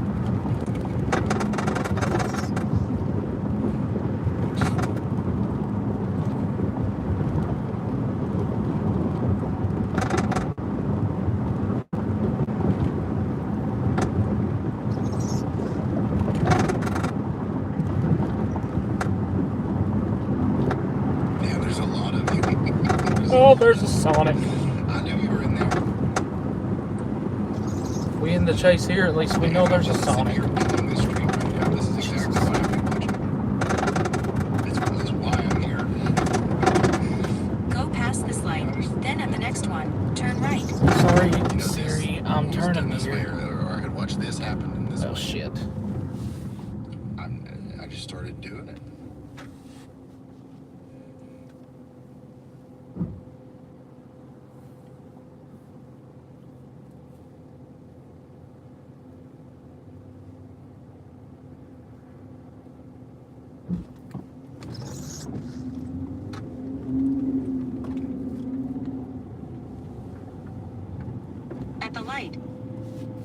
At the light, turn left onto North 5th Street, then turn left onto West Union Street.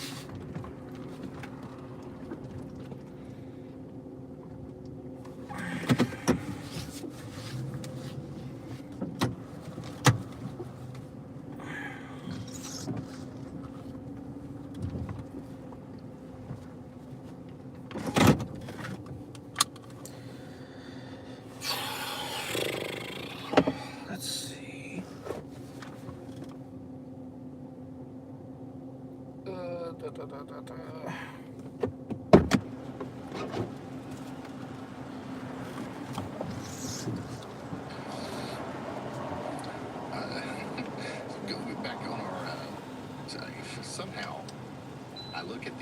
chat, and it's going a million miles an hour, just trying to, get an idea of where everybody's watching from.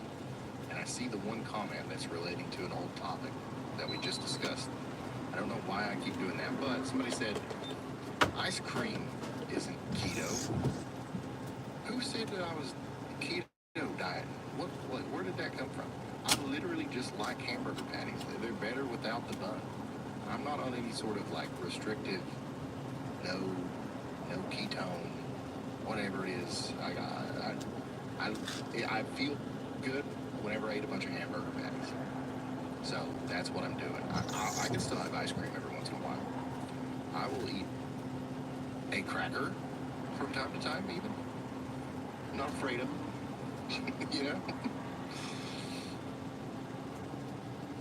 But the vast majority of my diet right now has been protein for sure, and fat. So maybe there's something to it, but I'm not all in.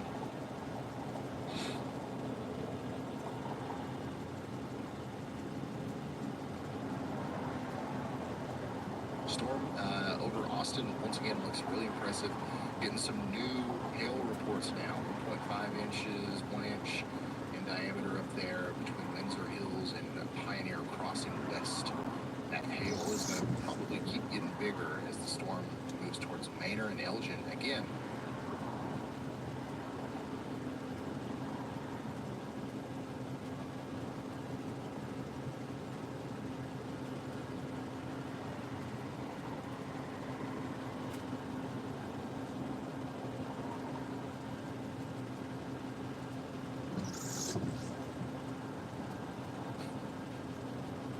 Hey, Bama Batman, thanks for becoming an official sponsor.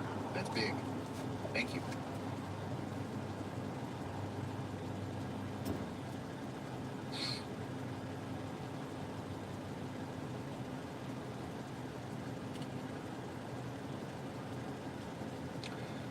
Go ahead, Elijah. Hey, Ryan. So with all the storms that are in Ontario right now, there are a lot of hail reports. Several dime-sized hail, a couple 2D-sized hail, and close to Brussels, we have probably one of the best hail reports I've ever seen. Tim Hortons water bottle cap-size hail. All right.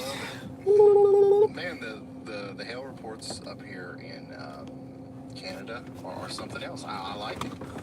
Everybody To the right is the hood. I'm not familiar with that, but I'm sure everybody up here in Canada knows exactly what they're talking about. Yeah, go ahead. That's awesome. Let somebody come from the hood. Thank you, Elijah, for drawing our attention. I see a cop car, but oh. It's the line of storms that's producing these toonies and these Tim Horton bottle cap.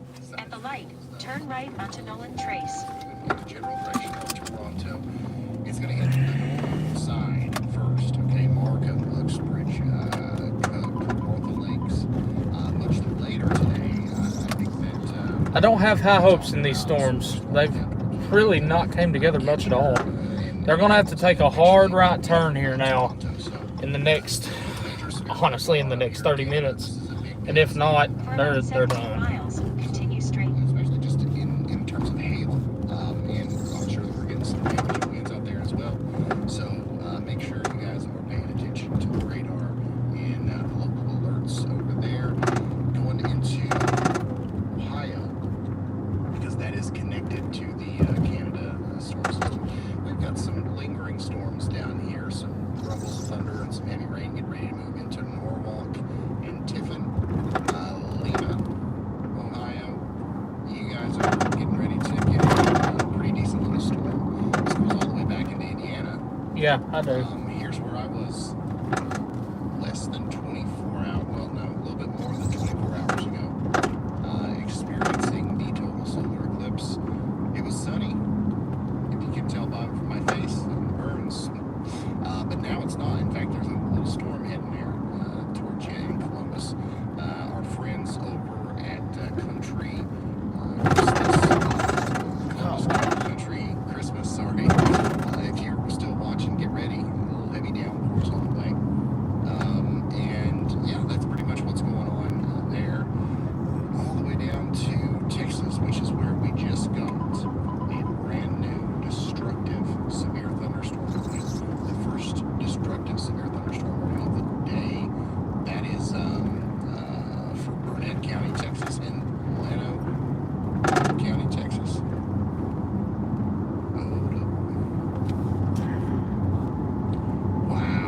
Sounds good. So that's going to be for I appreciate it. and Smithwick and Biggs. And y'all, this is 60-mile-an-hour winds and 2.75-inch in diameter hail. It's baseball time. It's baseball-sized hail coming into the Biggs Bend area, Smithwick, Double Park, Paradise Manor. That's dangerous stuff. And also with winds around 60 miles per hour, that can cause serious damage. A destructive severe thunderstorm warning, you always want to treat it as if it's a tornado warning. So I want everybody in Burnett and Llano counties in Texas to take shelter now as if you're under a tornado warning. Tornado sirens may even be going off right now. They should be. Bell County, Texas. How about you over there in Bell County, Texas? You're now under a destructive. You see how foggy it is? As well. There's a boundary in this area that we were talking about, and if those storms ride this boundary, the boundary that's separating the cold air from the warm, and if those storms ride that boundary, that's when we're talking about some tornado time. The core of the storm with the baseball-sized hail is going through Ding-Dong, Texas right now. Right now, at this very moment, there's probably lots of dings in the cars right now. But if there's any left outside, because baseball-sized hail is some serious stuff. 1.5-inch in diameter hail up here in the northeast side of Austin, Maine, or Elgin. You're next. This is rotating. Not much. I always have to check. I keep checking. Same thing for this storm. Man, we're getting a lot of feedback, a lot of contamination with some of our aggressive storms today out here in Texas. But the Marble Falls storm is producing some crazy winds and some very large hail right now. Get ready. I'm gonna give it until about 8:15. If nothing happens by 8:15, I'm calling it a night. Because 8:15 is plenty enough time for these storms to get going if they're going to get going with the low-level jet. So if they don't, I'm just gonna call it a night and get some sleep. I might drive a little further to the east and then try to get some sleep and get ready for tomorrow. Tomorrow's going to be a very, very long day, I'm afraid.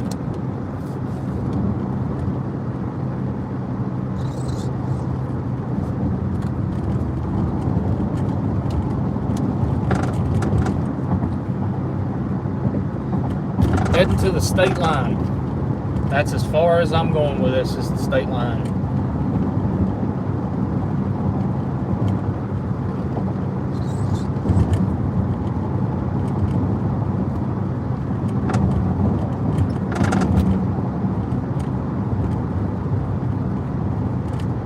This don't do it, I am calling it a night.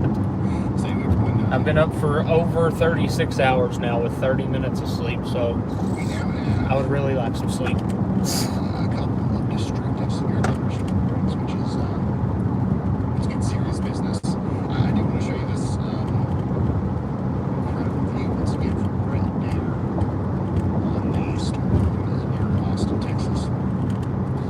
The light bars I was talking about on the front of my car, that's what you're seeing right now. Makes a world of difference.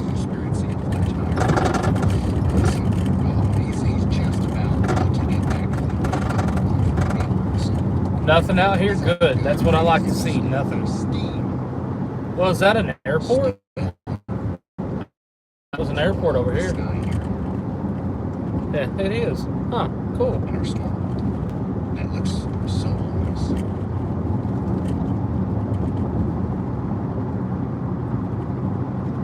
Oh, you lived out here? Huh.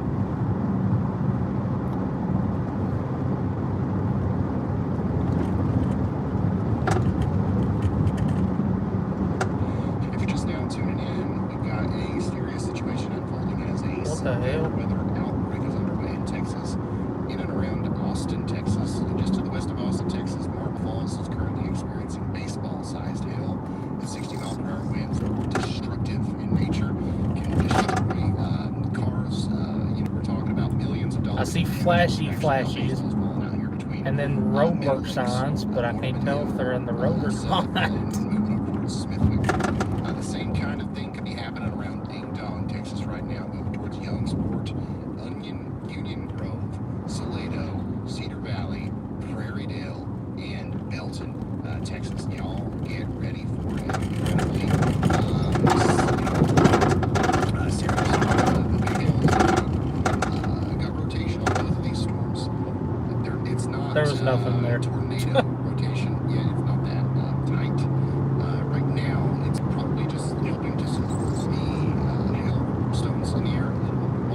goes the windshield. We're going back through the boundary. Oh yeah, see, the temperature's dropping now. We're down to 68. Rotation tighten up even at all around this hook. We could see a tornado warning issued for that storm up there in the near future. It would not surprise me at all. Looking at rotation with our Austin, Texas storm, but it's not doing anything crazy. Hey, the storm that Brad was on. Severe thunderstorm. Hey, our storm just went severe thunderstorm warning. Your car near Walnut Trace Parkway. You will need to walk to your destination from there.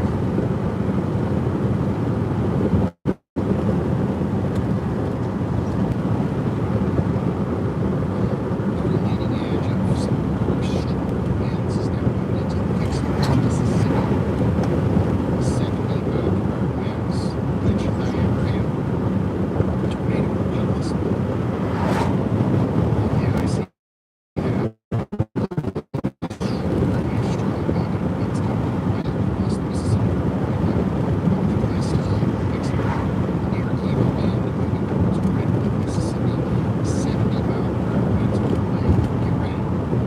Also, some hail and very real potential for a spinning tornado to happen here for some of these strong, kind of divots in the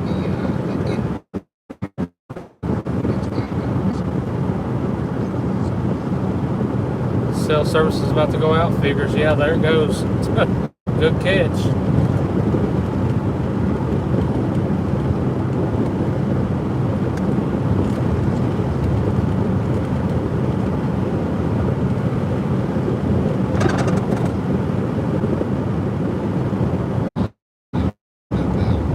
things can change a lot whenever that jet kicks in, and it should be active right now.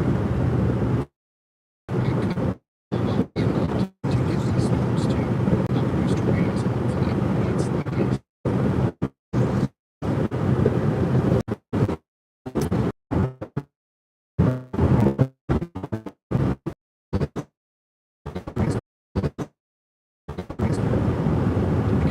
more supportive.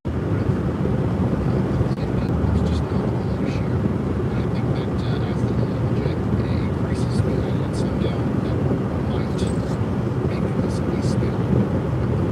It's not too much more.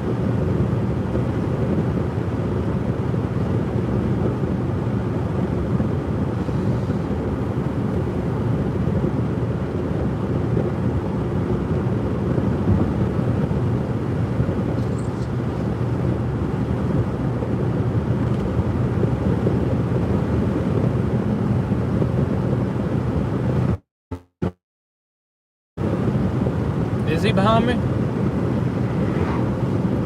Huh.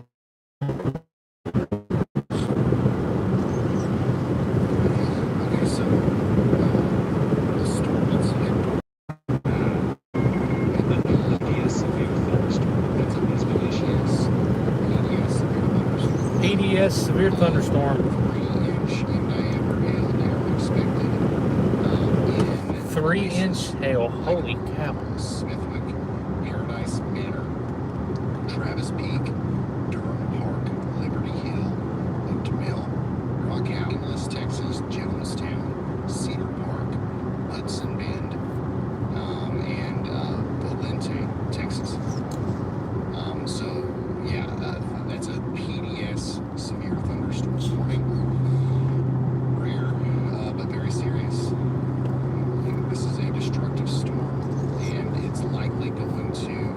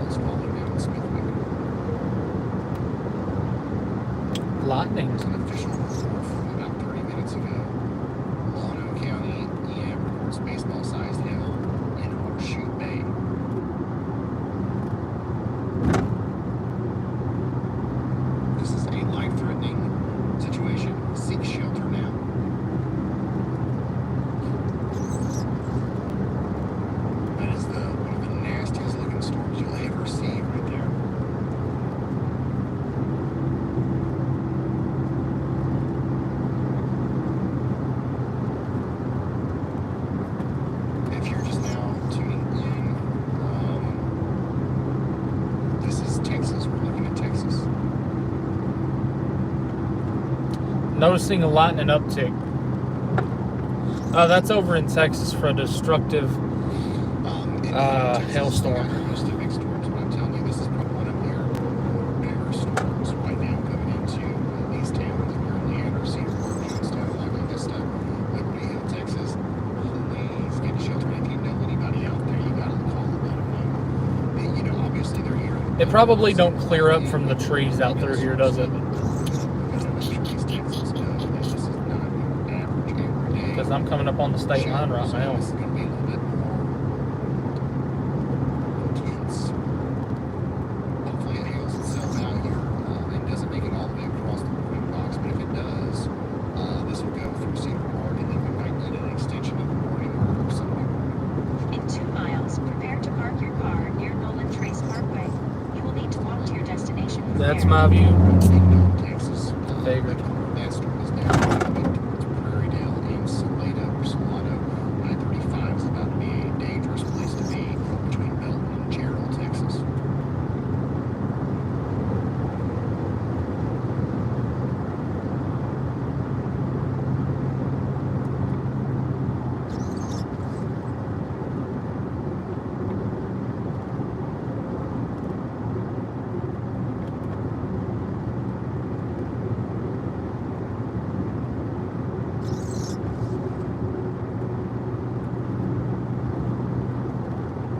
Yeah, 3-inch hail is about, what is that, apple size hail.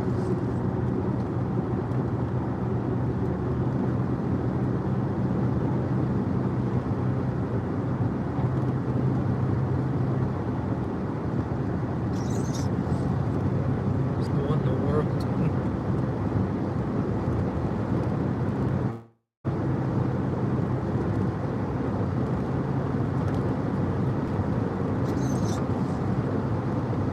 I'm just waiting on the next scan at this point. Checking on the velocity again.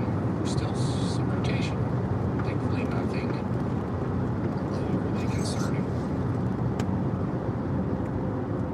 Looks like there's a little bit of an RFD surge trying to happen on our storm north and east of Austin.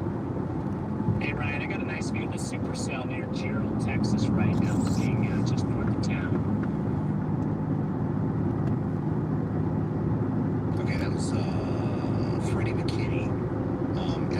Chandler, can we? I don't know. Prepare to park.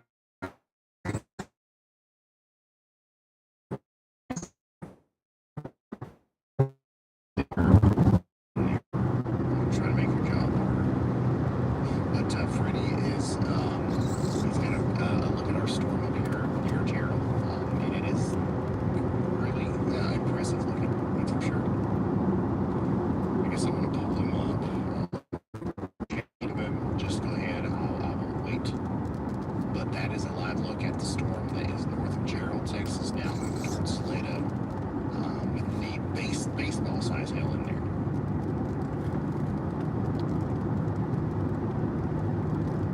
Okay, awesome work, Chandler. Okay, so back to the radar. The storm is looking really intense. Even Temple, Texas, to get ready for a crazy lightning activity. And this is going to be a memorable night of severe weather for some of these places that get hit by the cores of these storms. Especially. Yeah, I don't know if these storms are going to do it. Up to 4-inch impact hail. Wow. Softball size hail and 60 miles. Let's get people and animals outdoors. We all been severely injured. Expect shattered windows, extensive damage to roofs, sidings, and vehicles. Millions and millions of dollars worth of damage. Smithwick, Texas. Paradise Manor trap heap.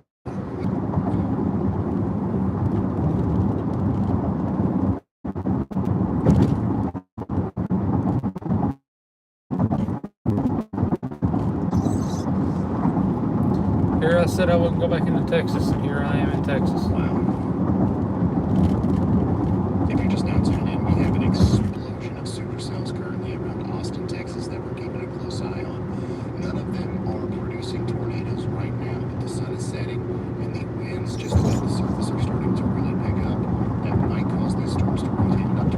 ain't gonna lie, I was not a fan of that old bridge back there.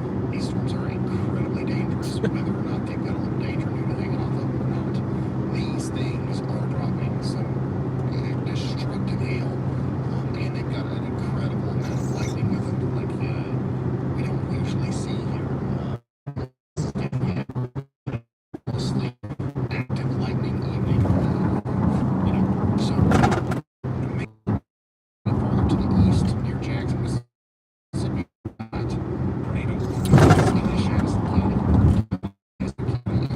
Tornado warning for Yazoo City. This one was going to be one to watch. There you go. All else failed.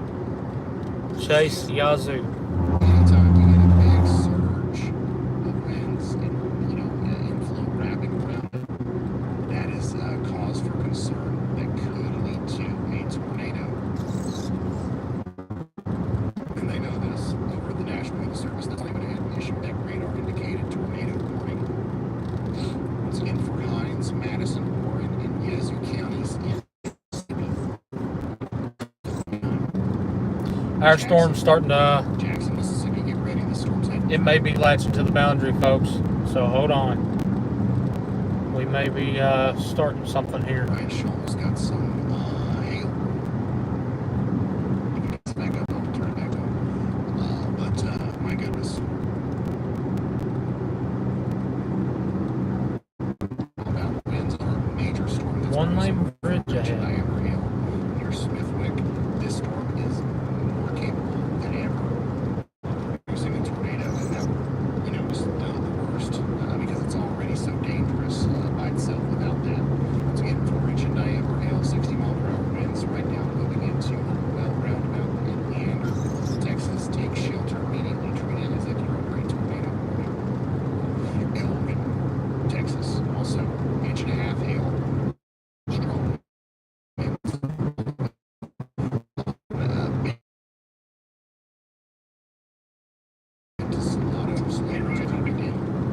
Brad's probably about to say this storm's doing it just like I just seen on the radar. Not much there. Brad just said something. What do you say? Hey Ryan, it's Brad. Do you have a copy? Telling you, he's about to tell him that it's doing it. Yes, sir. It's doing it. Yes, I do, Brad. What's up? The storm near Duquette. Hey, I was going to sit up and wait in Jasper immediately. What I'm seeing, I'm dropping southwest to Woodville. That cell in Woodville is splitting. The northern part of the cell is going to shoot north and likely be a prolific hail producer. The southern storm will turn to the right, and that would be your tornado producer. So I'm going to drop into Woodville, but that needs to be watched very closely in the very, very near future. All right, there's Brad Arnold's face. Okay. He is going to be kind of watching this storm as it separates from the split and moves more right. He's talking about our storm, yep. Here as it goes towards places like Oak Hill and Town Bluff. So Brad Arnold is our tornado sniffer. We listen to him, and up to 6 minute wait time. So we, and we're watching it very closely. That's what this sign says. Tornado warning we actually have right now, though. Up to 6 minute wait time. Mississippi. Velocity. Do I want to go across this bridge? The idea that we might have a tornado here.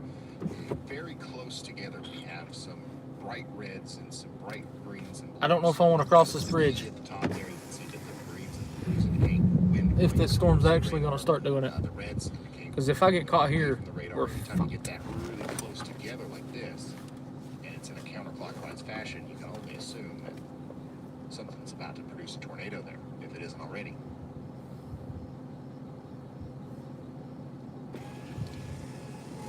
Well, there's headlights, so I sort of have to stop.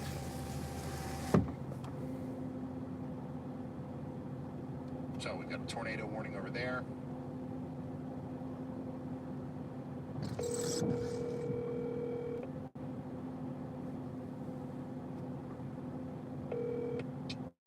Really? Get your ass to Newton. I don't know. Do you think it's going to do anything? It's splitting. It's starting to split? It's splitting right now. Well, you just better hope it don't cross over the boundary. I think that's why it's splitting. It's turning hard right. I'll I'll give it a couple scans and look at it and see. I've got my GPS set to Newton right now. I got you. I'm stuck at a fucking one bridge with a red light, and it literally has a sign that says up to 6 minutes. Yeah. And the 6 minute wait time is true. Yeah, I know. This right here's going to be a bitch whenever we have to rush back through here. Right now? Yeah, loop it. It's starting to split. Well, I could get some motherfucking service. Yeah. Dude, this is about the worst spot, and I'm passing cell tires left and right. I know. Like, what's up with that? I have 2 bars right now, and that's the most I've had in like 20 minutes now. Yeah, that little stop sign, you get a couple bars. I did notice that earlier. Oh, man. All right, I finally got velocity to load. What radar are you looking at? Fort Johnson. Okay, I mean, the velocity is not impressive at all right now. Still in a radar hole, but you look at the storm and loop it, it's split.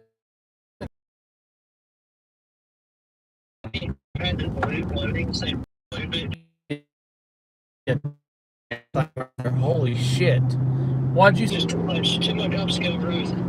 Yeah, but if it sucks up that little merger that's coming up to Warren, and it takes that hard right turn, dude, that's gonna be your monster. And visually, I'm looking at it right now, and there's a lightning uptick like hell. Really? Oh yeah. Interesting. So. I'm looking on it. If it turns right, pretty easy. I'll be 63. You're on 63 right now.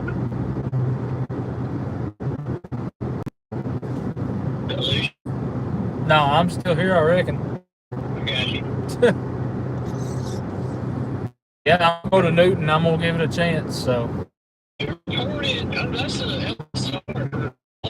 tail earlier. Yep. That must have been that first cell that just jumped the warm front. Yep. I mean, I went from 61. I'm about 5 miles. I'm at 75, but I'm riding the boundary because my fucking windshield won't stay not frosted over.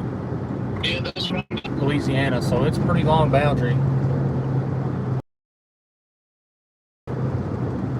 Oh yeah, it's lightning galore in front of me now. It's about to do something.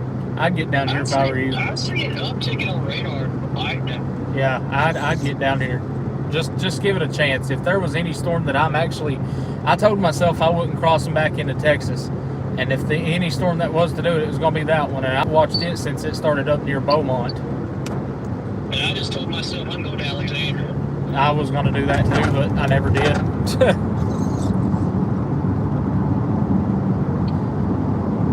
Let's see, I'm 3 miles out of Burkeville. So. Yeah, I'm back on 171. I never went back into Texas. Yeah, I'm in Texas, so. Yeah, you were in the stop sign red. Do what? I said you were in the stop sign in the red. Yeah, that's Texas. Yeah. I'm at 61 degrees. Oh. Hey, I see people starting to really uptick on this thing now. Yeah, that's what I'm saying. I'm looking at it visually. I can see the mirror too. Behind me.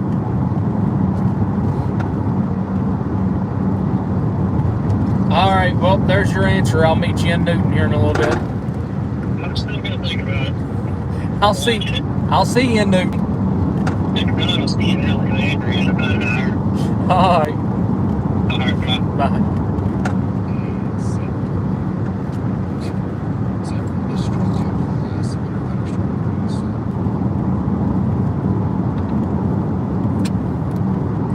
Hey Ryan, it's Chris. You have a copy?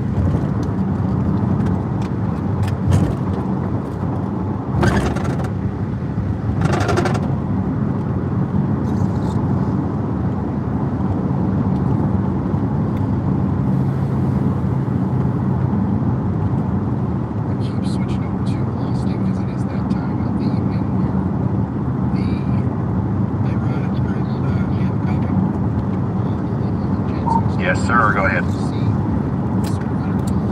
Hey, buddy, I told myself I wasn't coming back into Texas. Well, I'm in Texas again. I'm coming up on the town of Burkeville. I've been watching these storms since they were north of Beaumont. Visually, just now crossed back over. These storms are getting a significant lightning uptick on them, especially the one that's just west of Jasper. We're going to head down to Newton and sit there and look at this storm for a little bit, but definitely getting a lightning uptick here on these storms. So, and I know the boundary is somewhere, if there's a boundary to ride, it is somewhere right along this highway to go back into Louisiana. So it's something to watch over the next little bit. At the next stop sign, turn left. We're gonna head down to Newton and sit there and look at this storm for a little bit, but definitely getting a lightning uptick here on these storms. So I know the boundary is somewhere, if there's a boundary to ride, it is somewhere right along this highway to go back into Louisiana. So it's something to watch over the next little bit. All right, so that's Chris Hall with a little bit of an update on the eastern road here between. At the stop sign, turn left onto State Highway 87. Road near Texas and Louisiana that these storm chasers are talking about. Chris is in Texas again, watching these storms, and thankfully, because we're going to need them, as those storms likely cause several problems. In about 13 miles, turn left on to Glover Drive.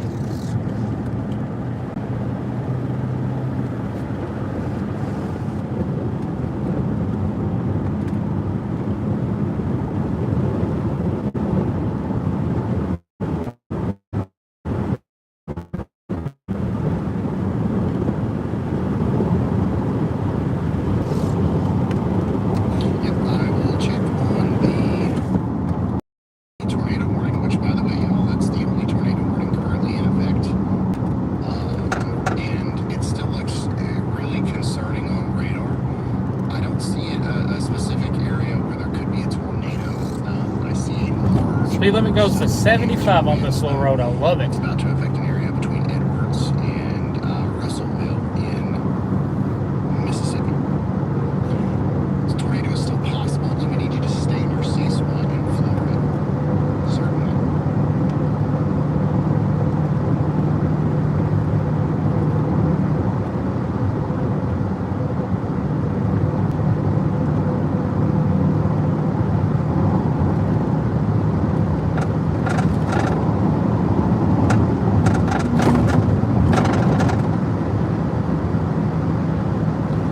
I believe Brandon Clement might have right now, so can't really see.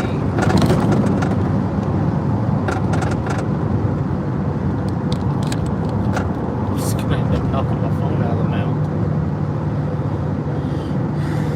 You all can probably see this lightning uptick too. Something's wrong in there. I don't know what it is, but the Brandon stream is working perfectly fine. It shouldn't be freezing.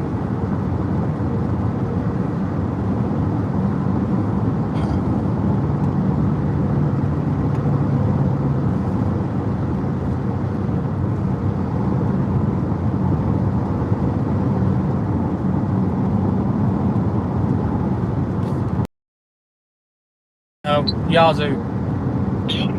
Yeah. Vicksburg. Oh, yeah, I know. She's across the river. Yep. Right, that's me. Yep. I don't know what it's like. I don't know. I was debating on just taking it up through her earlier, but I didn't. I don't know. All I know is I'm going to Newton to give this one a chance, and if it don't, I'm going to sleep. I don't blame you there. I don't blame you there. You've been up for God knows how long. I'm going on 38 hours. 38 hours, yeah. It's time for a little siesta for you. Oh, man. You don't have to be up early in the morning, though. Do what? You don't have to be up early in the morning to stay into that MCS. Yeah, I know. And it rolls in the Valley Sage at 7. Yep. I I'm honestly probably gonna go western Mississippi and sit. Probably if nothing happens here tonight, I'm probably gonna get on a what is that? Probably Macomb, somewhere through there. Gotcha. I don't know if I'm going that far. I looked at hotels in Natchez and they're outrageous, so I'm just gonna stay in Alexandria. Yeah, I'm not. I'm staying in Hotel La Charger unless something comes together. Gotcha. Yeah. But I'm about in Newton right now, and Newton, the lightning on this thing just keeps on going. Watching it, I'm paralleling it right now. I'm paralleling the state line. Well, I'm telling you, I've got a feeling about this. So I don't have a feeling about it. I'm gonna be honest with you. I've not had a feeling all day, but I've got a feeling about this. It just. I mean, just because it says Yep. It is cranking up. Yep. That's something hope that I have for it. Yep, that's what I was. Yep. Find a gas station or somewhere, pull off for a little bit, and probably watch it for about 10 or 15 minutes, and decide if what's gonna do it and what ain't, and go from there. All right, well, I'll holler back at you in a little bit unless you come to Newton.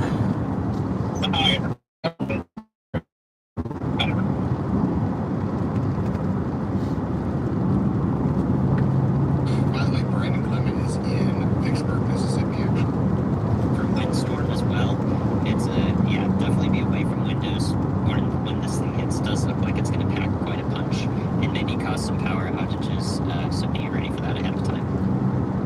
But we're all doing wonderfully though. Thank you for sticking with us even through, kind of the points where Ryan's constantly talking about Ding Dong, Texas to fill the space, right? I value having our coverage during those moments where Ding Dong, Texas is the highlight, and also having coverage when we're covering 10 simultaneous tornado warnings. They're both equal to me for different reasons, of course. But yeah, I do appreciate you being here. Anyways, I don't think anybody knows how to turn their bright lights off in Texas. So yeah, those are the two areas I'm watching. It was quite interesting covering Canadian weather too for our friends, and still waiting for a new radar scan on Salado and Gerald, Texas, for that storm in particular I'm concerned with. And yeah, we don't currently have a 4-inch, hailstorm going on anymore per the National Weather Service warnings, but it was significant for quite some time. I see plenty of paintball-sized hail reports from the Marble Falls, Texas area, and eventually it was going to skirt right into Georgetown and Round Rock along the I-35. So I know you guys are ready for that. Definitely let me know how it is when that storm gets there, because it's sure as heck making its way over to you. And I think this one further to the south and west will also make its way to Austin. The Austin area in general does look like as it becomes a mature supercell and starts turning a little bit to the right, it might skirt just south of, which means the hail core could go on the southern side near Sunset Valley, Tanglewood Forest. We'll see how hard that turns to the right as we continue to watch these storms approach the I-35 corridor in particular.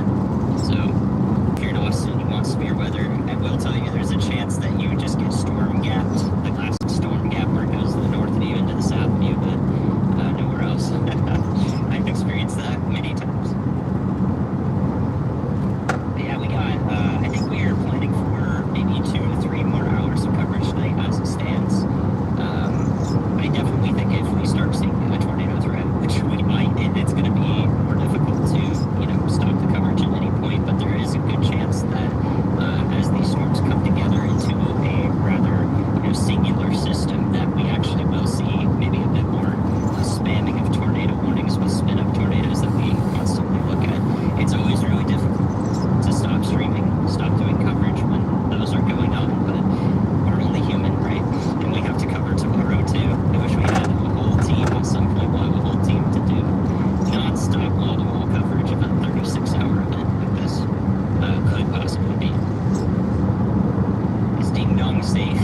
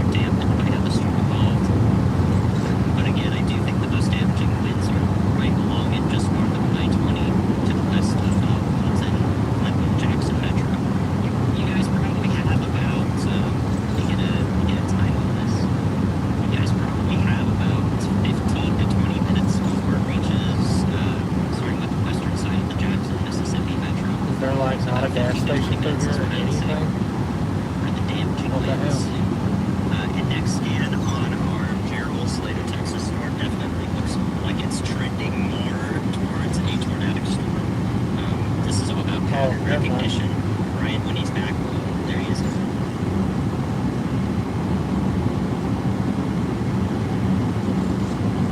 Ryan, we'll zoom in on the velocity scan of our Salado and Gerald, Texas storm now. And show, hopefully now, and show you guys what I'm talking about. Yes, you can see it start to hook out a little bit. There has been a rather consistent hooking feature on this, but I think this is the real one, the real deal, at least the best chance that this storm has had to produce a tornado. And it will do so right as it approaches Holland in Texas. So if this does produce a tornado, it's not Tornado 1 right now because we're just watching it come together. You'll watch out ahead of time towards Holland, Texas, and even down towards Buckles, Rogers, and Davia. Again, this is all preceded by a rear flank downdraft surge, and I'm watching that very tight pocket of accelerated winds come together right at where that hook of the storm is. So when those connect, there is a good chance that we could see a tornado warning from this. So be ready ahead of time. Okay, thank you so much, meteorologist Andy Hill, for just watching over all these storms and explaining everything to us as the things are starting to look a little bit more organized on our storm coming into Holland, Texas. I hope you guys are ready for a loud storm, with or without a tornado. 2.5-inch hail and 70 mile winds is going to be one heck of a storm for Little River, Academy, Rogers, and of course Holland. And it does look like that velocity is looking a little bit more impressive. You can see the rear flank, the downdraft here on the backside of the storm really starting to surge out, and that's what we're concerned about here, associated, because it is associated with our hook echo. This could lead to some serious rotation and maybe even a tornado there. Let's look at all of our other storms, okay? The big one, the one that was producing 4-inch hail, softball size hail, is no longer doing so. Looks like we're down to... We're watching a storm just to our west. We're going to see if it can do anything here in the next little bit. Oh, there's a mezzo starting on it. So I think that we're going to see some larger hail probably start to pop back up as the storm moves over to...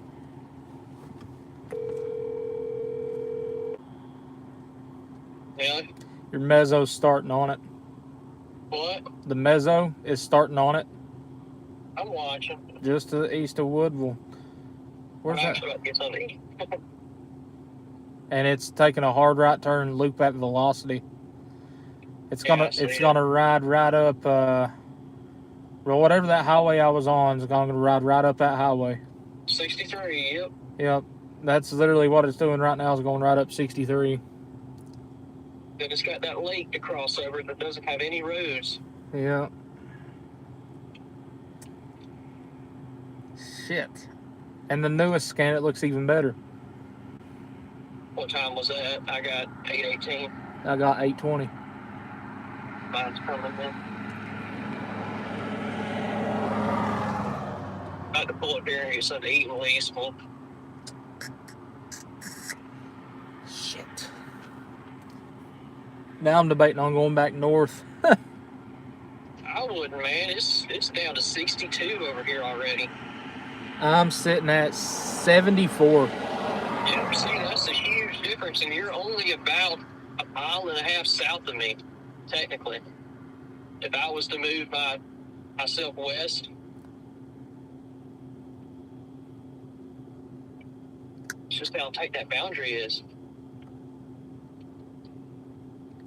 I'm going to tell you the lightning on this is crazy right now.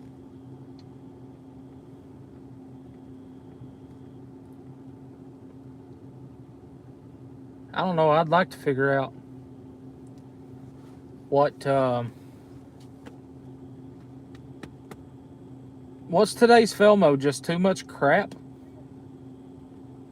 Yeah, and then you got this warm front that's being pushed south. Down. That's really cutting this stuff off. But you also don't have strong cyclogenesis in Texas either. So you don't have a huge low-level response.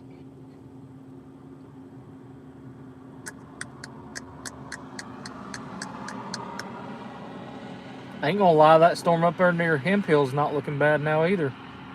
Where's that at? One just west of you.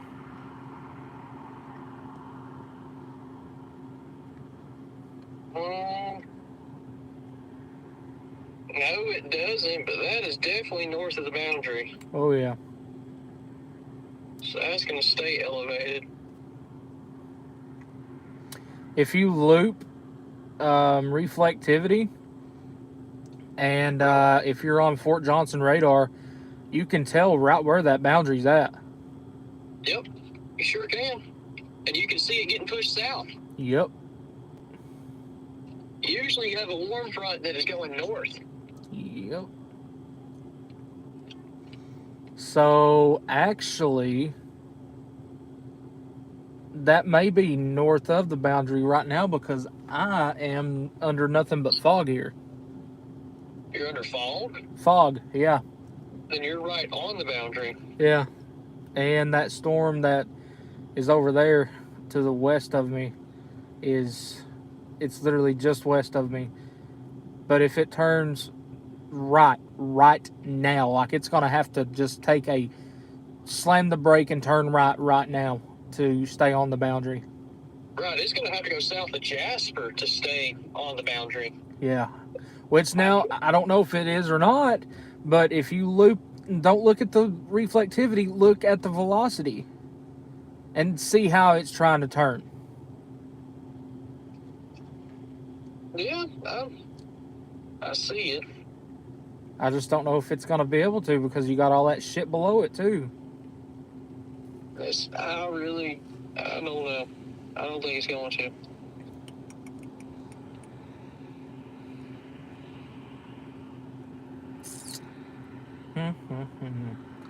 Hell, it'd probably be quicker for me to go down to get on I-10 and go over to Macomb. Yeah, probably so. I'm just going to Alexandria. That's probably what I should do because I know I'll end up driving back west tomorrow, so. Well, if you look at the HER, it has that MCS plowing through Alexandria at 7 a.m., so we've got to stay ahead of that. You get behind that thing. Yep. Scream. Shit, man. Today's made my head hurt. Dude, all these setups lately have made my head hurt. Why has every 10 hatch been like a bust? Hey, look here. Another tornado warning for Jackson. Let's see. Oh, I believe it. Look at that hook. God damn. That notch on the front edge. The fucking target all along. Right into Jackson, too. Yep. The target all along was fucking Mississippi. Son of a bitch. The next 10 hatch, I'm just staying home. The next 10 hatch, I'm sitting in downtown fucking Jackson. That was going to verify if I do that. Because the last time there was a 10 hatch, I was in Jackson, Mississippi. And that one spun up. Oh my God. It spun up right exactly where this one is. Because it went right up through Clinton. Yeah. That's like a little hot spot right there. My God. Oh, they're confident that it's going to do something too. That warning goes out for an hour and 5 minutes. They put an hour, 5 minute long tornado warning on a QLCS spin up? Yep. I mean, that's a pretty healthy looking notch, I ain't gonna lie. Yeah. But an hour long tornado warning for it?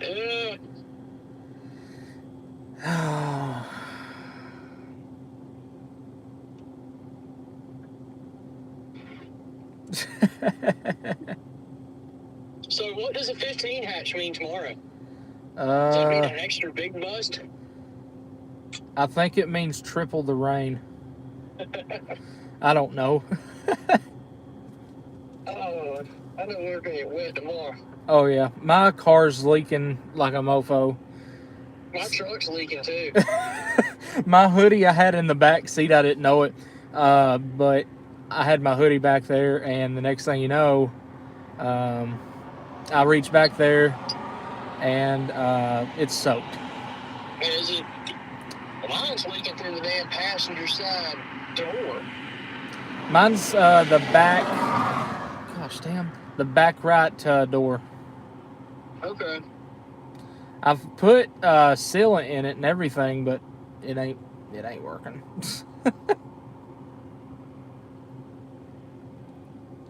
Yeah, this storm, it just completely choked itself off, I believe. Sure did. Just headed back east. That's exactly what I'm about to do, unless this little storm down here. Let me switch over to Houston. Oh yes, this is all shit. Yep.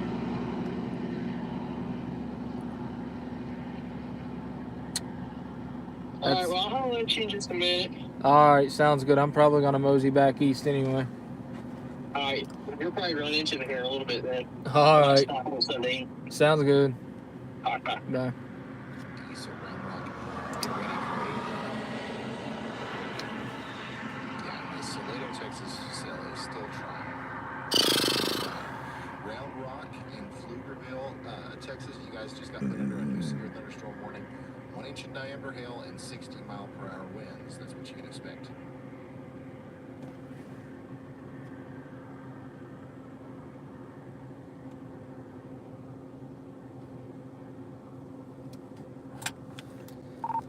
Hey, all jokes aside, do you really think this one's going to try to do something? Because you look at the reflectivity, that warm front, the boundary is, it's not surging south, but it's slowly moving south. It's going to have to like take a hard right turn like right about now if it is going to do something.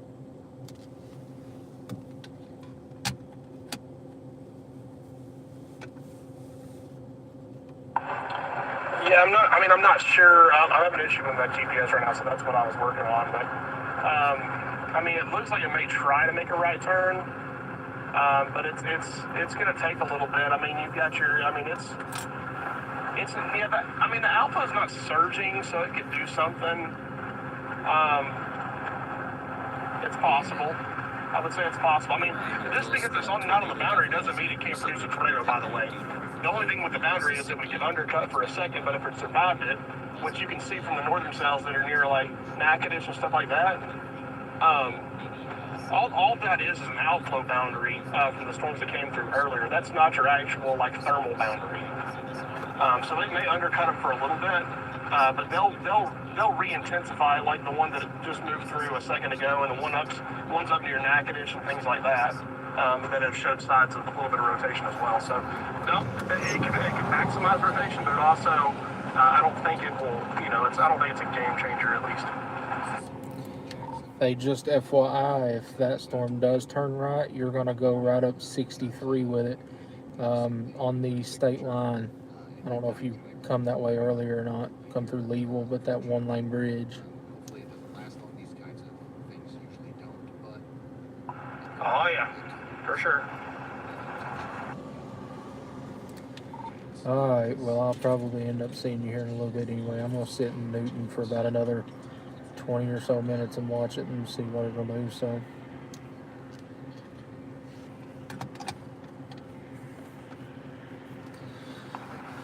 Copy that. I'm southwest of Jasper right now. I'm just watching it, and I'll head back at some point. What do you say? Copy that. I'm southwest of Jasper right now. I'm just watching it, and then I'll head back at some point. Felt that. But hey, do you know the original target all along? It was Jackson, Mississippi. Tornado on the ground, heading right for Jackson.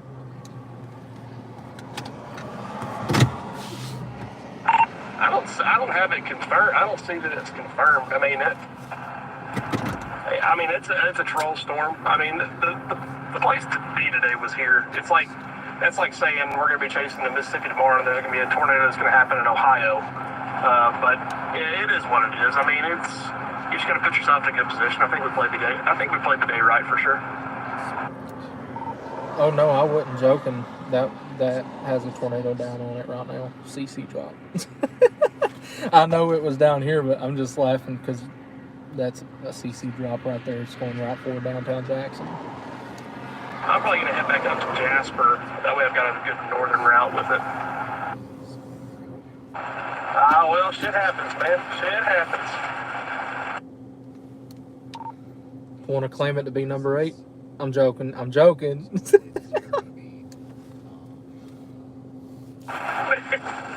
Everybody's jumping on you about that. I would change that. That's hilarious, though. Thinking you could sneak that past us. I don't even think there's been 7 tornadoes all year. I'm kidding, obviously, but yeah. It was earlier in the year when that big outbreak happened down around Panama City. Because one just kept crossing in front of me, and then another one would cross in front of me, then another one would cross in front of me.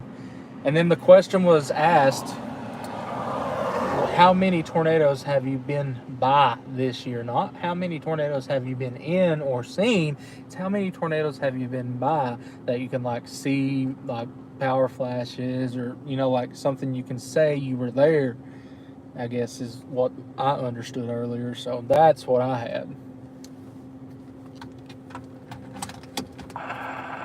Yeah, that makes a little bit more sense because I've been by a lot of them, but I've only seen 2. So, yeah, that makes much more sense though. I don't remember what it said, so I don't know. Which I am on hour 38 of no sleep, so it's probably messing with me too.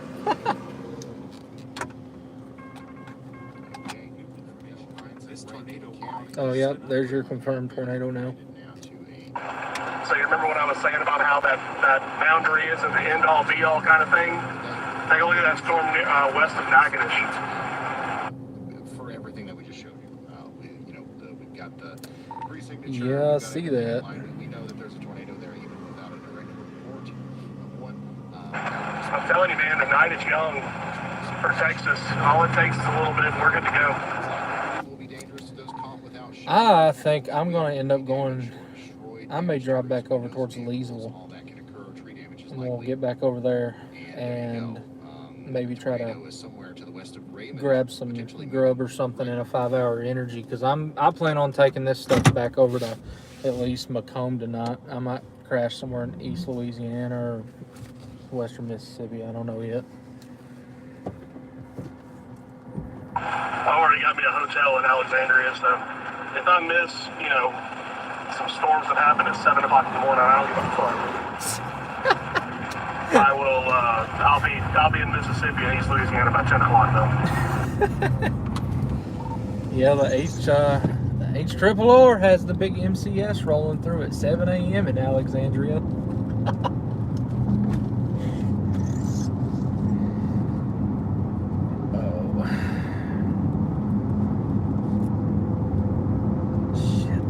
We're just getting started for tonight. Yeah, we'll probably get these storms probably about another hour and a half or so, and then probably start making my way east. Yeah, I'm probably just going to get back east, get across the state line, get across that one-lane bridge, and then if something happens, I'll just cross back over. Here comes your tornado west of Jasper, by the way. Yeah, that's probably going to happen as soon as I take this right turn. Oh, I see that now.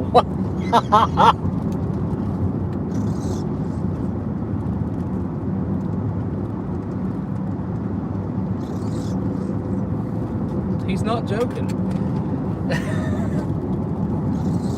He's not joking at all.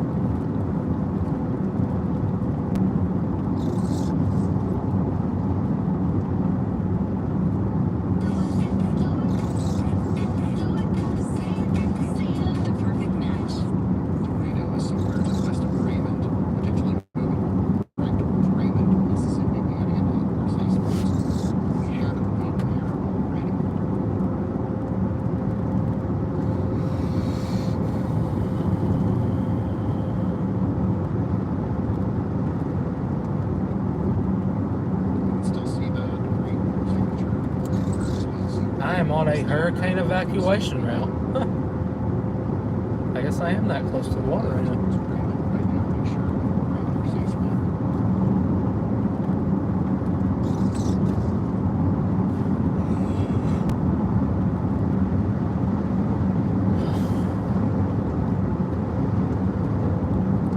Brad was not kidding. That storm west of Jasper's about to do it.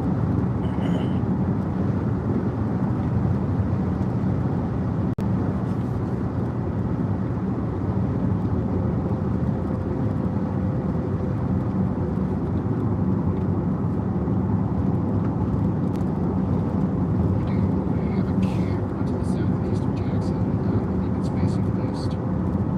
It's not loaded right now. We'll get it up here in a second. Yeah, Jackson is up west of the unfortunately. That's what I was saying about it's unfortunate. And, Jackson, Mississippi, are having to experience this tonight because we're going to. All right, stand by, folks. I got to make a phone call.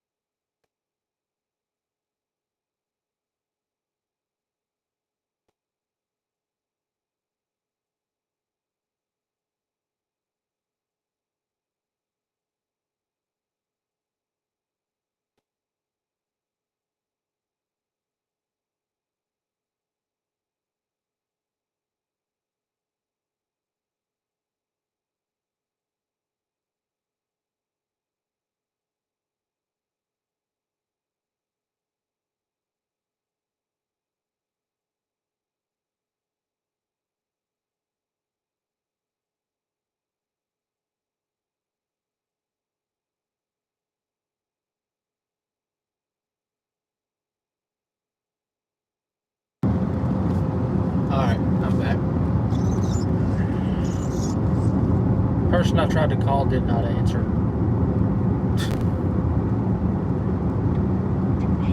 Texas is really interesting right now. Lots of wind in there. Still trying to rotate. Big hail, still a problem. 2.5 inches. Just shy of baseball size. Right now, moving towards Rogers.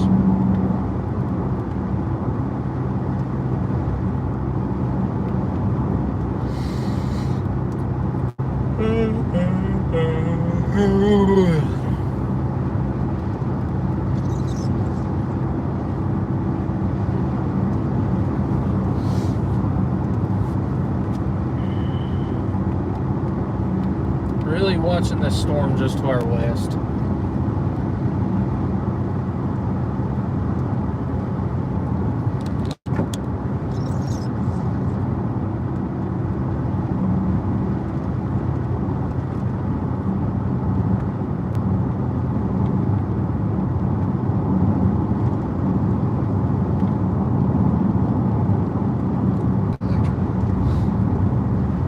Keep losing service. Going back the way we just came, so should keep decent service once we get on up here. For a minute anyway.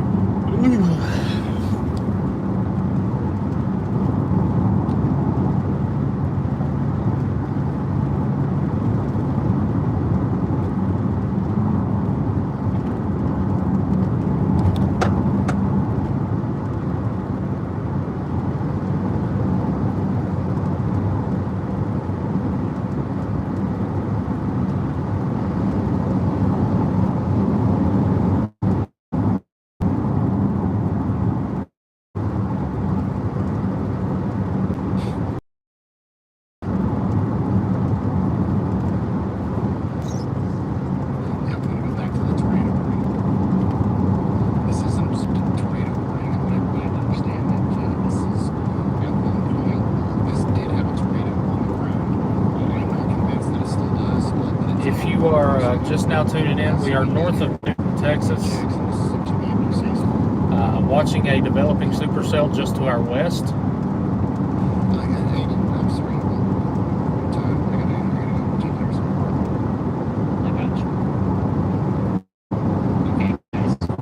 Brian's taking a look at the chaser feeds. PC with the chaser feeds is struggling at the moment, so it's running real hot.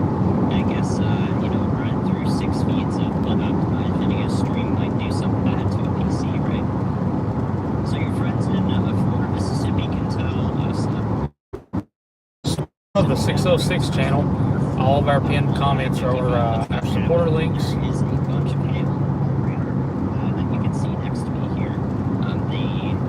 Helps us out with gas, food, and potentially even hotel expenses. Just wind-driven hail in this line.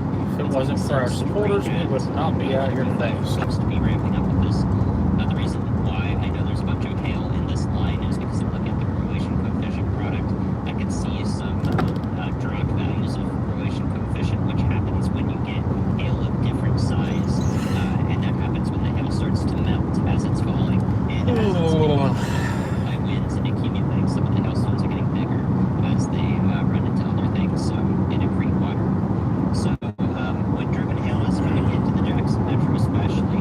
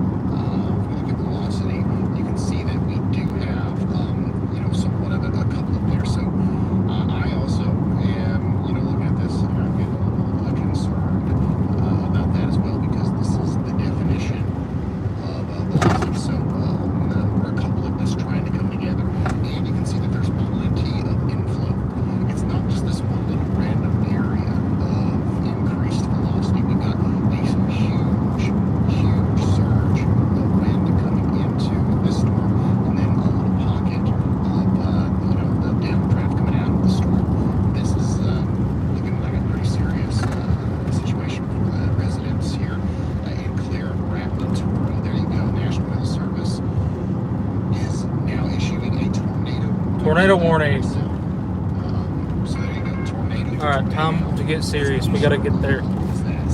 We're heading back. We're heading towards Hornbeck. You guys got to get to shelter right now.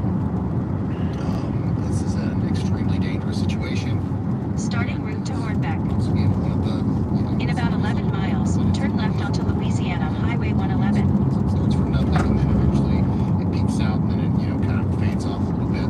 This is now one of the more concerning voting signatures that we've seen tonight. As the convergence that mail to the winds on both sides is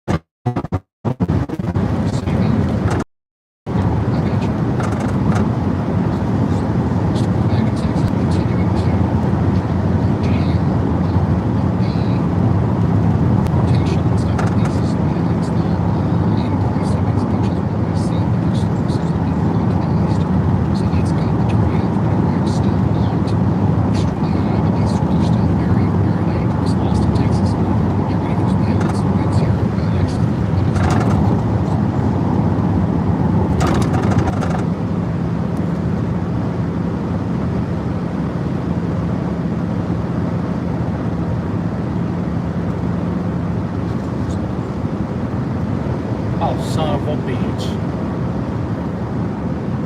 I forgot about this fucking bridge. obviously observing reflectivity now.